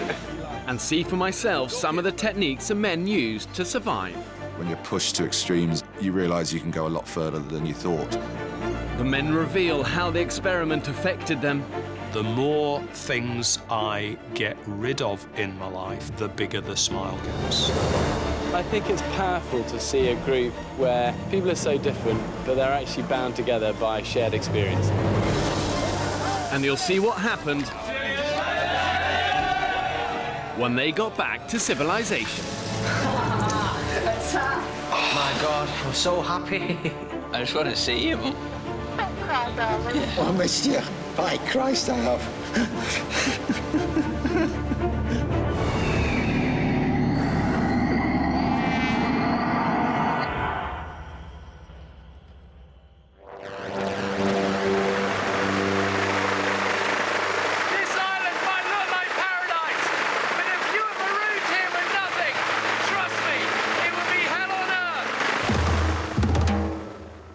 I chose to base my experiment on a remote desert island in the Pacific Ocean, more than 5,000 miles from Britain. I think there's something appealing about doing this on an island for a couple of reasons. First of all, there's nowhere to run. You're stuck on this limited space, and that forces issues. The other reason is that I think people often think of desert islands as nice places. The reality is they're deserted for a reason. There's very little running water, and these things are covered in snakes, in tarantulas, and scorpions. You've got crocodiles, you've got sharks, and it forces issues because it's an unforgiving, unrelenting environment. But despite the dangers, the men survived. Well, I can see their fire. There he is, boys. Hit the bell. Come on. 1 month after dropping them off, I went back to see for myself what the men had achieved. Wow, look at you guys. Hairier. Yeah. Skinnier. Yeah. But hopefully smarter. Wow, congratulations. Yeah, mate, thank you. Congratulations. Will you show me your camp? Come in. Good. Come in. So this is what we call home. And do you often have Tony? That is Tony's spot. Good to see you, Bear. Congratulations. Well done, you. Thank you very much. Well done, you. I love it. I love your throne. So I clocked them all in, I clocked them all out, safety, security, and I'd like to be the last on the boat to make sure they're all on. Shoe stores, obviously. Table kindly made for us by Joe. Hanging machetes, torches, buckets, coconuts. It's good. I mean, this is a real semblance of community. I love that. Look at that. Yeah. You've got a front door. Camp Bassie. Yeah. Shirley Island, Camp Bassie. So why Shirley Island? Because every time we went out looking for food, it was like, surely we're going to find something today. Surely we're going to find something tomorrow. And surely enough, we did. Shirley Island. Genius. In any survival situation, one of the first things you have to do is find shelter. In my opinion, the spot the men chose to set up their camp was pretty good. It was close to the sea, which is a great source of food, and not too far from their water source. But for me, if they'd moved just 10 meters further into the trees, they'd have had better protection from the elements. Custom-made windbreak. And when was the wind bad? At night? Nighttime. It got quite cold, so we built the windbreak to try and ease our suffering. Dean and Ryan, show us where we used to sleep. So some people sleep around here, and then others, like me, Saki, sleep here and get attacked by crabs and frogs every night, which wasn't fun. But it's home. If you choose the right place to sleep, you can avoid a whole host of issues. Oh, shit, look at your face. Is it bad? Oh, yeah, it looks pretty bad. From the very beginning of their time on the island, the men were ravaged by insects at night. Anything that's bit me is an arsehole. And if you're covered in itchy, painful bites, you're not going to get the rest that you need. What mate, how you doing? Working out what you can do to get a decent night's sleep isn't just a luxury, it's actually about survival. The little things in survival become the big things, and a good night's sleep is right at the top of that list. Wow, look at that, it really goes on. After a few miserable nights, some of the guys realised their mistake. This is the executive lounge. And 4 of them did move further into the jungle. So Matt and I were the first to kind of build a couple of these A-frame beds. This is my one here. They're really comfy. Yeah, they're great. They're Try it super out if you want. It takes me, so it should manage you. Oh, wow, yeah. I would have thought that's an awful lot comfier than lying on the ground, God, yeah. you know? It's been home for 28 nights and actually gets pretty comfy, and you can look at the stars and the canopy. The A-frame beds some of the men built were the perfect way to raise them off the cold, damp floor and out of reach of the critters. Dean's finally found a use for his hairdressing skills. He's weaving all the leaves that are sticking through underneath back in beautifully. That is an ant's nest. I've made my bed with an ant's nest. Foolish, wasn't it? The men made mattresses using vines, which they covered with woven palm leaves. We're on our way to greater things. It's a shitload better than sleeping on the floor, isn't it? This became known as my fortress of solitude. Oh, my goodness, wow. It's not very dignified. So you really well cocooned in there? I'm pretty well waterproof if the weather had changed. Yeah. Yeah. Warm, dry, off the ground from all the creepy crawlies. Yep. And very happy. Smart thing to have done. I think it's amazing to see how it's evolved and changed. And initially their camp looked a bit like a hobo encampment. But as the weeks have gone on, they've realised that you really need a sanctuary. You need somewhere where you can hide away and it makes you feel good. And as a reminder of what you love about home. I love the table.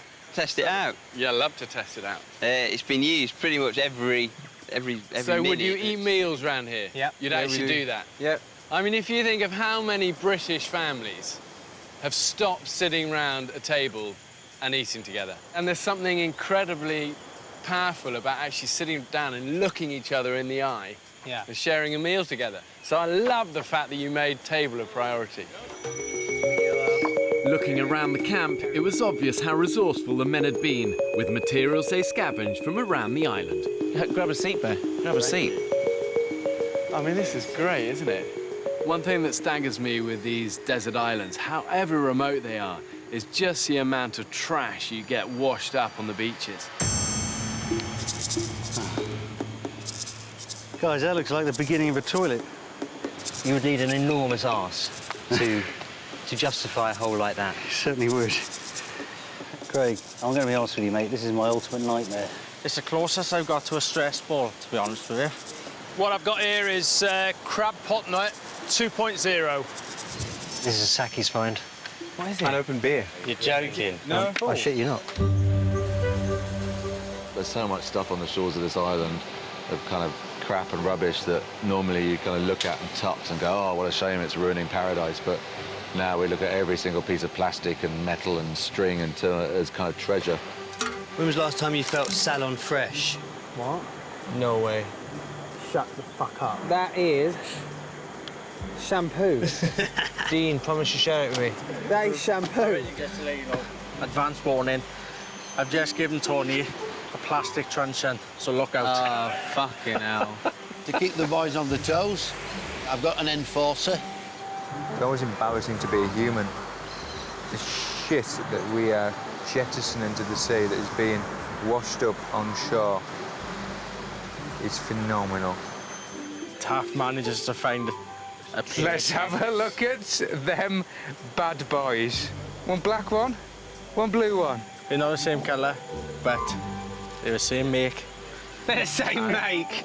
What more can you ask for on You can't ask a for anything else. deserted island? Mate, they're not as good as mine. Look at them. They don't fit well, but fuck it, it's going to be doing me well on a Sunday night. I think just a mile the pair of high heel shoes made for you to get lucky. I don't think so. After last night, Fletch. Right, should we do this fishing line then? Yeah, let's go get some Let's fish crack on. 4 weeks after abandoning 13 British men on a remote desert island, I mean, that's almost like a honeymoon suite of a view. I went back to see for myself how they managed to survive. Welcome to Camp Bassie, sir. Wow, do you mind if I have some of this? On a tropical desert island like this, dehydration is your biggest enemy. God, that's good. Without fluids, you're not going to last for more than 3 days. That's what we've been drinking. Good, healthy stuff. Filtered, boiled, ready to drink. I mean, truly horrible, isn't it? It tastes like you've all been washing your socks in it. If the filter actually does, it is actually my socks. Thanks. So you are drinking my sweat particles. Well, enjoy that. The only water source the men could find after a desperate search of the island was a stagnant pool. I never realised that I'd have to drink puddle water. When it came to collecting and transporting it, the debris from the beach came into its own. Calling it water is now a bit of a stretch of the imagination, to be honest. Sorry. And one of the problems with drinking from stagnant water is that the animals also drink from it. They do more than that, though. They also shit in it. And it's that will make people sick.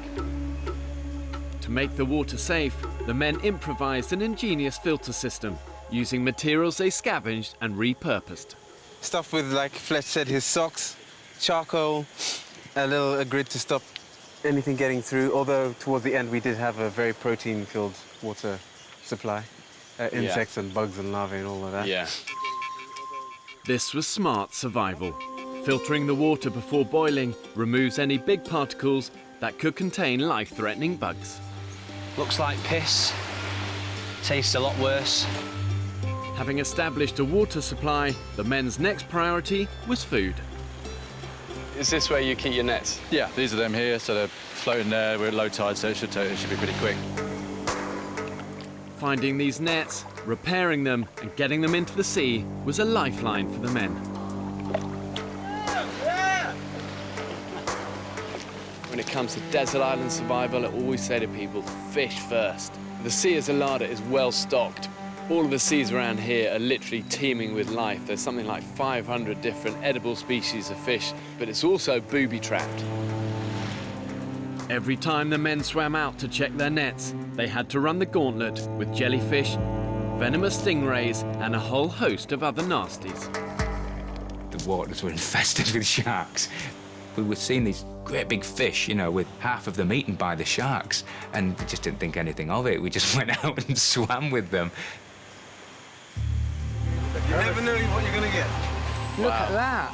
Yeah, good luck getting that one out. Even on my brief visit to the island, the men hauled in a potentially lethal catch. Stonefish are actually one of the most deadly fish in the sea. Well camouflaged, easy to stand on if you're not aware. Even if it doesn't kill you, people have been known to literally beg to have their feet amputated. The pain has been so intense. The island looked beautiful, but every time you went anywhere, it tried to kill you. And you're suddenly thinking, Jesus, this ain't a postcard. It's horrible. Before taking the guys into this extreme environment to start the experiment, If I leave him be, he will just quietly crawl around me. I gave them just 1 day's basic survival training. If they're big enough and you're small enough and one of these gets hold of you, It's gonna squeeze you. God, I can feel that already on my hand. Crush every bone in your body. So the truth is, none of these guys are experts. None of them are survival kind of gurus. You know, they're regular people, and that's what we wanted. We didn't want the experts. We wanted normal people who've got to kind of improvise and think smart and be resourceful. Do you actually ever wipe your bum with leaves? I love wiping my bum with leaves. Personally, if it was me, I'd get up in the morning, raise my arms aloft, wander into the sea, do my business, wipe my backside, salute as it floats out into the Grand Pacific. You know, clean, done, hygienic. You wash your hands and you haven't got crap all over the island. So a bear doesn't shit in the woods then? It's true. I knew the biggest challenge for these guys was going to be finding enough food to keep them going. Okay, scorpion. You'll find these under wood piles. You're out collecting firewood, lift one up, and bam. And it's not always obvious where those calories are going to come from. He'll strike you with his tail. See him doing it there? And he comes round, he bites you. Be a man, pin him down, take his stinger off. Good thing about these, though, they're good protein and you can eat them.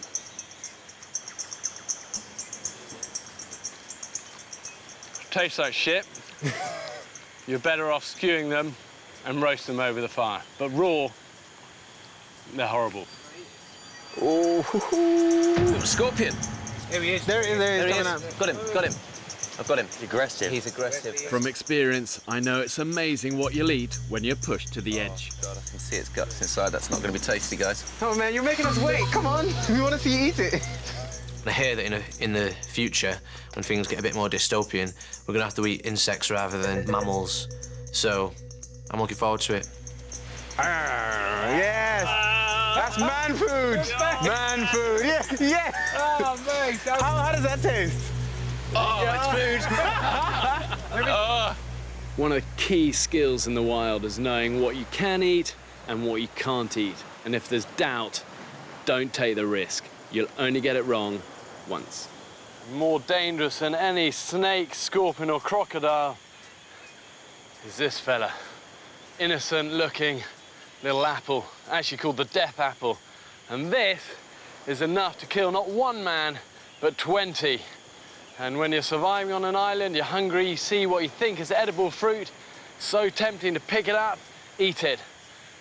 End game. Death apple, bloody death apple. That thing, I was paranoid about death apple. Is that a death apple? Yeah.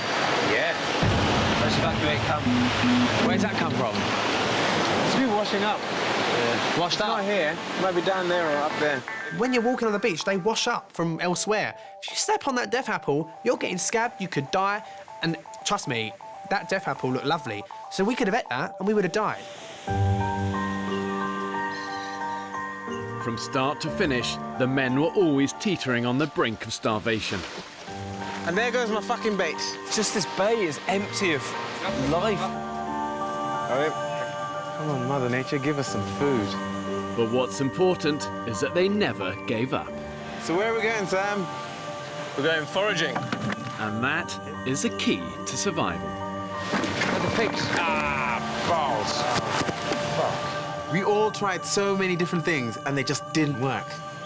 We didn't realize how far mankind has come through trial and error. Okay, here we go. He's coming shallow. Failure plus failure plus determination equals success. Yes! Fucking hell! Yes! Hey, look at that, Biggie. Oh, mate! We've caught 28 fish today. Anyone for carbohydrate? Wow! Oh my God! Driven by all-consuming hunger, they went to extraordinary lengths to discover what the island had to offer. It's a fucking cayman! It's a fucking cayman! Wow.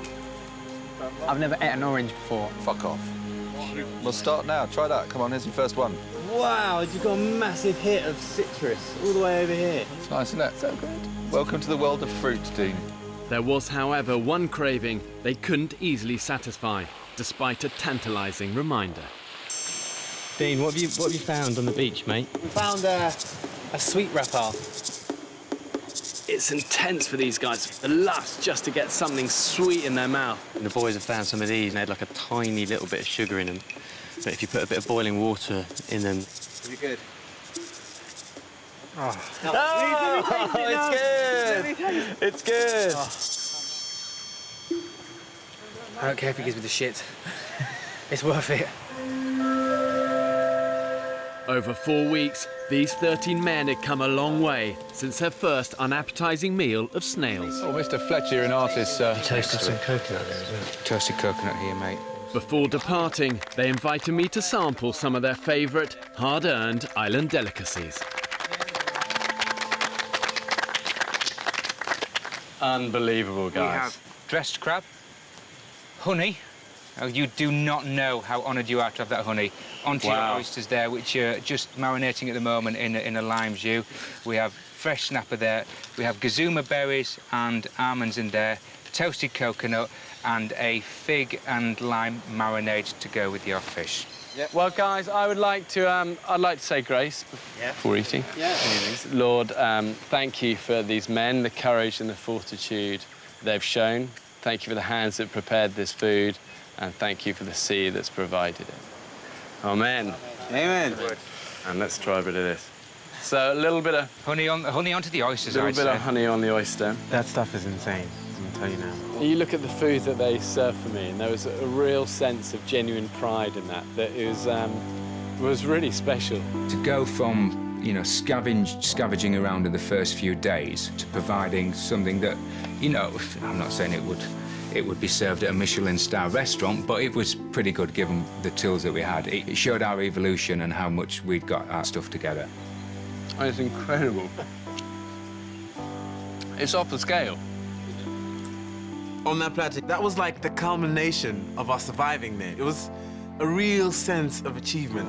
A toast to you guys, to an experience I really pray you'll never forget, to an experience that I hope will empower you in your everyday lives, and to friendships that I hope will last all your days as well. Here, here. It's you guys. Cheers.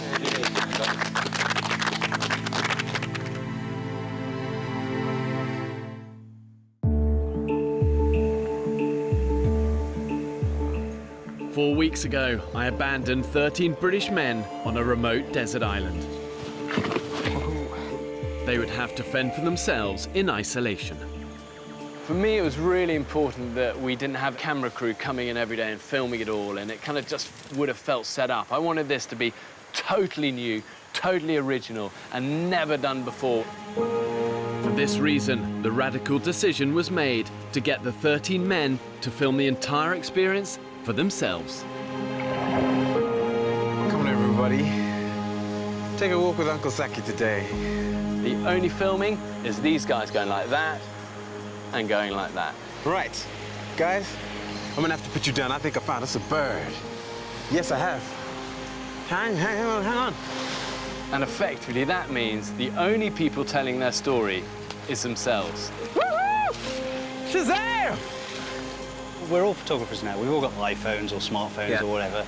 And you can shoot movies on these things, you can take pictures, and we just do it as a natural part of our life. So why not incorporate it into television? I'd like to show you around my favourite spot.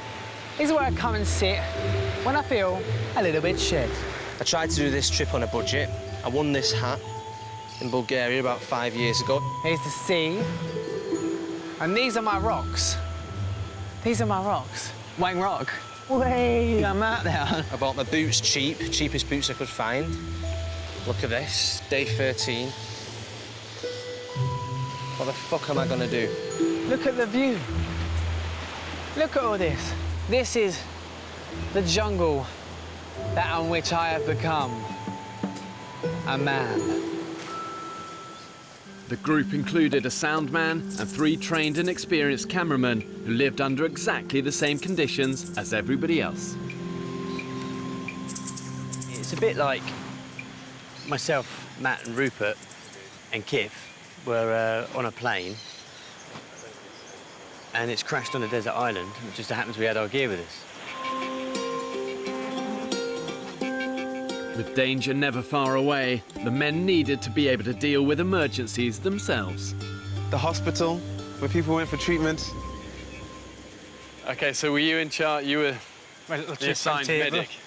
Yeah, between myself and Sam, we dealt with a few injuries. The men were provided with basic medical supplies. Craig was a trained first aider. I think I've done more first aid on the island than I do when I'm back home. And Sam, a qualified doctor. You say He slipped as I threw it. I think I broke my hand. Without them, some men may have been forced to leave the island. I'll be honest, I punched the sand. Oh no! I enjoyed being the doctor on the island. It gave me a bit of a sense of purpose. So I've made this bamboo into hopefully roughly the shape of a splint. I was called upon to do things I wouldn't normally do in my day-to-day life as a neurologist. I can still do some things. Yeah.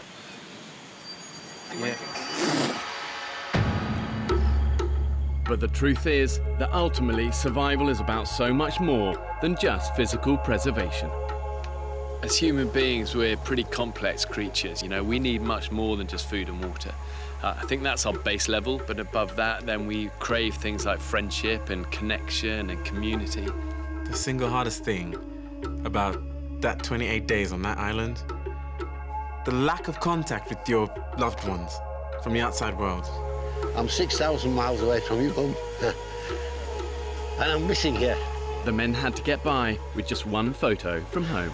My two grandkids, you're still with me, Tommy and Annabelle. You'll be with me all the time. My beautiful girlfriend. And a huge part of me wants to go home. I think the hardest thing was definitely missing my girlfriend and our little girl that we have together. That was heart-wrenching at times. It's just a whole no contact whatsoever. Every now and then, I keep thinking I'll just snip off and use the phone and call home. Very, very suffocating feeling.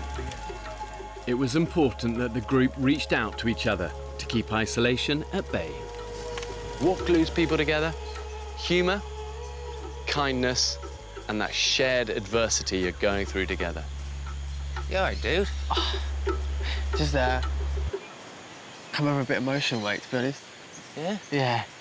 You know what you need, don't you? Big Fletch hug. Yeah. You've got a temporary family at the moment, mate. Yeah, I know. Yeah? I know. You've never met these people before in your life, but yet you become instantly close just like that. As soon as you're chucked on the island, you're best friends because you've got no choice. I just feel like I've been so up and down. You know what you need then, don't you? As well as a Fletch hug. What's that? You man the fuck up, don't you? No, I do. Babe, I'm gay, I'm allowed to cry. Hey. But there were inevitable tensions and moments when it looked like the group might fall apart. Mate, come on, why are you here? Why are you here? I don't know, I asked my question now. I know. Myself, I quite a lot to go, so I know. I'm fucked off. The wild exposes people wide open, and sometimes there's a lot of fallout and mess first. So all you want to do is bitch, and that's all. I'm not bitching. Hey, grow up, don't walk away. When people are under pressure and your life is on the line, you've got to do all you can to keep a group cohesive and together, because when it's together, it's strong. It's not strong when it's fragmented and broken. So what's going through your mind, Craig? Oh, I'm off. I've had enough. Don't quit, mate. You'll regret it for the rest of your life if you do. Just keep plodding, just digging deep. Yeah? You need to find that fire in your belly, mate. In the end, all 13 men managed to stick it out together. Let the party begin! And on their last night, were able to celebrate their differences. The award for the best tantrum. Oh, this one's close. This one's close one. Oh, it's tight. It's tight. It's a tight one. Is Craig. So the category for the most improved person, and this goes to Ryan. Yay! Five, Ryan. I'm gonna take this award and apply it for the rest of my life. Well done, mate. Well done, Ryan. I think it's powerful to see a group where people are so different, but they're actually bound together by shared experience. I think what you guys have been through is essentially an accelerated crash course in life. And I'd love to find out what each of you is going to take away from the island, but also what you're going to leave on the island. You realise how little you can survive on here and how little you actually need, and it's great to, I think, hopefully I'm going to be able to go home and just like pull that back and just be slightly less kind of wasteful with everything I do. I'm going to leave behind, hopefully forever, that sense of taking things for granted in the world that we live in. I don't feel as I had a massive ego before, but if I did have any, I think I'll leave a bit more of it here.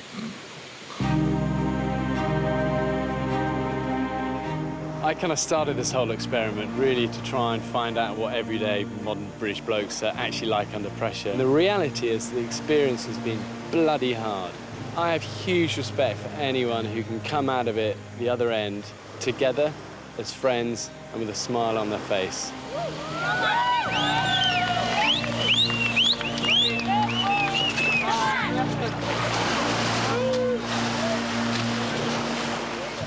Mate, amazing! I just want to eat some food! And after any mission, there's nothing quite like the rewards. I've been thinking about that bar for days now, mate, and that is what I am going to do now. When we first got back to civilization, we were given rules about what we should and shouldn't eat. So we were told to stay away from carbs, beer, and all these things. And the first thing we managed to get our hands on. 1, 2, 3. Beer. And drink. Holy God. I know. Man, do I like beer now. It was quite an achievement. I think we were all proud to have done it. And that cold beer, Hug it out, hug it out. that showed we had somehow. After weeks of being cut off from home, first contact can be overwhelming. Hiya, Mum. Hi, it's Joe. It's hard to explain what we'd just done in a phone call. Well, where do you begin? We just got off, Mum. We've just landed. Baby? Are you there? 4 weeks worth of no contact, 4 weeks worth of missing, all just came out. Dad? I've done it. We finished. I'm back from the island, love. I just want to speak to you. I lost 2 stone. 2 stone? Yeah. I just want to see you, Mum. Yeah. I'm good.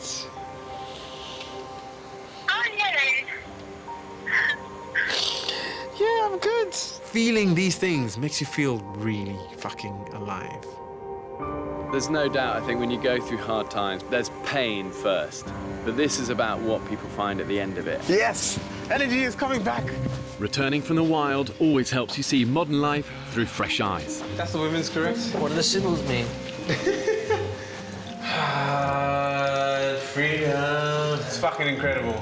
Simplest things like taking a loo in a toilet as opposed to running to find a tree that's far enough away from camp. Oh my God. Problem solved.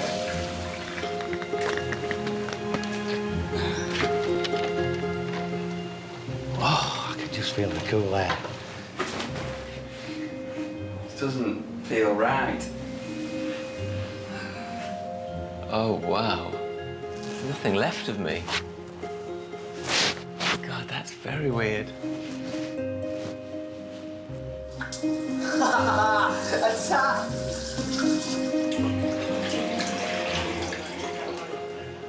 Nobody had to fetch it. I'll filter it. I'll boil it. Oh, man.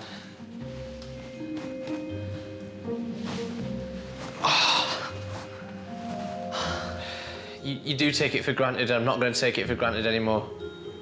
And the magic is you can't buy those things. It comes at a cost, and the cost is that 1,000 barrels of sweat and toil. And I've been there many times. The hardship is always worth it. And no food ever tastes as good as that first meal. Oh my God! Pick up a drink. Calm down, mate. Oh my God. Chicken! This is sugar.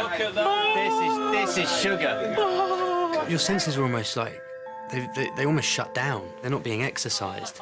So the second that you have something which you haven't had for a month, you times its flavour by 1,000. Oh my God. Oh my God, more sugar. More sugar. More sugar. It tastes so fucking good. The best food. I take immense pleasure when someone says that they're hungry or they're starving now in normal life, saying that you don't even know what hunger is, because it is very different to your standard space between dinner and tea. 3, 2, 1. And the tomato sauce absolutely blew your mind. It was that strong. It's just like a pure explosion of flavours in your mouth. It tastes magical. To food. Our old friend, she's back again. For 13 men, a life-changing experience, and one which they deserve to remember with an enduring sense of pride. Whoever you are, whatever shape you are, whatever upbringing you have, actually, when squeezed, these guys have proved modern British man has actually got what it takes.